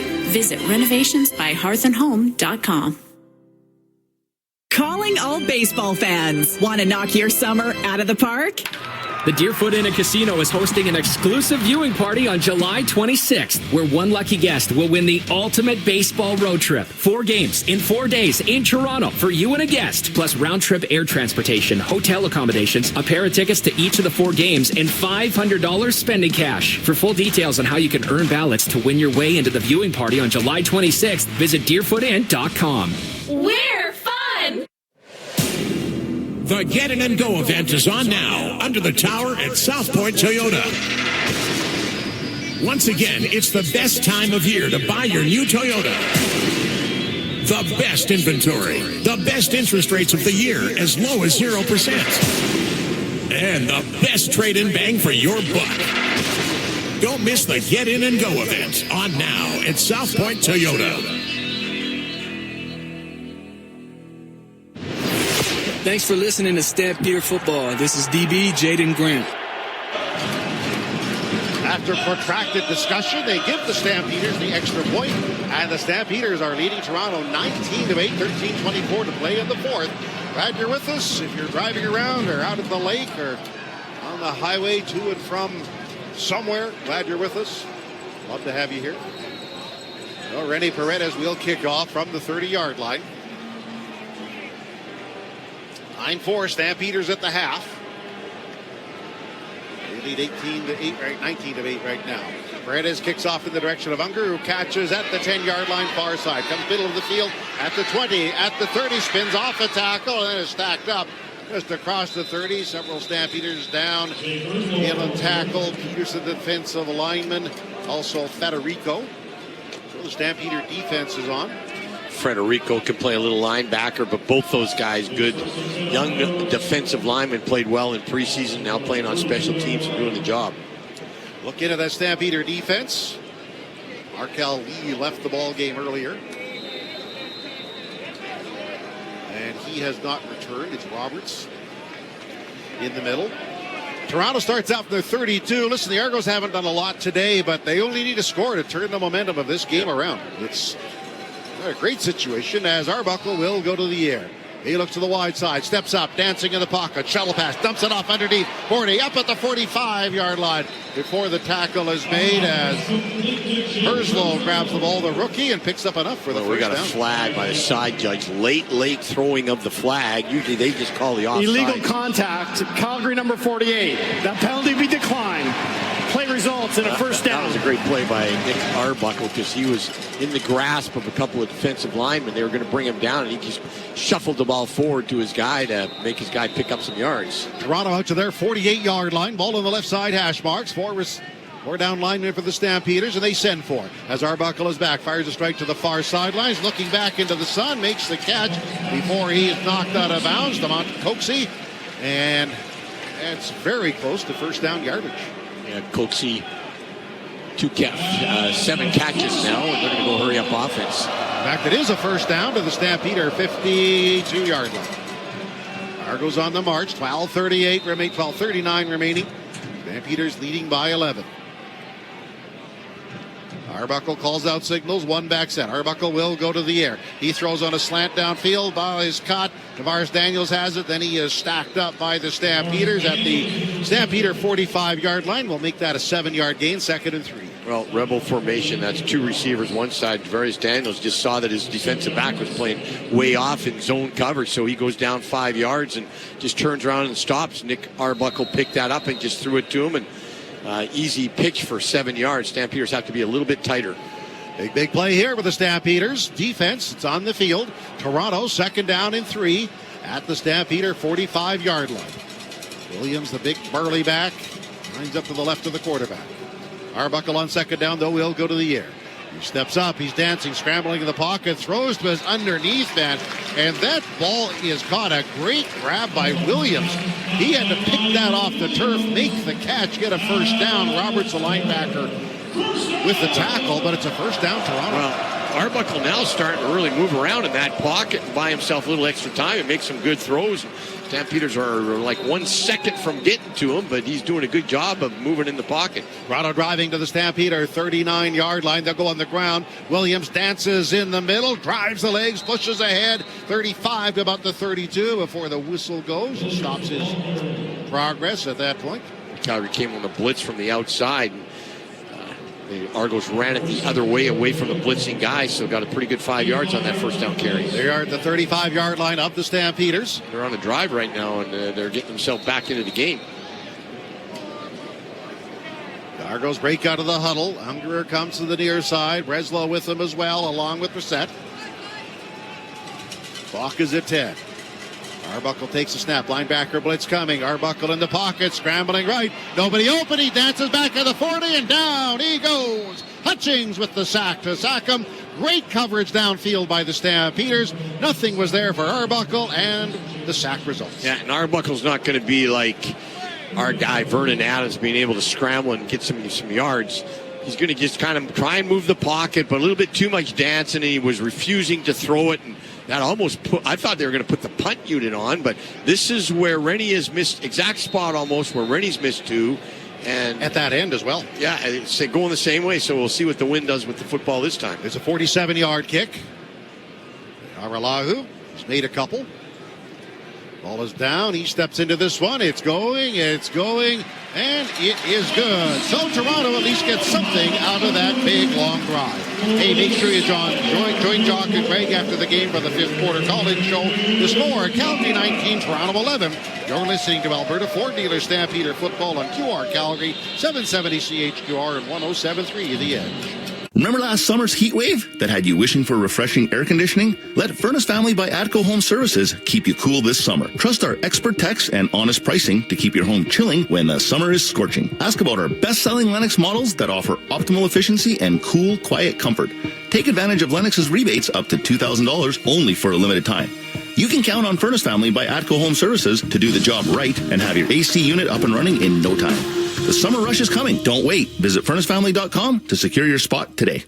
Hey folks, Paul Brandt here. Around these parts, we work hard, play hard, and we demand the best. Sometimes you need a truck that's a cut above. The Ford Super Duty. Tough enough for any job with the style and luxury you deserve. It's as powerful as it is refined, with cutting-edge features that make every drive a pleasure. In short, this ain't your everyday pickup. The Ford Super Duty. Drive the finest truck Alberta has to offer today at your Alberta Ford dealer. And tell them PV sent you. Sometimes great pizza leads to problems, like you don't want to commit to just one kind of pizza, or maybe you want an extra slice when the pizza's done. Tom's House of Pizza has your back with their all-you-can-eat pizza buffet. Monday to Friday from 11:30 to 2, enjoy all-you-can-eat pizza and salad for $11.95 with beverage purchase. Available in the pub at Tom's House of Pizza's McLeod Trail and Okotoks locations. Unlimited slices, so much pizza to choose from. Discover the legendary lunch buffet at Tom's House of Pizza. Nobody calls the game like Mark Steven and Greg Peterson. Stampeders Football, brought to you by your Alberta Ford dealers on QR Calgary 770 and 107.3 The Edge. The Stampeders are nursing a 19-11 lead here in Toronto tonight. 9:52 remaining. Sun has at least the shadows have engulfed most of the field as the sun begins to set. Stampeders out of the huddle. Dominique Grimes had a strong game. He's in the slot right. Alford, the fine rookie, lines up on the line of scrimmage at the 40-yard line. Vernon Adams spies that Toronto defense, takes the snap. Adams back, dancing, scrambling, throws to his check down man, but badly overthrows the intended target. Mills incomplete. I think he was rushed. He was rushed, Mark, but he's in that pocket.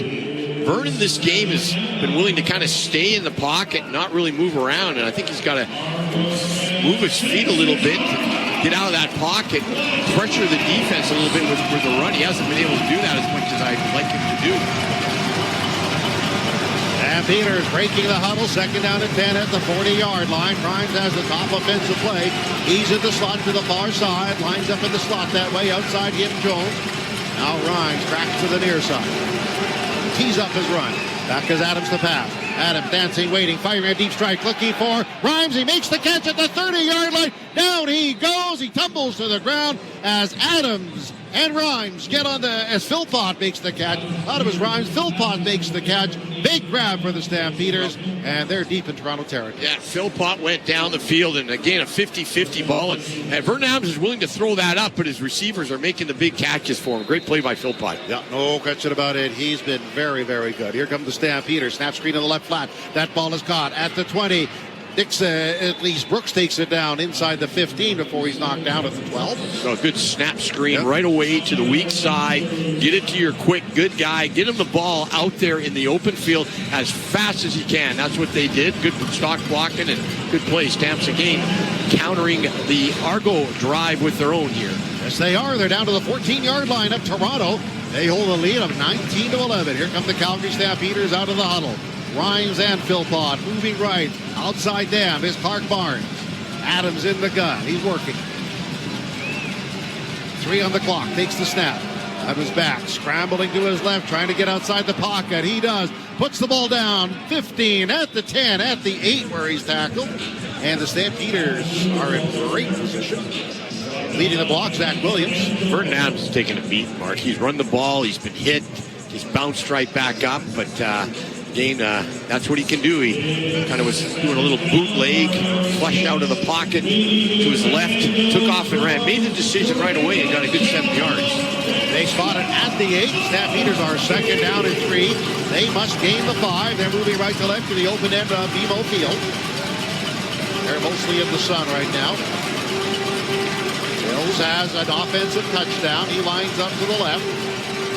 Barnes goes in motion to the wide side. Snapped at him. Waiting to pass. Stepping up. He's going to come to the line of scrimmage. Carrying himself. He hits to the end zone. Knocked down. He's in the end zone. Touchdown. Stampeder. Well, they were not. Vernon Adams wasn't happy with where his guys were, but he saw the clock. That's good heads-up football play by a quarterback that knows what the clock's doing, knows what's going on. He wanted to get his guys. His guys were not in the right place, his wide receivers, but he snapped the ball anyways, and just before the clock ran out, and then just took off and ran up the field. Good heads-up play. Great play by Vernon Adams. And as you said, he's taken a lot of hits, and there was another one. So the Stampeders, a badly needed touchdown. Go ahead, 25-11. At the 32-yard line, that's where Rennie Paredes will try the extra point. Snap, it's put down. Paredes steps into the kick and has the point after touchdown. So the Stampeders hold a 26-11 lead over the Toronto Argonauts. Then we'll take a timeout. The scoreboard shows Stampeders 26, the Argos 11.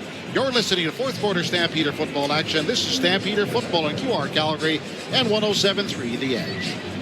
It's time to upgrade to Claws during the Claws Limited Inventory Sale. Now through June 30th, get 0% financing for 60 months on select Claws Axion tractors or 3.99% financing for 60 months on select Arian tractors. With superior performance, industry-leading support, and unbeatable long-term ROI, it's a deal that's made for more on a tractor that's made for you. Ask your Claws dealer about the Limited Inventory Sale or visit claws.com. That's CLAAS.com.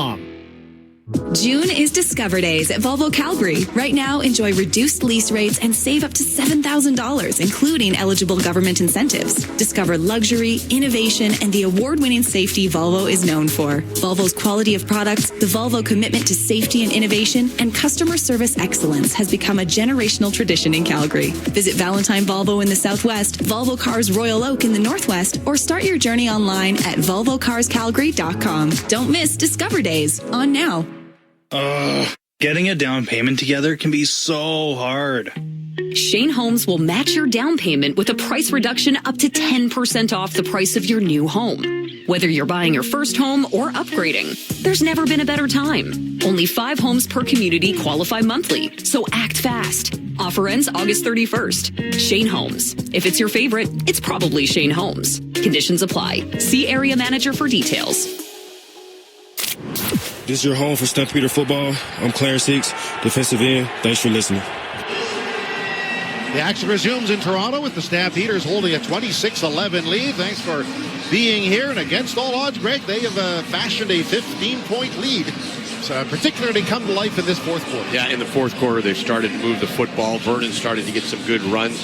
Had a couple of little bit better runs by Mills up the middle. And they're 6:58, 7 minutes left, Mark. And that last drive might, that could also be a turning point. That was a key drive because you could see the momentum flowing the Argos' way a little bit. Stampeders countered with that great drive. Freddie Paredes on to kick the ball off after the touchdown. Boots the ball from the 30. Ungerer for Toronto will return, catching inside the 10.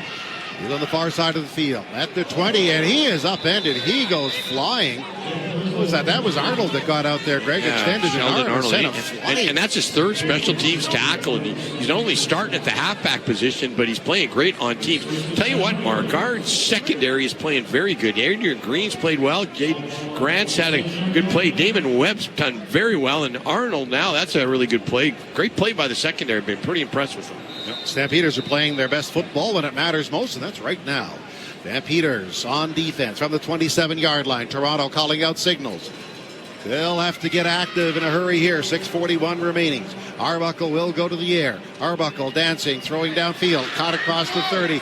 Making a move, running upfield. Caught from behind by Michael Teitz.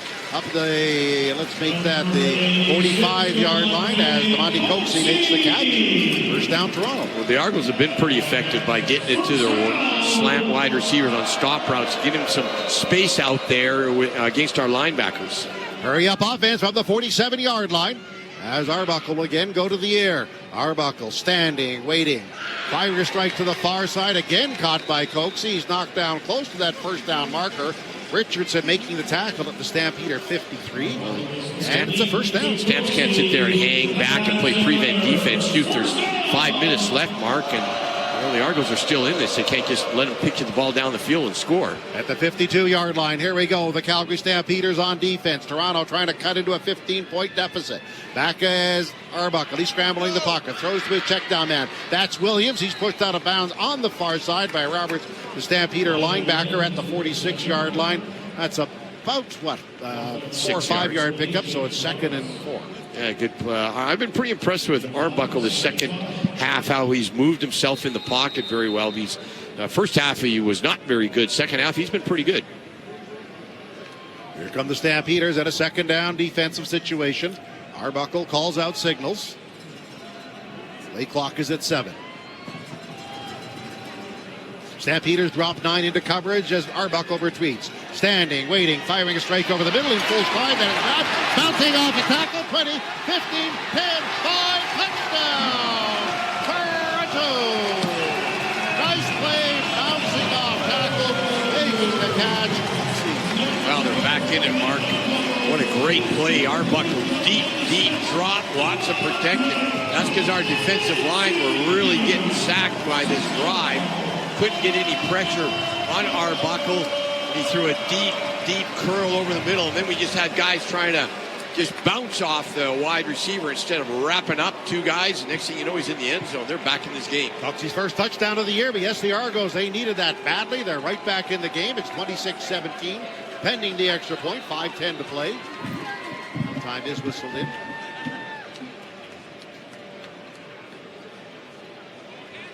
And the Argos are going to go for 2 in this situation.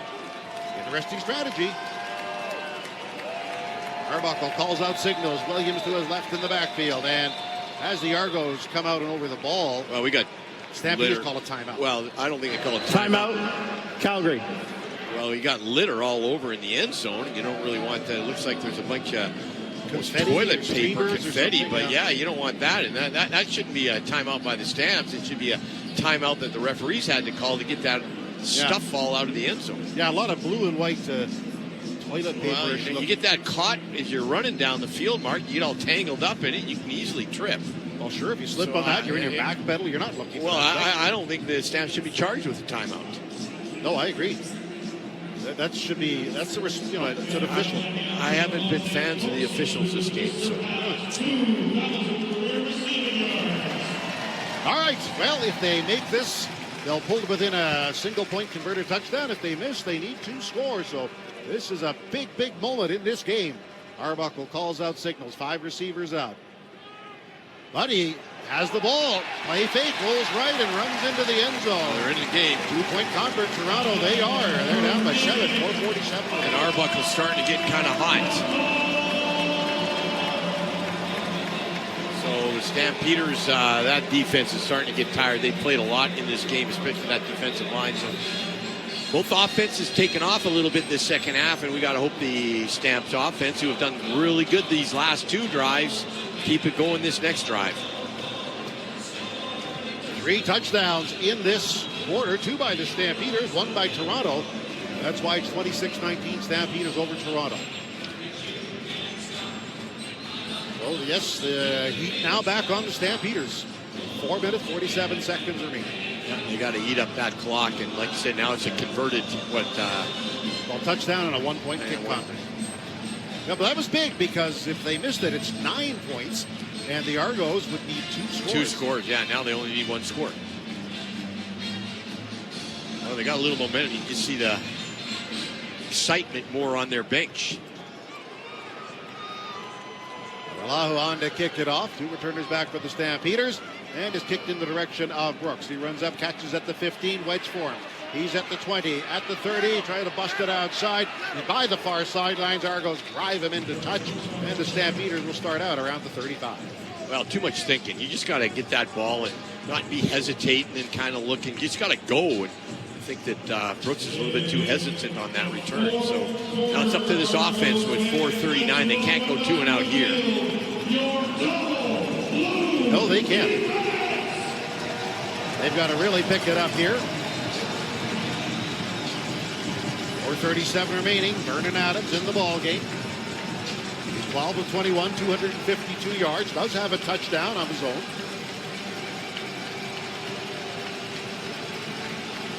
Fortan is the center. Bell is gone. Missed most of the game here.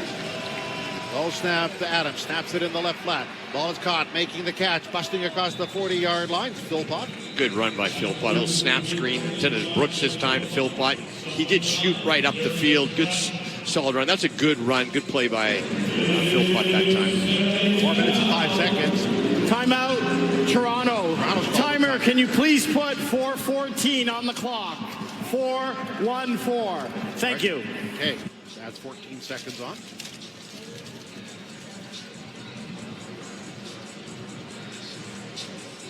Well, you can't run the ball up the middle, so you got to go to the outside on the snap screens. That's a typical way to try and get some first down yardage. Stampeders been not productive at all running first down, so they had to go to something else. At least they got 7, or I should say 5 or 6, I believe. Yeah, ground game really hasn't found its stride yet. It's just not working today.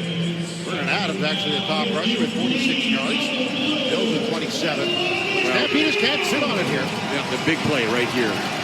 Get a first down, you're going to eat up another at least 2 minutes. Not, if you don't, you got the Argos getting the ball with quite a bit of time left.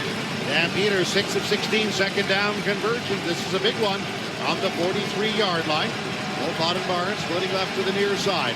Adams takes the ball, is back, looking left, scrambling to the right. He pulls it down. He will run to the open field at the 45, slides at the Stampeder 50-yard line, and with his feet picks up a key first down. Yeah, that's what Vernon Adams can do, turn nothing into something. He had nothing. He got around. Not only that, he got around and he slid before he went out of bounds. Yep. That makes the clock keep going, so great play by Adams. Yeah, great to get the first down, great to kill some time. Because the play clock now reads 16.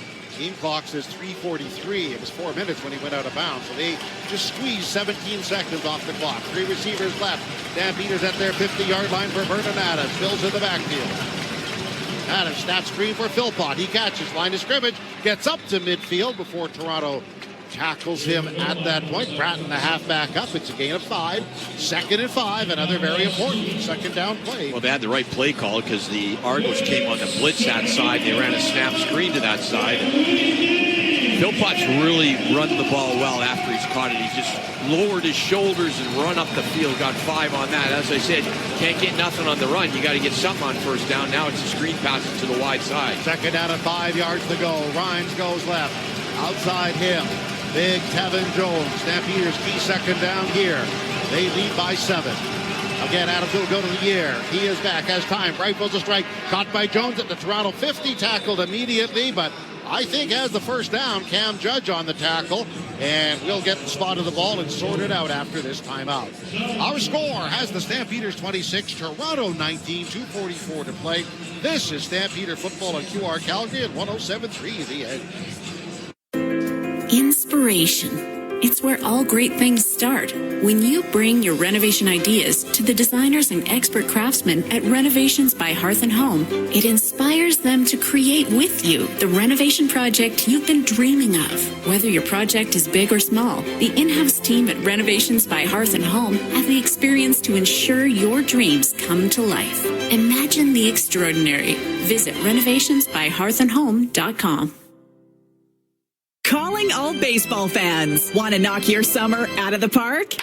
The Deerfoot Inn and Casino is hosting an exclusive viewing party on July 26th, where one lucky guest will win the ultimate baseball road trip. 4 games in 4 days in Toronto for you and a guest, plus round-trip air transportation, hotel accommodations, a pair of tickets to each of the 4 games, and $500 spending cash. For full details on how you can earn ballots to win your way into the viewing party on July 26th, visit deerfootinn.com. We're fun! Wolf Chev GMC Buick Calgary is leading the pack, celebrating an all-new location and the same amazing experience. For a limited time, save up to $12,000 or get 0% financing for up to 60 months. Plus, eligible Costco members receive an additional $1,200 off select vehicles. Run with the pack to Wolf Calgary, your General Motors superstore. Now open at 768 101st Street Southwest, just off Stony Trail. Every hit, every tackle, every touchdown. QR Calgary 770 and 107.3 The Edge. The Stampeders holding a 26-19 lead as the offense is on the field. 2:44 remaining. They're at the Argo 50-yard line. And Greg, a couple of first downs or a score here, and they're in great shape. Yeah, they just got to get one score, whether it's 7 or whether it's 3. It makes the Argos have to get 2 scores. So keep this drive going. They're eating up the clock very well. They got the ball with about 6 minutes and down to 2:41 and count. That time is now whistled in. It's the Stampeders' friend at this juncture. Rhymes in the slot left. Jones outside him to this side of the field. Adams in the gun. Looks over that Toronto defense. Takes the snap. Blitz is on. Play fake. Adams leans back. Pitching deep. Looking for a target at the 20. Up and makes the catch. A sensational grab. Pulled in with the big catch by none other than Jalen Philpott, who's had a fantastic game. He's knocked down at the 10. Well, he made a great catch, and you're right. He this second half, he's lit. He's on fire, Mark. He's running well, and the ball was a little fake handoff, and then just a straight seam sprint down the field. Again, underthrowing the guy that's going to get the ball is the guy that catches it at the highest point. That was Philpott. What a great half he has had. Really has. It's down to the Toronto 16-yard line. The clock says 2:21. So what do the Stampeders do? They need to punch it in here or get something out of it. Clock is in their favor at this juncture. Mills in the backfield. One back set for quarterback Vernon Adams. Now Mills shifts to the right of Adams. And Mills will get the call. He runs a counter into the line, but Toronto was waiting for him, and they knock him down very quickly. They just have not been able to run up that middle at all. So stick with the snap screens to the wide side. You can get 4 to 5 yards each time. Running up the middle again, you get nothing. Parrish the end with the tackle. The ball moves to the 15, right in front of the uprights. 1:59 remaining in our game. Stampeders 26, Argos 19. Right now, it's the clock that they really want to watch. Even if you don't get it here, Mark, should be an automatic 3. Clock is in motion. It says 1:50. The play clock says 9. Adams looking at that at the north end of the stadium. Stampeders out in a double tight set. Adams waits. Play clock is at 2. Gives the ball to Mills. He runs to the left side, but again, Toronto just seem to know what he's going to do. Almost at the same time as him, they push him back. So this sets up a field goal and near on the tackle. I think Calgary just said, look, we're going to run the ball twice. We know the Argos are probably going to stop us, but we're going to let that clock run down, eat it up, let Rennie kick 3. then we're in a pretty safe position with about a minute left, and the Argos have to score 2. So they took the conservative as the limping Crawford gets on to. You got to give the guy credit. He's hurt. He can barely walk, and he's out there doing what he has to do, and that's get that ball back to our holder. Rene Paredes on to try a field goal. It would be his third. He's had an unusually difficult day. A couple of misses, but so's Haralahu. Both strange. Both Craig and Dave Dickinson are screaming something to the referee. I think it's got to do with the clock, I think. Yeah, they're saying, now it starts again. They want that clock running. You bet. They're just going to wait until that. It's 13 seconds. Yeah, that's the one to watch. Play clock's now at 10. Rene Paredes is looking at it at the north end. Play clock is at 7. That's where they want to do to squeeze off some time. Snap, it's down. Paredes steps into it, and it is good.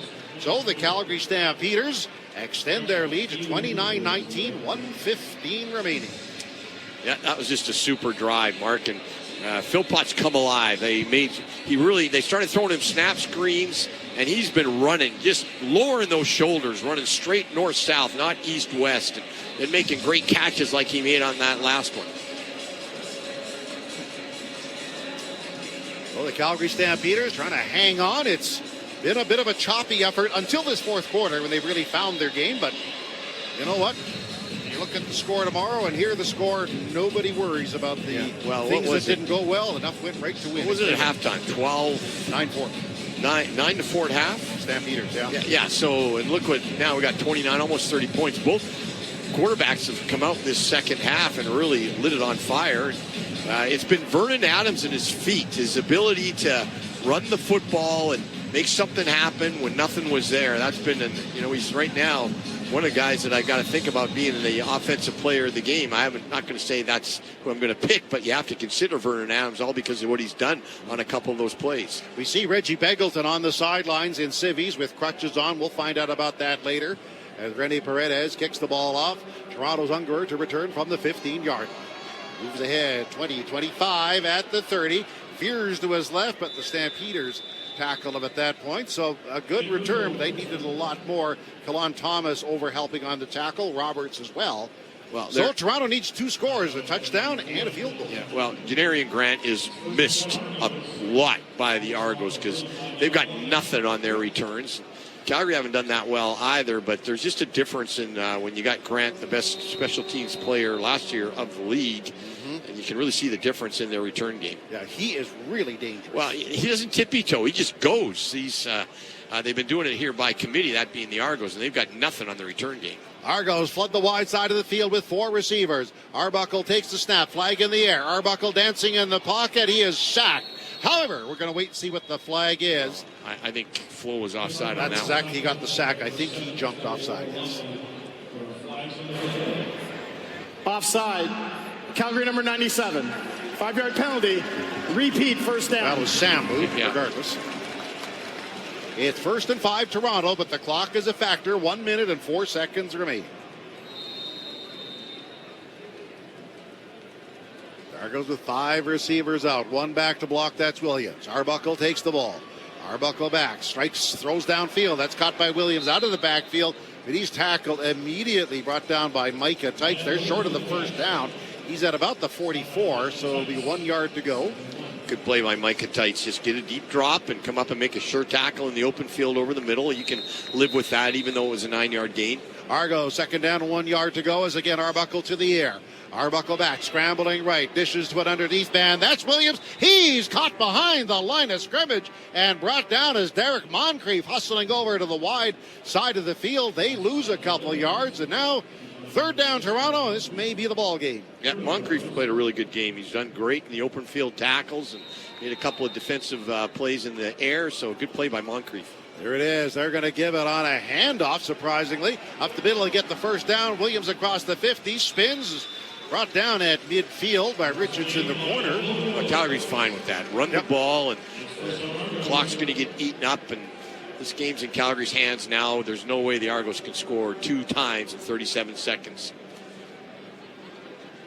Arbuckle in the gun with 5 receivers. Time now whistled in, 35 seconds. Argos at midfield. Again, Arbuckle to the air. Stampeders dropping 8. Arbuckle back, throws a pitch downfield. That is tipped by the dropping linebacker. Knocked to the ground. Good play by Micah Tights, who then slaps the turf in frustration. But if he caught that ball, Greg, they'd have to move him to be a receiver because that's how good that would have been. He got his hand up, and that's the key. Got his hand up, deep in route, and that's what your linebacker position is supposed to do, get a deep drop, and don't let him throw it over you in that window between the DBs and the linebackers.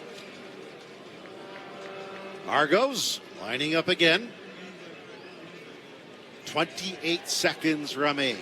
Argos are going to go to 0-2, and Stampeders are going to go to 2-0. Let's see what happens. 4-man pressure by the Stampeders. Arbuckle is back, throws a ball downfield. He had to hurry the throw, and I don't know where that was going. It's incomplete. Well, he threw that off his back foot, but I think that was Mattel they were trying to hit. Anyway, it's 3rd down and 10, Toronto. 23 seconds remaining. Well, that plane going back is going to have a lot of injured guys on the plane with us, Mark.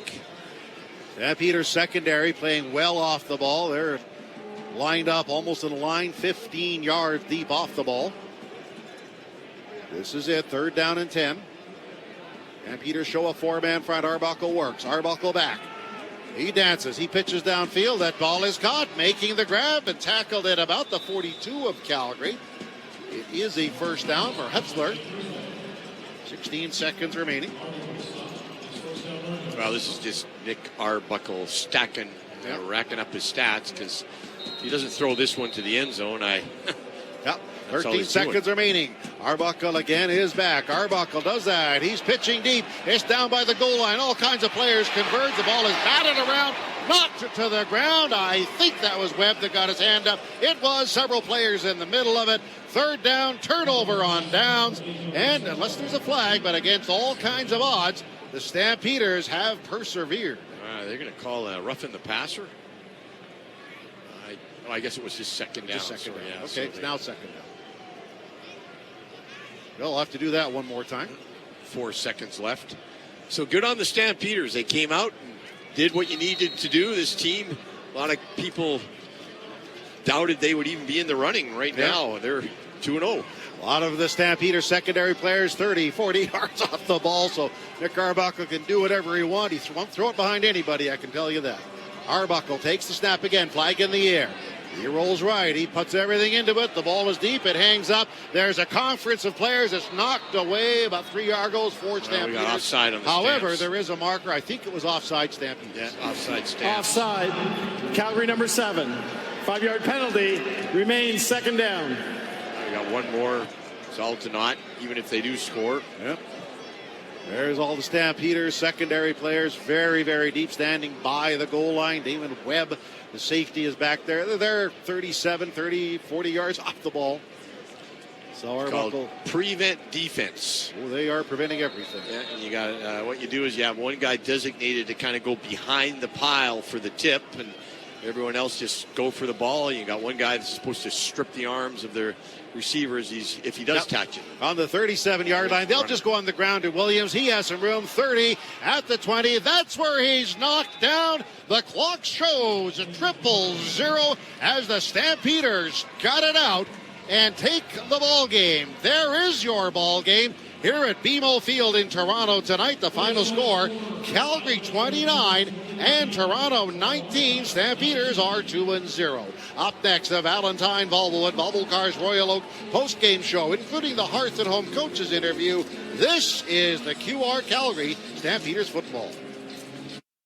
It's your last chance to get in and go at the giant Country Hills Toyota. The Get In and Go event ends June 30th, and your Toyota Giant has pulled out all the stops with the best inventory, the best pricing, and the best trade-in values of the year. Take advantage of incredible interest rates as low as 0%, plus up to $2,000 in free accessories with purchase. But you better hurry. The Get In and Go event will soon be gone, only until June 30th at the giant Country Hills Toyota.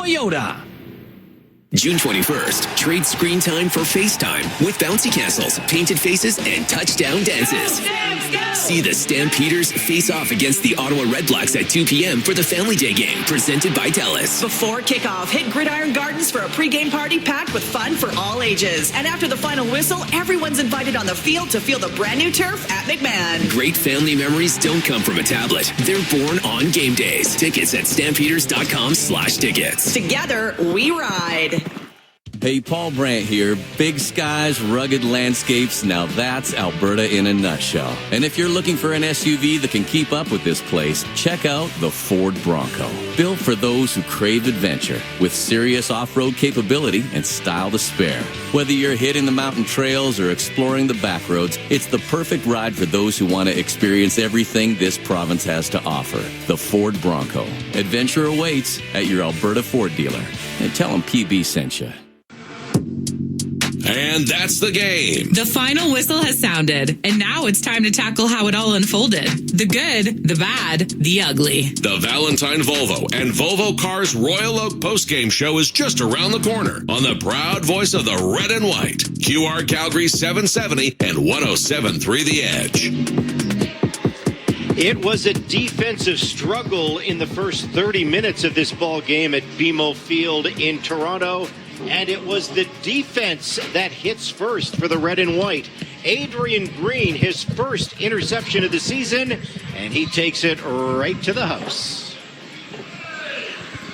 20 at the 10, 5, touchdown! Calgary Stampeders.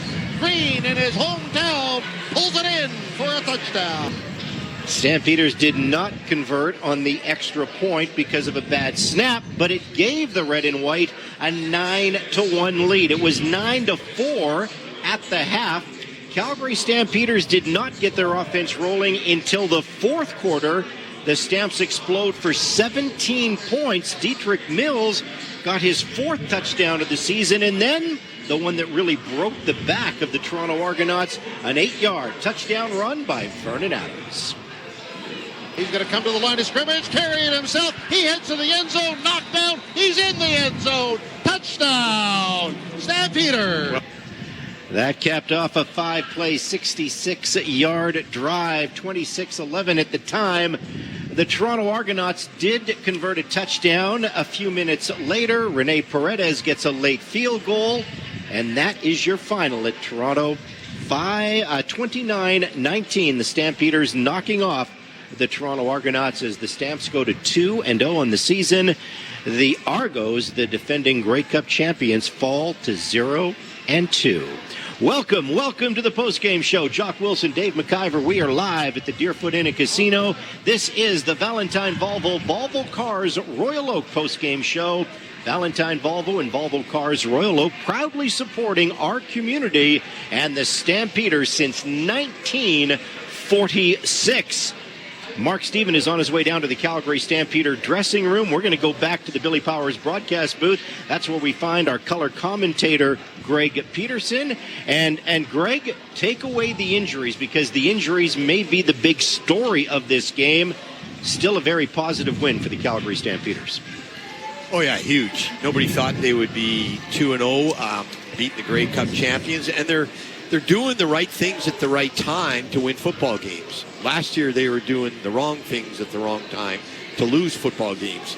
And you just got them getting the drive when they needed to get the drive. And this is a good football team now, but those injuries, we'll see how much it's going to hurt them, because I'm going to make up an award tonight, Jock. It's going to be the Guts Award, and that's going to Crawford, because that guy gutted it out and played. He could barely walk, and he's out there snapping the ball. But that kind of binds your team together sometimes when guys can see other guys doing that. But, yeah, a big win for the Stamps tonight.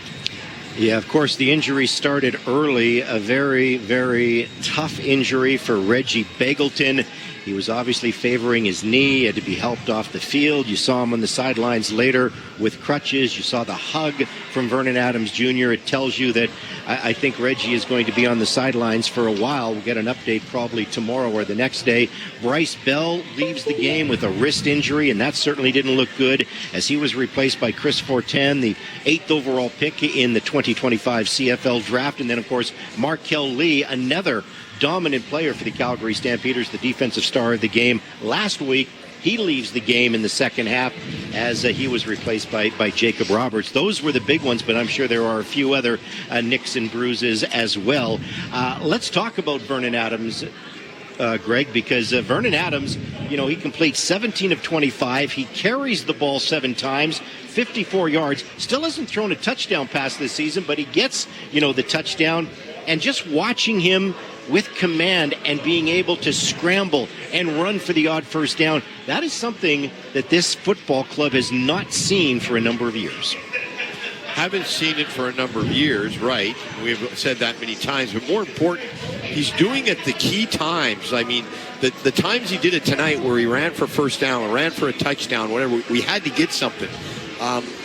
Most of the quarterbacks in this league, you're not going to get the first down. You're not going to get the touchdown. So he comes up with the brilliant play just at the right time when you need it to keep a drive alive or to get a touchdown or whatever. He's always got things to improve on. But, yeah, Vernon Adams right now is just playing excellent football. And did not throw any interceptions, so that was important. Dietrich Mills, I'll give the Argos credit. They stopped the run. Dietrich Mills carried the ball 13 times for only 28 yards. Did have the touchdown, his 4th of the season. But Vernon Adams was your leading rusher. 7 carries for 54 yards, as I mentioned. His longest was 20 yards, so that was good. And I know you're going to get to your 4 stars of the game later on, and I think it's a pretty slam dunk for your top Canadian because Jalen Philpott, we wondered who was going to step up when Reggie Begelton goes down. Jalen Philpott, 8 catches, 117 yards. He carried the ball once for 3 yards as well. So that was. I'm not going to say a breakout game for Jalen Philpott, but that is why the Calgary Stampeders drafted this guy in the first round 3 years ago. Well, I'll even say it's one of a breakout game because we've all seen what he can do. And this is his best game as a pro, I believe, especially that second half. He ran the ball hard. In the first half one time, he ran over 2 guys, and they started having to try and get some yardage on first down, so they started doing snap screens to him, and he was just going north-south. But you know what? It wasn't an easy pick for Canadian, but how I distribute him, because Adrian Green is a Canadian as well. But we'll get to the 4 stars, how I distributed the stars in that regard. It was like putting together a law school puzzle, something like that. I hear lots you of because, options. Yes, lots of options because, hey, there's going to be an option for the game turning point a little bit later on as well, and I'm sure we'll have a few options there as well. The one thing I will say, the one thing I did not like, Greg Peterson, and you can say I'm a dummy and disagree with me, but it's a 15-point ball game. The Calgary Stampeders just get that touchdown by Vernon Adams. And the Stampeder defense was playing well all game. Then, all of a sudden, they decide to go into this prevent defense when they're up by 15 points. 4 plays, 75 yards later, Nick Arbuckle looked like he was the second coming of Bo Levi Mitchell, for goodness sakes. And I just hated it because they only brought 3 for the pressure. They sat back. And they let Toronto get back into this game. If it wasn't for that last, game-winning drive by Vernon Adams, this might have been a ball game. I hated that at that point of the game because there were still 6 minutes left on the clock. I don't know what the defenses called were, but sometimes it's the player's fault in the fact that you might call a cover 3, which is a 3-deep zone, which is called all the time. But because I've been there, Jock, you know what the situation is, and you don't want to be the guy that gets beat, so you grab a yard or 2. So you end up playing prevent as a defense, even though the prevent isn't called. It's the nature of a defensive player, especially a defensive back, to not want to get beat deep. Now, sometimes they're rushing 3, but they're trying to just stop the middle route. So I don't know what was called, but I'm not going to blame it on the coach because a lot of times it's the player's fault. They're just the ones that are a little bit hesitant back there because they don't want to get beat deep. That's just the nature of the game. And I understand that. And I haven't played the game like you, and obviously you understand the game a heck of a lot better than I. But from, the non-educated eye looking at it, they only rushed 3, and that was the first time all game that they decided to rush 3. It certainly looked like they were hanging back. Obviously, felt good about their secondary, but I didn't like it. So anyway, I just wanted to throw it on the table. Yeah, I got it. But yeah, I want to just comment, and we're still waiting for Dave. I can't, Mark, they must be. Yeah. But you got to comment on the secondary. They have played a great game, both games. These 2 young halfbacks we got, Safety with Webb. I mean, we all went in and we said that the secondary is, questionable. Probably going to be the weak spot. Well, after these 2 games, it's turned out to be probably the brightest spot on the team right now. I think you're bang on. Right now, especially with Damon Webb, who's the veteran, he's sort of the leader back there. Okay. Adrian Green has certainly looked very, very good. The 2 halfbacks, Arnold and Grant, your bet, and Tyler Richardson. Are we ready to go to the coach? I think we are. Mark, are we ready to go down to head coach Dave Dickinson? Are we ready, Mark? Yes, we do. We do have the head coach here. And coach, a gritty, determined game. He had multiple players go down. Just your thoughts overall.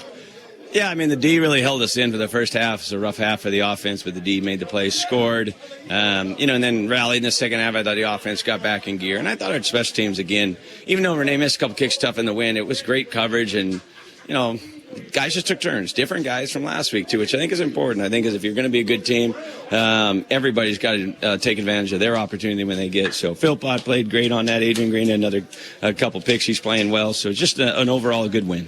High risk, high reward. That flea flicker, it turned out to be maybe a turning point in the game. Just the thought process there. Yeah, Pat's calling a great game, and he did a good job dialing that up, and we've practiced it. And, when you do practice these things early in the year, you do kind of feel like you got to hopefully get what you want. It could have gone either side, but we were running the ball in that personnel grouping, so we thought we could work that. Hung up just a bit, but Dom came back, made a great play. Now, next time, just keep your feet and score, but it was still a nice play for us. For the longest time, the only touchdown was Green's touchdown. Just thoughts on the way he's playing. 2 interceptions, including that 40-yarder. Yeah, nice job. I mean, reading things, has a lot of confidence. That's what we're seeing in practice as well. So I think he's happy. He's back home. That's where he's from, and to go out there and play a great game, I thought he did an excellent job. Not all celebration, though. Reggie Beggleton, along with Bell. We didn't see Markel Lee for chunks, and Aaron Crawford. It's obvious he was struggling there. Do you have updates on those injuries?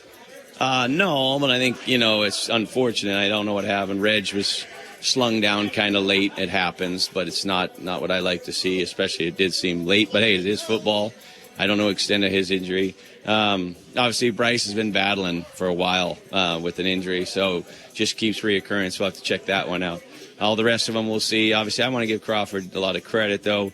We do have backup. We work. Federico works hard at it, but, we said, hey, can you do it? And, he showed a lot of mental toughness there and did a great job. 2-0 out of the gate. Thanks for stopping by. Thank you. Head coach Dave Dickinson. More guests in a moment, guys. Mark, thank you very much. That coach's interview brought to you by Renovations by Hearth and Home. Imagine the extraordinary. Visit renovationsbyhearthandhome.com. We got to take our first break here on the post-game show. When we come back, we're going to get to the drive of the game. The drive of the game is brought to you by the Alberta Ford dealers. More with Greg Peterson. This is the post-game show. I'm Jock Wilson. We're live from the Deerfoot Inn and Casino. This is QR Calgary and 107.3 The Edge. The Get In and Go event is on now under the tower at South Point Toyota. Once again, it's the best time of year to buy your new Toyota. The best inventory, the best interest rates of the year, as low as 0%. And the best trade-in bang for your buck. Don't miss the Get In and Go event on now at South Point Toyota. Getting a down payment together can be so hard. Shane Homes will match your down payment with a price reduction up to 10% off the price of your new home. Whether you're buying your first home or upgrading, there's never been a better time. Only 5 homes per community qualify monthly, so act fast. Offer ends August 31st. Shane Homes. If it's your favorite, it's probably Shane Homes. Conditions apply. See area manager for details. It's time to upgrade to Claws during the Claws limited inventory sale. Now through June 30th, get 0% financing for 60 months on select Claws Axion tractors or 3.99% financing for 60 months on select Arian tractors. With superior performance, industry-leading support, and unbeatable long-term ROI, it's a deal that's made for more on a tractor that's made for you. Ask your Claws dealer about the limited inventory sale or visit claws.com. That's CLAAS.com. Hi, Merle Coombs here with Spruce It Up and Green It Up Lawn Fertilizer. Do you want the greenest grass on the block? I formulated our fertilizer for Alberta in Alberta to give you the thickest, greenest grass on the block with our Green It Up Lawn Fertilizer. You can pick up a bag in store or call or book online. We can apply it for you. At Spruce It Up Garden Center, we always have everything you need and more for the best plants, trees, flowers, landscape supply, and the greenest grass on the block. Spruce it up, green it up, prune it up. We got you covered. You're listening to 770 CHQR AM and 107.3 CFGQ FM Calgary, Chorus Entertainment Radio Stations. This is the only place to listen to Calgary Stampeders football. Brought to you by your Alberta Ford dealers. QR Calgary 770 on AM, 107.3 The Edge on FM, or online at qrcalgary.com.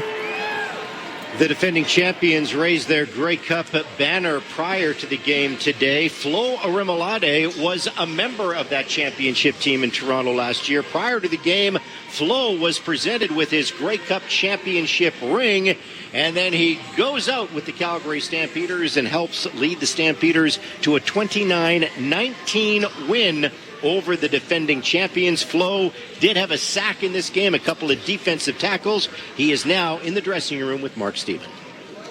Well, Flo is leaning back and resting because you deserve a rest after a tough game like that. Just some thoughts, looked like a tough game in the trenches there. Yeah, I think we battled really well early on. I know it was a bit slow on offense, but I think defense, we just kept them in the game. And at the end of the day, it's a team affair, right? Offense helps defense out, defense helps offense out. Last week they got up to a really fast start, and it made it easier for us. So this week is just a different game. Every game has its own ups and downs, right? You had your own strong game, but a couple of your mates in the defense did as well. Talk about Adrian Green. That, for the longest time, was the only touchdown in the game. Man, AG, he could have won Player of the Week last week, but he was like, man, I need a one up it so I get it this week, and he was amazing. I mean, two picks, one for a touchdown, and he just locked down the whole side of the field. So yeah. And Markel Lee had to leave as well. It was a tough day around for the players there. It was a tough day for injuries in general, man. Reggie, Markel, Crawford went down for a second. He was, so it was a lot, but I mean, that's how it is. You got to fight together, right? And one guy goes down, we got to step it up for him, right? 2-0 out of the gate and winning on the road. I know you weren't here last year with the road issues, but just 2-0, what does it mean to the team? It's a good start. You don't win Grey Cups in the first two games of the season, but just got to keep it going. This is what Calgary is used to, right? So we're used to this is what we expect. So we just got to do it. We got a big one against Ottawa next week. They're coming back home, and we got to have that same attitude and just start stacking them. Yeah. Just really quick, the Grey Cup ring. How meaningful was that to you? Once I got back to the locker room after seeing it outside, it took a few moments just to let it sink in. You have a lot of memories and stuff that go into it. That's what you play for, right? That's right. Well, there's room on your shelf, I think, for one more, isn't there? For sure. There's plenty of room. Flo, thanks for joining us. Yeah, for sure. All right, Flo Arimolade joining us, guys. More guests coming up in a moment. Thank you very much. We're going to get to the drive of the game for the Alberta Ford dealers in a couple of minutes here on the post-game show as well. I look at the team stats in this story, Greg Peterson, and you couldn't have asked for a more even game. First downs, Calgary at 20, Toronto at 21. Net offense, Calgary at 371, Toronto had 361. Offensive plays, Toronto at 56, Calgary had 51. Calgary does win the turnover battle as they forced 2 turnovers, and Toronto only had 0 in this game. And, of course, the penalties were pretty even as well. The punts were pretty even. The time of possession, Calgary had the ball for just over 30 minutes. Toronto had the ball for 29 minutes. So this was a hard-fought football game, and maybe not the most exciting game in the first half, but both of these teams certainly defensively came to play. Yeah, they really did. I kind of call it a weird game in the first half because it was such a low-scoring game and things had gone on, but then both of them picked it up in the second half. So, yeah, even though the stats were similar, I really think that in the end we outplayed them. But let's now go down to the Stampeder locker room, and I believe you have our quarterback, Vernon Adams. Go ahead, Mark. Well, we do have Vernon here, and Vernon, an odd game, but you got things going. Your legs got things going. What kind of kick-started the offense? Yeah, man. Shout out to the defense, man. Shout out to so many players, but first the defense holding us down for majority of the game. We got to be a little bit better for them and give them a rest. Stay on the field a little bit longer. But so proud of so many guys like Jalen Philpott stepping in at a different position. Brooksy stepping in at when Reggie went down. Damian Alford, man, making a big-time catch for us. Chris Fortin stepping in at center, man, and he had an amazing game as well. So just so proud of so many guys on this team. Want to be better on offense for sure earlier in the game, but a win's a win, so we're going to watch it and learn from it. How about the flea flicker play? That might have been the one that sort of really kick-started the offense. They don't happen often, but you executed it perfectly. Yeah, perfectly would have been a touchdown, I think. But, it was good, though. They called it at the right time. We got in a formation where we run the ball a lot, and they came up on it, and they bid on it. And D. Ryan's made an amazing catch and tried to get in that end zone for us. Yeah, just overall, the team just seemed to have more and more confidence the longer the game went on offense there. Yeah, man, we just kept telling each other, man, we got to stay together no matter what. It's not pretty. It's never pretty. There's always going to be ups and downs in the game. So we just stayed together. No one was pointing fingers. No one was blaming anyone, and we just have fun out there. Vernon, thank you very much. Thank you. God bless. Go Stamp. 2-0 the Stampeders. More guests in a moment, guys. All right, Mark, thank you very much. We're going to take another break here in a second. But first, Greg Peterson, your drive of the game, because you've got some options in this one tonight. Yeah, at the end of the first half, I didn't have any options, Jock. I was looking at it and I go, I got nothing. By the end of the game, I got lots of them. The two I came down to were one in the fourth quarter, scores 19-11. The Argos were getting some momentum, and Stamps went on a 70-play drive and capped off with the Vernon Adams touchdown. But I picked the other one. It was 12-8 in the fourth quarter, end of the third, start of the fourth. Again, another 70-yard drive was capped off with a plunge over the middle on 1 yard. 7 plays, though, 5 runs and 2 passes. The trick flea flicker play was in the middle of that drive, and we're going to be talking about that in a minute, but that's the drive of the game.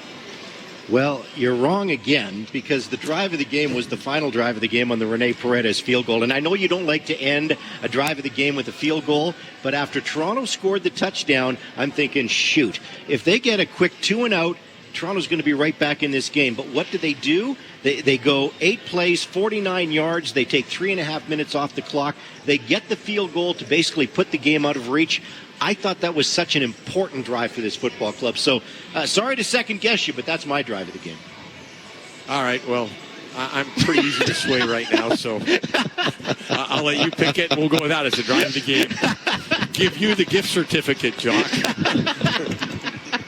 We'll take a break. This is the Valentine Volvo Cars Royal Oak Post Game Show. This is QR Calgary.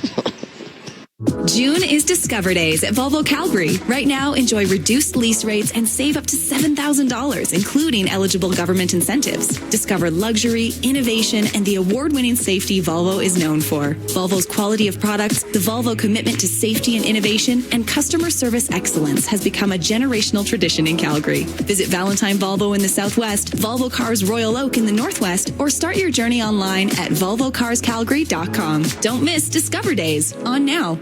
Calling all baseball fans. Want to knock your summer out of the park?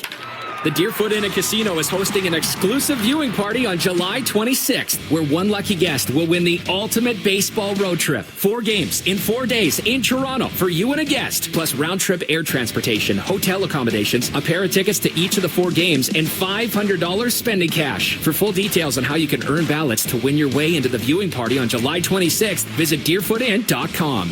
We're fun! Sometimes great pizza leads to problems, like you don't want to commit to just one kind of pizza, or maybe you want an extra slice when the pizza's done. Tom's House of Pizza has your back with their all-you-can-eat pizza buffet. Monday to Friday from 11:30 to 2, enjoy all-you-can-eat pizza and salad for $11.95 with beverage purchase. Available in the pub at Tom's House of Pizza's McLeod Trail and Okotoks locations. Unlimited slices, so much pizza to choose from. Discover the legendary lunch buffet at Tom's House of Pizza. Your place for Stampeders football play-by-play. QR Calgary. Welcome back to the Valentine Volvo Cars Rolo postgame show. Jock Wilson, Dave McIver here at the Deerfoot Inn and Casino. Mark Stevens still in the Calgary Stampeder dressing room. And Greg Peterson is at BMO Field in Toronto. The Stampeders are 2-0 in the season. 29-19. They eliminate the Toronto Argonauts, the defending Grey Cup champions. Stay tuned. We are going to get to the Wolf Chevrolet Buick GMC game turning point here on the postgame show. But Greg Peterson, let's get to your 4 stars of the game, unless we're going to go to Mark. Are we ready to go to Mark again or no? No, not yet. So let's go ahead and go with the stars. Okay. Offense had a tough job, because I thought Dominic Grimes came up in the second half, had 4 catches. And then, of course, we had Philpott, who played an excellent game, but I'm going to pick him elsewhere. So I'm going to go with Vernon Adams. And the main reason is on the runs. He just made something out of nothing. Got a touchdown where last year it probably would have been nothing. And those 4 big runs that he had on 70 yards were in key times. Didn't throw any picks. I thought really played a good game. Not the greatest game, but at the end of the day, after picking this guy and that guy, I had to go back to Vernon Adams. I thought he was the leader tonight. Got over 300 yards in passing, so I picked Vernon Adams as our offensive player of the game. There is no way I'm going to question that one, because Vernon Adams here, it says on my sheet, is the offensive star of the game. Passes for over 300 yards, completes 17 of 25, as you said. He used his legs as well, extending plays, 7 carries for 54 yards, gets a touchdown on the ground. It sounds like you're ready to go to Mark, though, are you? Yeah, Ryan, we're going to go down to Mark, to one of the guys that was a consideration for the offensive player of the game. Mark, I believe you have Dominic Grimes. We do have Dominic Grimes here, and Dominic, it took a while for the offense to kick into gear, but a very strong finish. Just your take on things. It started off slow. They were doing some things. We did have to adjust to the second half. We made an emphasis. This game is on us. If we're going to win, it's going to be on the offense, making plays. And, credit to the coaches calling up the plays and, be able to just giving everybody a chance to make plays. So, man, shout out to Jalen, man. He was super big today, man. I love seeing what he's been doing. Unfortunately, our brother Reggie went down, praying everything's well with him. And just happy to see everybody contributing. It's different weeks. It's going to take different guys. So that's what's going to make a good team. So we got to keep building on this. And that's just it. Reggie's been the heartbeat of this team for many, many years. Unfortunately, on the sidelines for just about all the game. So it was incumbent on guys like yourself, and even Eric Brooks, not normally in the receiving packages. Yeah, man. It's just it's the mindset of everybody making plays. Ever since started training camp, we say we receivers will make plays. And, it's a standard. So we always gonna live to that standard, no matter who's in. Everybody's gonna make a play. Even Damien came in. I think he started the head top. The head top. So it's just good to see a team effort and keep building as a team. Flea flicker, how'd that go? That was kind of fun. If it didn't go, we would be criticizing it, but it looked like fun. Oh, man, it's super fun, man. I'm mad I didn't get the touchdown, but, yeah, man, I feel like they brought me over here to make those type of plays. It's one-on-one. You got a big receiver, throw it up. Got to make that play. So, I take pride in that. VA gave me opportunity, so I got to take advantage of every opportunity he's giving me. Well, you took advantage of the opportunities today, both personally and as a team. Dominique, thanks for stopping by. Thank you very much, Mark. Okay. Dominique Grimes joining us here. The Calgary Stampeders are in the process of packing up and heading back to Calgary. They'll touch down tonight sometime around 11:30 and then have a bit of a breather and get ready for next week's game with the Ottawa Red Blacks. Our pregame show at 12:30, the kickoff at 2, and that's tonight's story from BMO Field in Toronto. All right, Mark, thank you very much. Greg, I know you've got that plane to catch as well, so let's quickly get back to the 4 stars of the game. Where are you going on defense? Well, before I do, I have to comment on something, because I'm up here in the booth, and I'm looking down on the field, and there's Adrian Green. And there's got to be 7 very good-looking girls and about 50 people, and he's taking care. And then one girl, he's out there, and he's kissing her, and they're hugging and taking pictures. And I go, that's his girlfriend. And then another one comes out.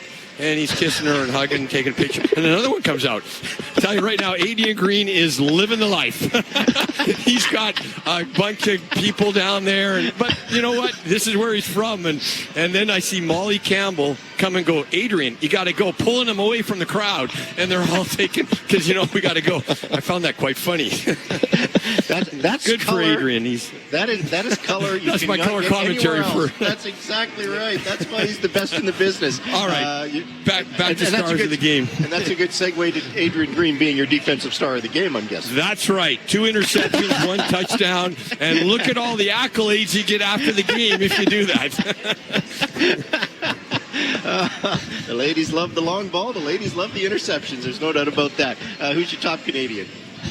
Well, I'm going to go with Phil Pott. 117 yards in receptions, ran hard, made that big play where he was a little fake, and then he jumped over them about the 15-yard line. That was a huge play. I think this was one of Jalen Philpott's probably best games he's had as a pro. Played a great game. Tough to argue. On special teams, where are you going? That was a little bit tough. I thought our kicker, Fraser, did a good job, directionally kicked very well, but at the end of the day, Micah Tights was all over the field. I think he had 5 special teams tackles. He stepped up and really played well on special teams, so I gave it to Micah. Great for Micah Tights. Jalen Philpott, your top Canadian. Adrian Green, your top defensive player. And Vernon Adams, your offensive star. Game turning point, Greg Peterson, for Wolf Chevrolet Buick GMC. What's your game turning point tonight? Well, that one, turning point, there's always many, but I'm going to go with the flea flicker. It's second down and short. If they didn't get it at that time, you know what, the game's still there, but that seemed to just kick the Stampeders into the wind. They got a touchdown after that because they got it down to the 1. I thought that flea flicker, what a gutsy call by our offensive coordinator, so I'm going to pick that as a turning point of the game. I was going to be an ass and just, argue with you and pick something else, but no, it says here the flea flicker was the turning point of the game. So I'm not going to be that guy on the post-game show, okay, Greg? Well, I'm probably going to have to go, and I'll go say hi to Adrian. Good for him, though. You know what? Those are special moments as a football player where you come home. This is his home, and he comes here and he has a great game, and it's special. He'll remember this game the rest of his life. Good on Adrian. The game turning point for our friends at Wolf Chevrolet Buick GMC. Amazing inventory, amazing selection, same great team, same great service. Check them out at Wolf Chevrolet Buick GMC. We're going to take our final time out here on the post-game show. Greg, are you leaving or can you stay for one more break? I can stay for one more. Thanks to Adrian, I can stay for one more break. Sounds good, because we got to get to the marquee matchup, a reset of the marquee matchup for Country Hills Toyota. It'll be quick, it'll be short, and then we'll get to the fifth quarter call-in show. This is QR Calgary and 107.3 The Edge. It's your last chance to get in and go at the giant Country Hills Toyota. The Get In and Go event ends June 30th, and your Toyota Giant has pulled out all the stops with the best inventory, the best pricing, and the best trade-in values of the year. Take advantage of incredible interest rates as low as 0%, plus up to $2,000 in free accessories with purchase. But you better hurry. The Get In and Go event will soon be gone, only until June 30th at the giant Country Hills Toyota. It's time to upgrade to Claws during the Claws limited inventory sale. Now through June 30th, get 0% financing for 60 months on select Claws Axion tractors or 3.99% financing for 60 months on select Arian tractors. With superior performance, industry-leading support, and unbeatable long-term ROI, it's a deal that's made for more on a tractor that's made for you. Ask your Claws dealer about the limited inventory sale or visit claws.com. That's CLAAS.com. Remember last summer's heat wave that had you wishing for refreshing air conditioning? Let Furnace Family by Atco Home Services keep you cool this summer. Trust our expert techs and honest pricing to keep your home chilling when the summer is scorching. Ask about our best-selling Lennox models that offer optimal efficiency and cool, quiet comfort. Take advantage of Lennox's rebates up to $2,000 only for a limited time. You can count on Furnace Family by Atco Home Services to do the job right and have your AC unit up and running in no time. The summer rush is coming. Don't wait. Visit furnacefamily.com to secure your spot today. Listen to Stampeders play-by-play in high-definition radio, brought to you by your Alberta Ford dealers. 105.1 FM, Channel 2, QR Calgary 770. Phone lines are now open, 403-974-8255. We're going to get to the fifth quarter call-in show in just a couple of minutes. But first, as we wrap up the post-game show for Valentine Volvo and Volvo Cars Royal Oak, Greg Peterson, we have to reset something we did in the pregame show, and that is the marquee matchup brought to you by Country Hills Toyota. And it was interesting because you were really looking at basically a matchup in the return game. And you break it down, it was really, really even. 4 punt returns for Eric Brooks, he had an average of 10.8 for 43 yards. 4 punt returns for the Toronto Argonauts. They had an average of 4 yards, only 16 punt return yards. So that's a win for the Calgary Stampeders. Kickoff returns, Eric Brooks had 2 for 42 yards, an average of 21 yards. And for the Toronto Argonauts, Herslow, he had 5 kickoff returns for 104 yards. That's an average of 20.8. So a slight win for the Calgary Stampeders there. It really was good special teams on both sides of the ball in this one.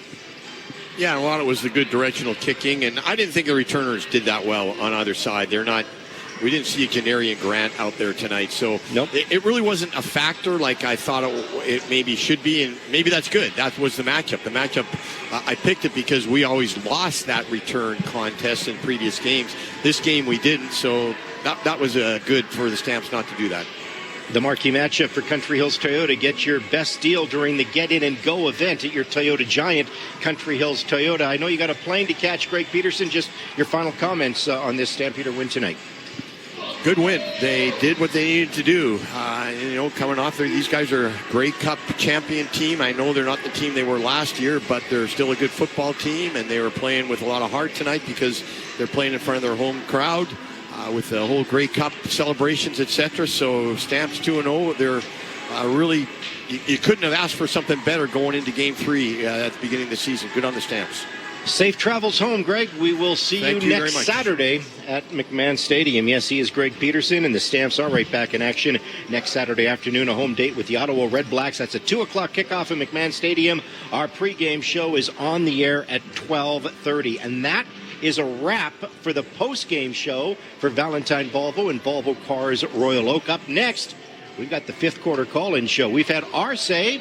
It's now time for you to have your say. As a matter of fact, I'm going to hand things off to my colleague, Dave McIver. He's ready to take your calls. I'll be sticking around as well. 403-974-8255. The Stampeders are 2-0 in the season, a 29-19 win over the Toronto Argonauts, as the Stamps are off and running in 2025. This is the home of the Calgary Stampeders, 107.3 The Edge and QR Calgary.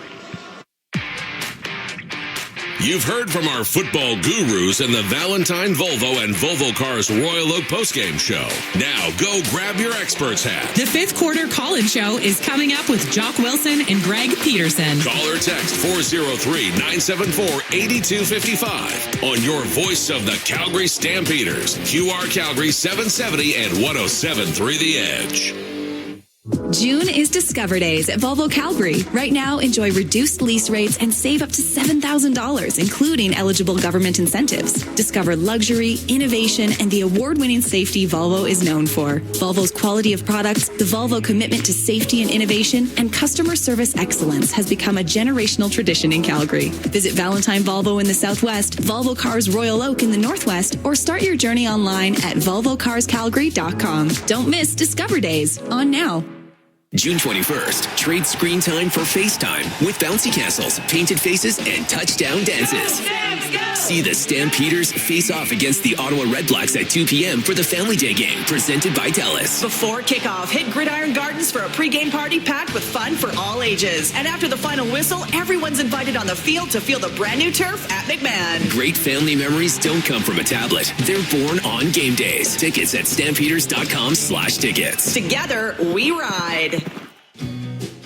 Sometimes great pizza leads to problems, like you don't want to commit to just one kind of pizza, or maybe you want an extra slice when the pizza's done. Tom's House of Pizza has your back with their all-you-can-eat pizza buffet. Monday to Friday from 11:30 to 2, enjoy all-you-can-eat pizza and salad for $11.95 with beverage purchase. Available in the pub at Tom's House of Pizza's McLeod Trail and Okotoks locations. Unlimited slices, so much pizza to choose from. Discover the legendary lunch buffet at Tom's House of Pizza. Hey, Paul Brandt here. You know, Alberta's a special place. From the Rockies to the Plains, it's a land of hard work and big dreams. If you're going to tackle it all, you need a truck that can keep up. That's why I can't say enough about my Ford F-150. It's more than a truck. It's a partner. Rugged toughness, serious capability, and smart features that make your life easier, like available Pro Power onboard. The Ford F-150. Get yours today at your Alberta Ford dealer, and tell them PB sent you. Hey, you. Yeah, I'm talking talking to you, armchair quarterback. Think the coach called the wrong play? Did the ref blow the game? Here's your chance to get it off your chest. It's the fifth quarter call-in show. Call or text 403-974-8255. This is Stampeders Football, brought to you by your Alberta Ford dealers on QR Calgary 770 and 107.3 The Edge. Yes, welcome to the fifth quarter call-in show. The Calgary Stampeders coming off a second straight victory to start the season in Toronto. They win 29-19 on the strength of a 17-point fourth quarter. A big effort from the Stamps, gutsy effort from the Stamps in this one tonight, and they will take on Ottawa next week. But lots to get to here on the fifth quarter call-in show, and we got about 20 minutes to do it because we got to be out by 6 o'clock tonight. So let's get right into it. The first thing we got to take care of course, we're down at the Deerfoot Inn and Casino. Dave McIver and Jock Wilson, and during the pregame show, we got the street team down here. They got the ballot box. The ballot box, people put their names in. What happens if you put your name in and it gets picked out? You get a 4-pack of tickets to the next home game, and our winner, who was down here at the Deerfoot Inn and Casino tonight, Jock, was Scott McLean. So Scott McLean's got some tickets to the next home game against Ottawa. Promotions will be in touch there. Winner, winner, chicken dinner. All right, let's go straight to the phone lines. Bill is on the line. Bill, your thoughts on the game tonight in Toronto? Hi there, guys. Can you hear me okay? Can hear you great, buddy. Awesome. So here are my comments. Playmakers and play calling. Last year, it was so frustrating because you wanted to see guys making plays, and it was so few and far between. And this game, you had playmakers. You had excellent play calls. As a fan, you want your team to be in it. You want the game, for entertainment's point of view, to be exciting. And I'll tell you, Vernon Adams, he's a playmaker. The play calling, not just a flea flicker, but a lot of other creative plays. The power sweep and other creative plays. It was fun to see that. Playmakers, Jalen Philpott, Dominic Rhymes, and others I'm going to miss. It's great to see the ball be thrown down the field and guys go up and make plays. On the defense, our tackling in this game, even just this year, even just 2 games in, our tackling is so much better than before. Guys tackle and they drive guys back. They tackle and they bring guys down, and they rarely let them advance the ball too much. Our tackling is so much better. Another comment for special teams, a special shout out to Aaron Crawford. He was hurt for much of, if not all of that game, and he had to go in there and do the long snapping, and there's big guys coming right over your head, and he was injured, so he didn't have any pushback, so he had to snap the ball and hope that he could survive the contact after that. But he went in and he did his job. And how much more professional can you get than that? We have playmakers on defense, Green and others. We have a defensive line that pressures consistently, that keeps guys in the pocket.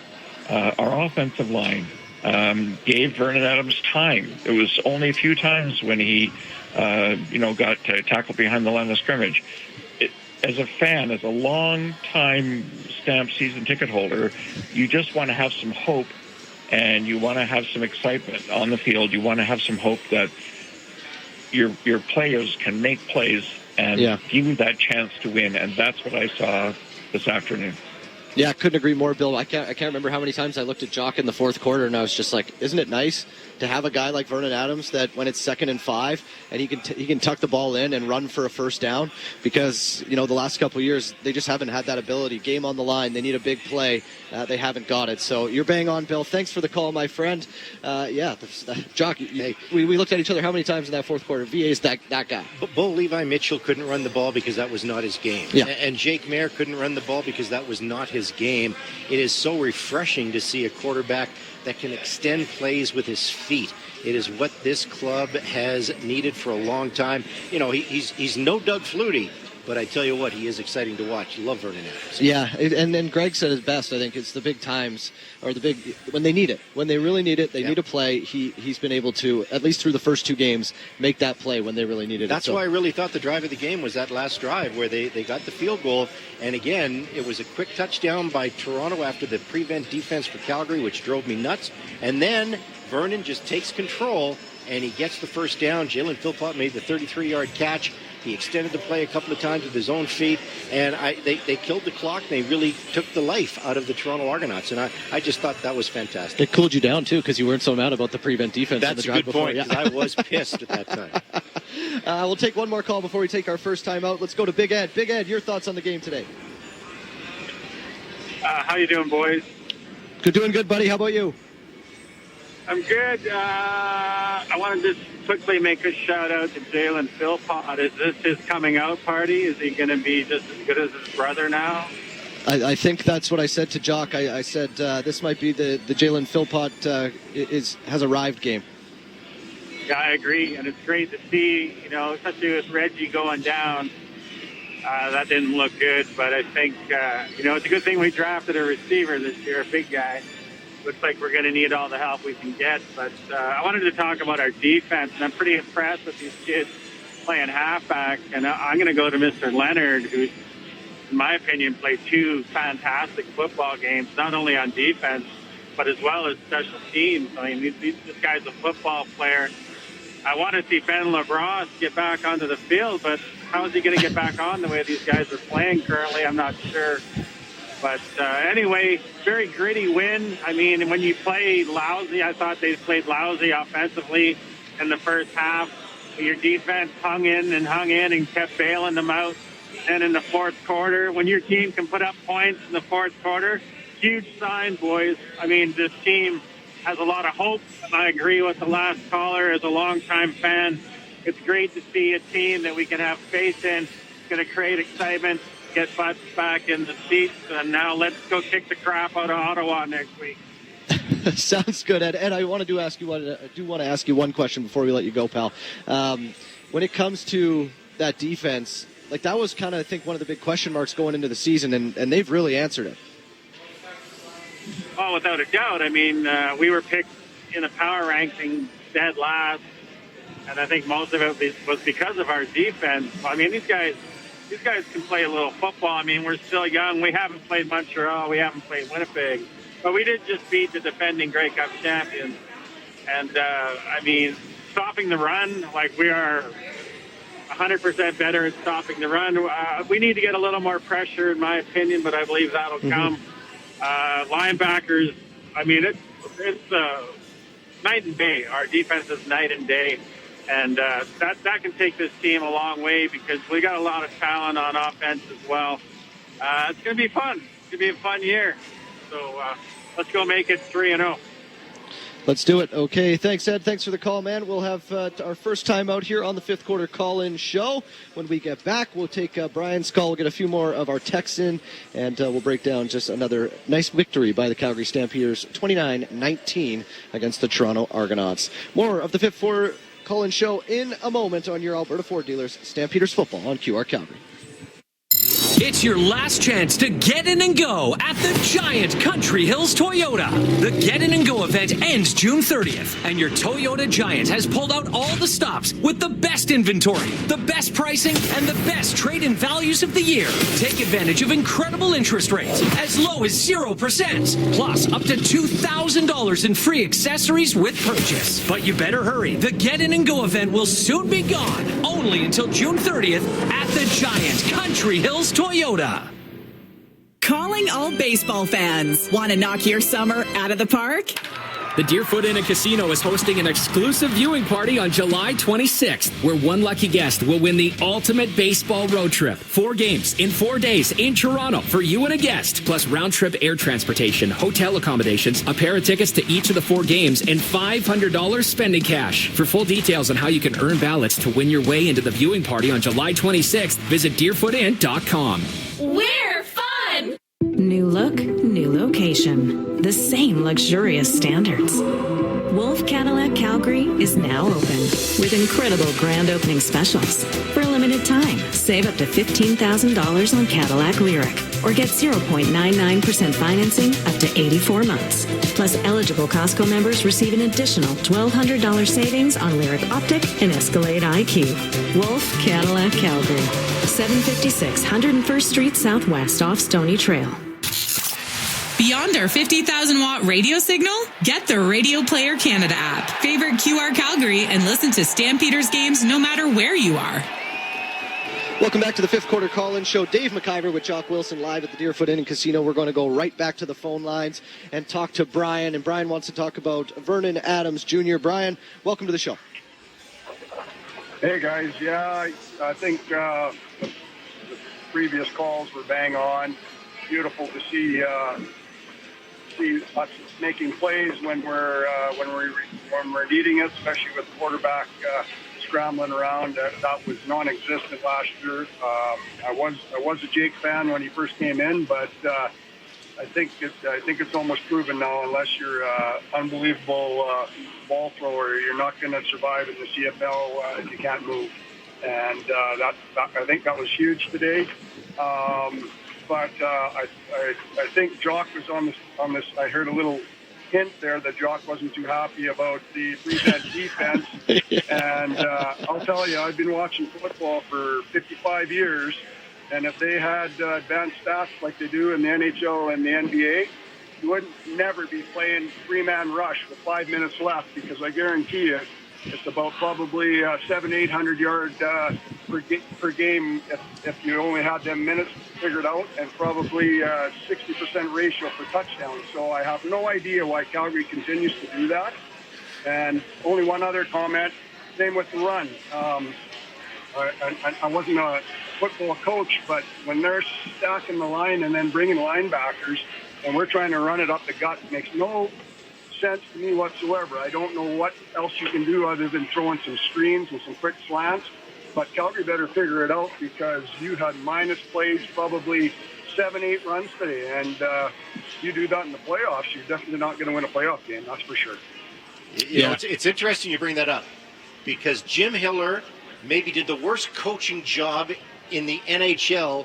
The LA Kings should have beaten the Edmonton Oilers, but they changed their game plan. They went more of a prevent instead of an aggressive forecheck. It was stupid. And anyway, I saw that tonight from the Calgary Stampeders with the prevent defense. Anyway, just my point. All right, Brian. What Are you still there? Run.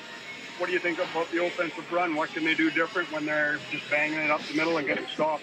And with the hockey thing, hopefully make it 2-0 tonight with the Florida win. So I understand where you're coming from on the running there, Brian, but I look at it and it almost, they tried the sweeps in the second half a little bit more than running up the middle, which I think was a little bit more successful.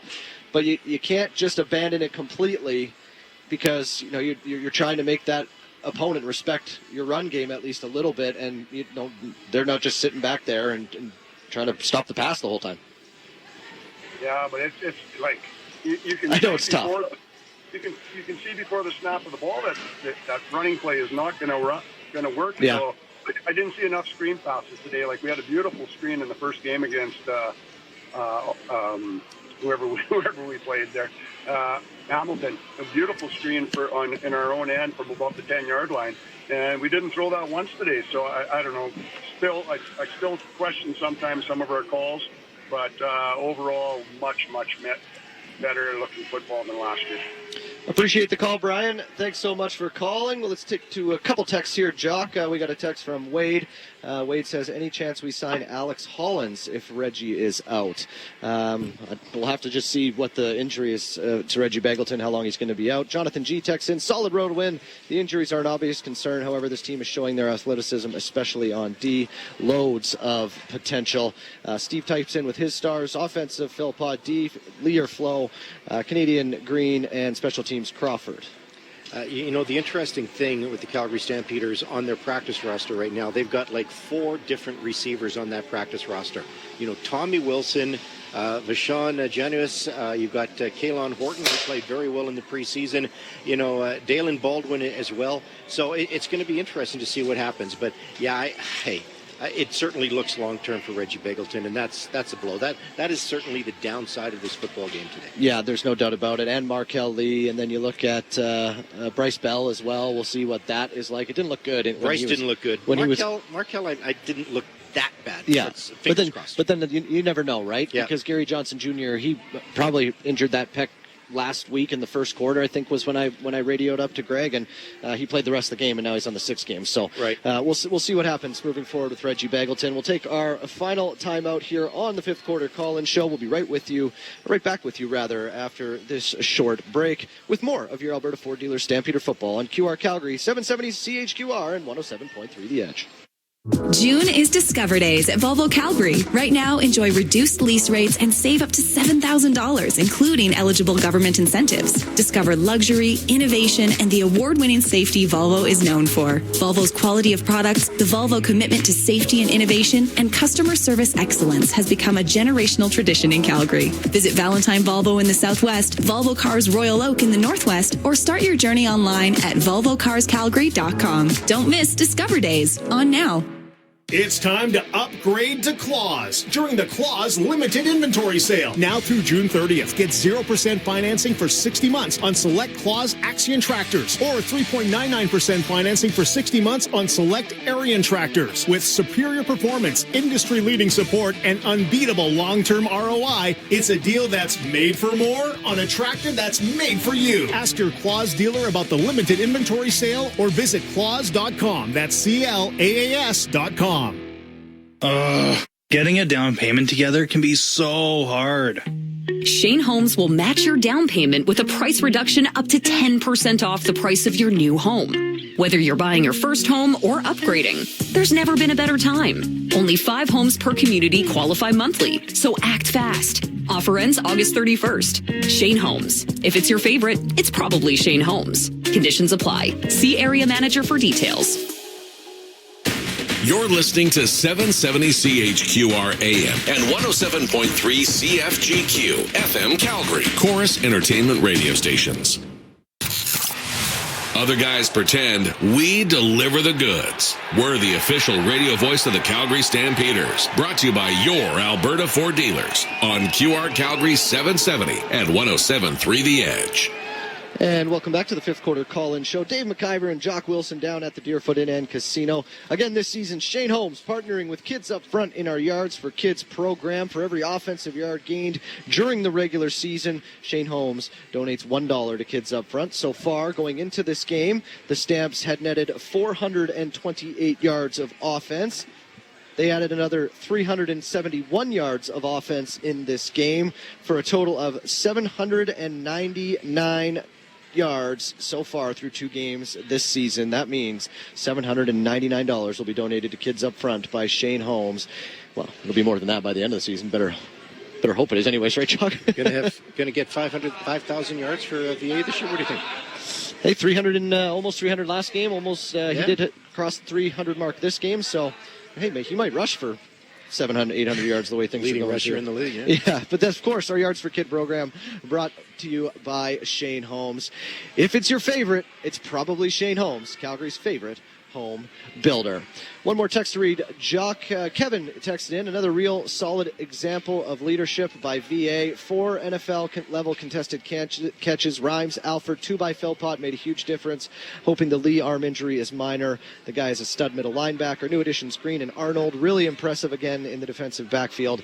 Need to find some more explosiveness in the return game, though, and lots to work on still versus the Blitz, but learning from wins is awesome. It was a good text from Kevin, but I will say this: it's interesting, So Reggie Begelton leaves the game, and last week Reggie Begelton was the main target, and Clark Barnes had a really good game. So who replaces Reggie Begelton? Clark Barnes comes and plays that inside slot, but he was a non-factor in this game, taking over, with Dominic Rhymes, and that's VA's comfort food. And of course, Jalen Philpott, as you've already talked about, had the breakthrough game. So interesting, just because you change that one body in that one position, that Clark Barnes didn't have a dominant game, and there was a time I thought, is he injured? Because where's Clark Barnes? And oh yeah, he was out there, but he just was not targeted very much. Yeah, I found that intriguing. We thought at one point that he was maybe injured because we hadn't seen him in a while. And exactly. Then Vernon Adams scored that touchdown, and he was walking with him off the field. Oh, there he is, Jock. There he is. So we did find him. Vernon spread it around though. You do look at it tonight. Clark Barnes did not have a catch after that awesome game last weekend, but Jalen Philpott, Dominique Rhymes, Eric Brooks, Tevin Jones, Damian Alford, Reggie Begelton, of course, getting receptions in this game. So that's kind of the nice thing, right? Yeah, you know, he can spread it. It's gonna boil down to Monday when we talk to the head coach. You know, get the update on the injuries, because I am not expecting good news on Reggie Begelton. I am not expecting good news on Bryce Bell. You know, he's been injured most of training camp, and he was dealing with the shoulder, and now it looks like a wrist. I'm hoping it's going to be good news on Markel Lee, that he won't be out that long. But those look like two pretty serious injuries. So, again, I hope I'm wrong, but we'll get an update probably on Monday. Yeah, it's going to be interesting. Of course, the coach will be on with Jock on Sports Talk with Jock. The coach is out for Tom's House of Pizza on Monday night. Every Monday or Tuesday, depends if it's a holiday, but every first show after a game day, the head coach is on with Jock Wilson. And let's not forget, Drew Brown, is he still out for the Ottawa Red Blacks? You know, the Red Blacks are 0-2. You know, could the Calgary Stampeders, make it a 3-0 start? I don't think anybody would have predicted that at the start of the season. I don't want to get too far ahead of myself, but right now the Ottawa Red Blacks do not look like a very good football club. They don't, and I think a lot of people that made the power rankings at the beginning of the season are going, maybe we should have waited to see Vernon Adams play with the Calgary Stampeders rather than write them off so early in the season. But hey, that was also a team that only won 5 games last year. Lots of turnover, lots goes into those power rankings, but probably some changes will be made this week. That'll do it for us here at the Deerfoot Inn and Casino. The Calgary Stampeders win in Toronto. They are 2-0, 29-19 against the Argonauts. They are back at it next Saturday afternoon, 2 o'clock. We'll have a 12:30 pregame show for you. Sports on 770 CHQR. How you find us on Twitter. Our final score, like I say, 29-19. The next broadcast is when the Stamps take on Ottawa. On behalf of the whole team, Jock Wilson, Greg Peterson, Niall Voss, myself, Mark Stephen, the Hall of Fame play-by-play. We'll catch you next game. QR Calgary is the proud radio home of your Calgary Stampeders and has been for over 3 decades. Thanks for joining us on the voice of the Calgary Stampeders, QR Calgary 770 and 107.3 The Edge.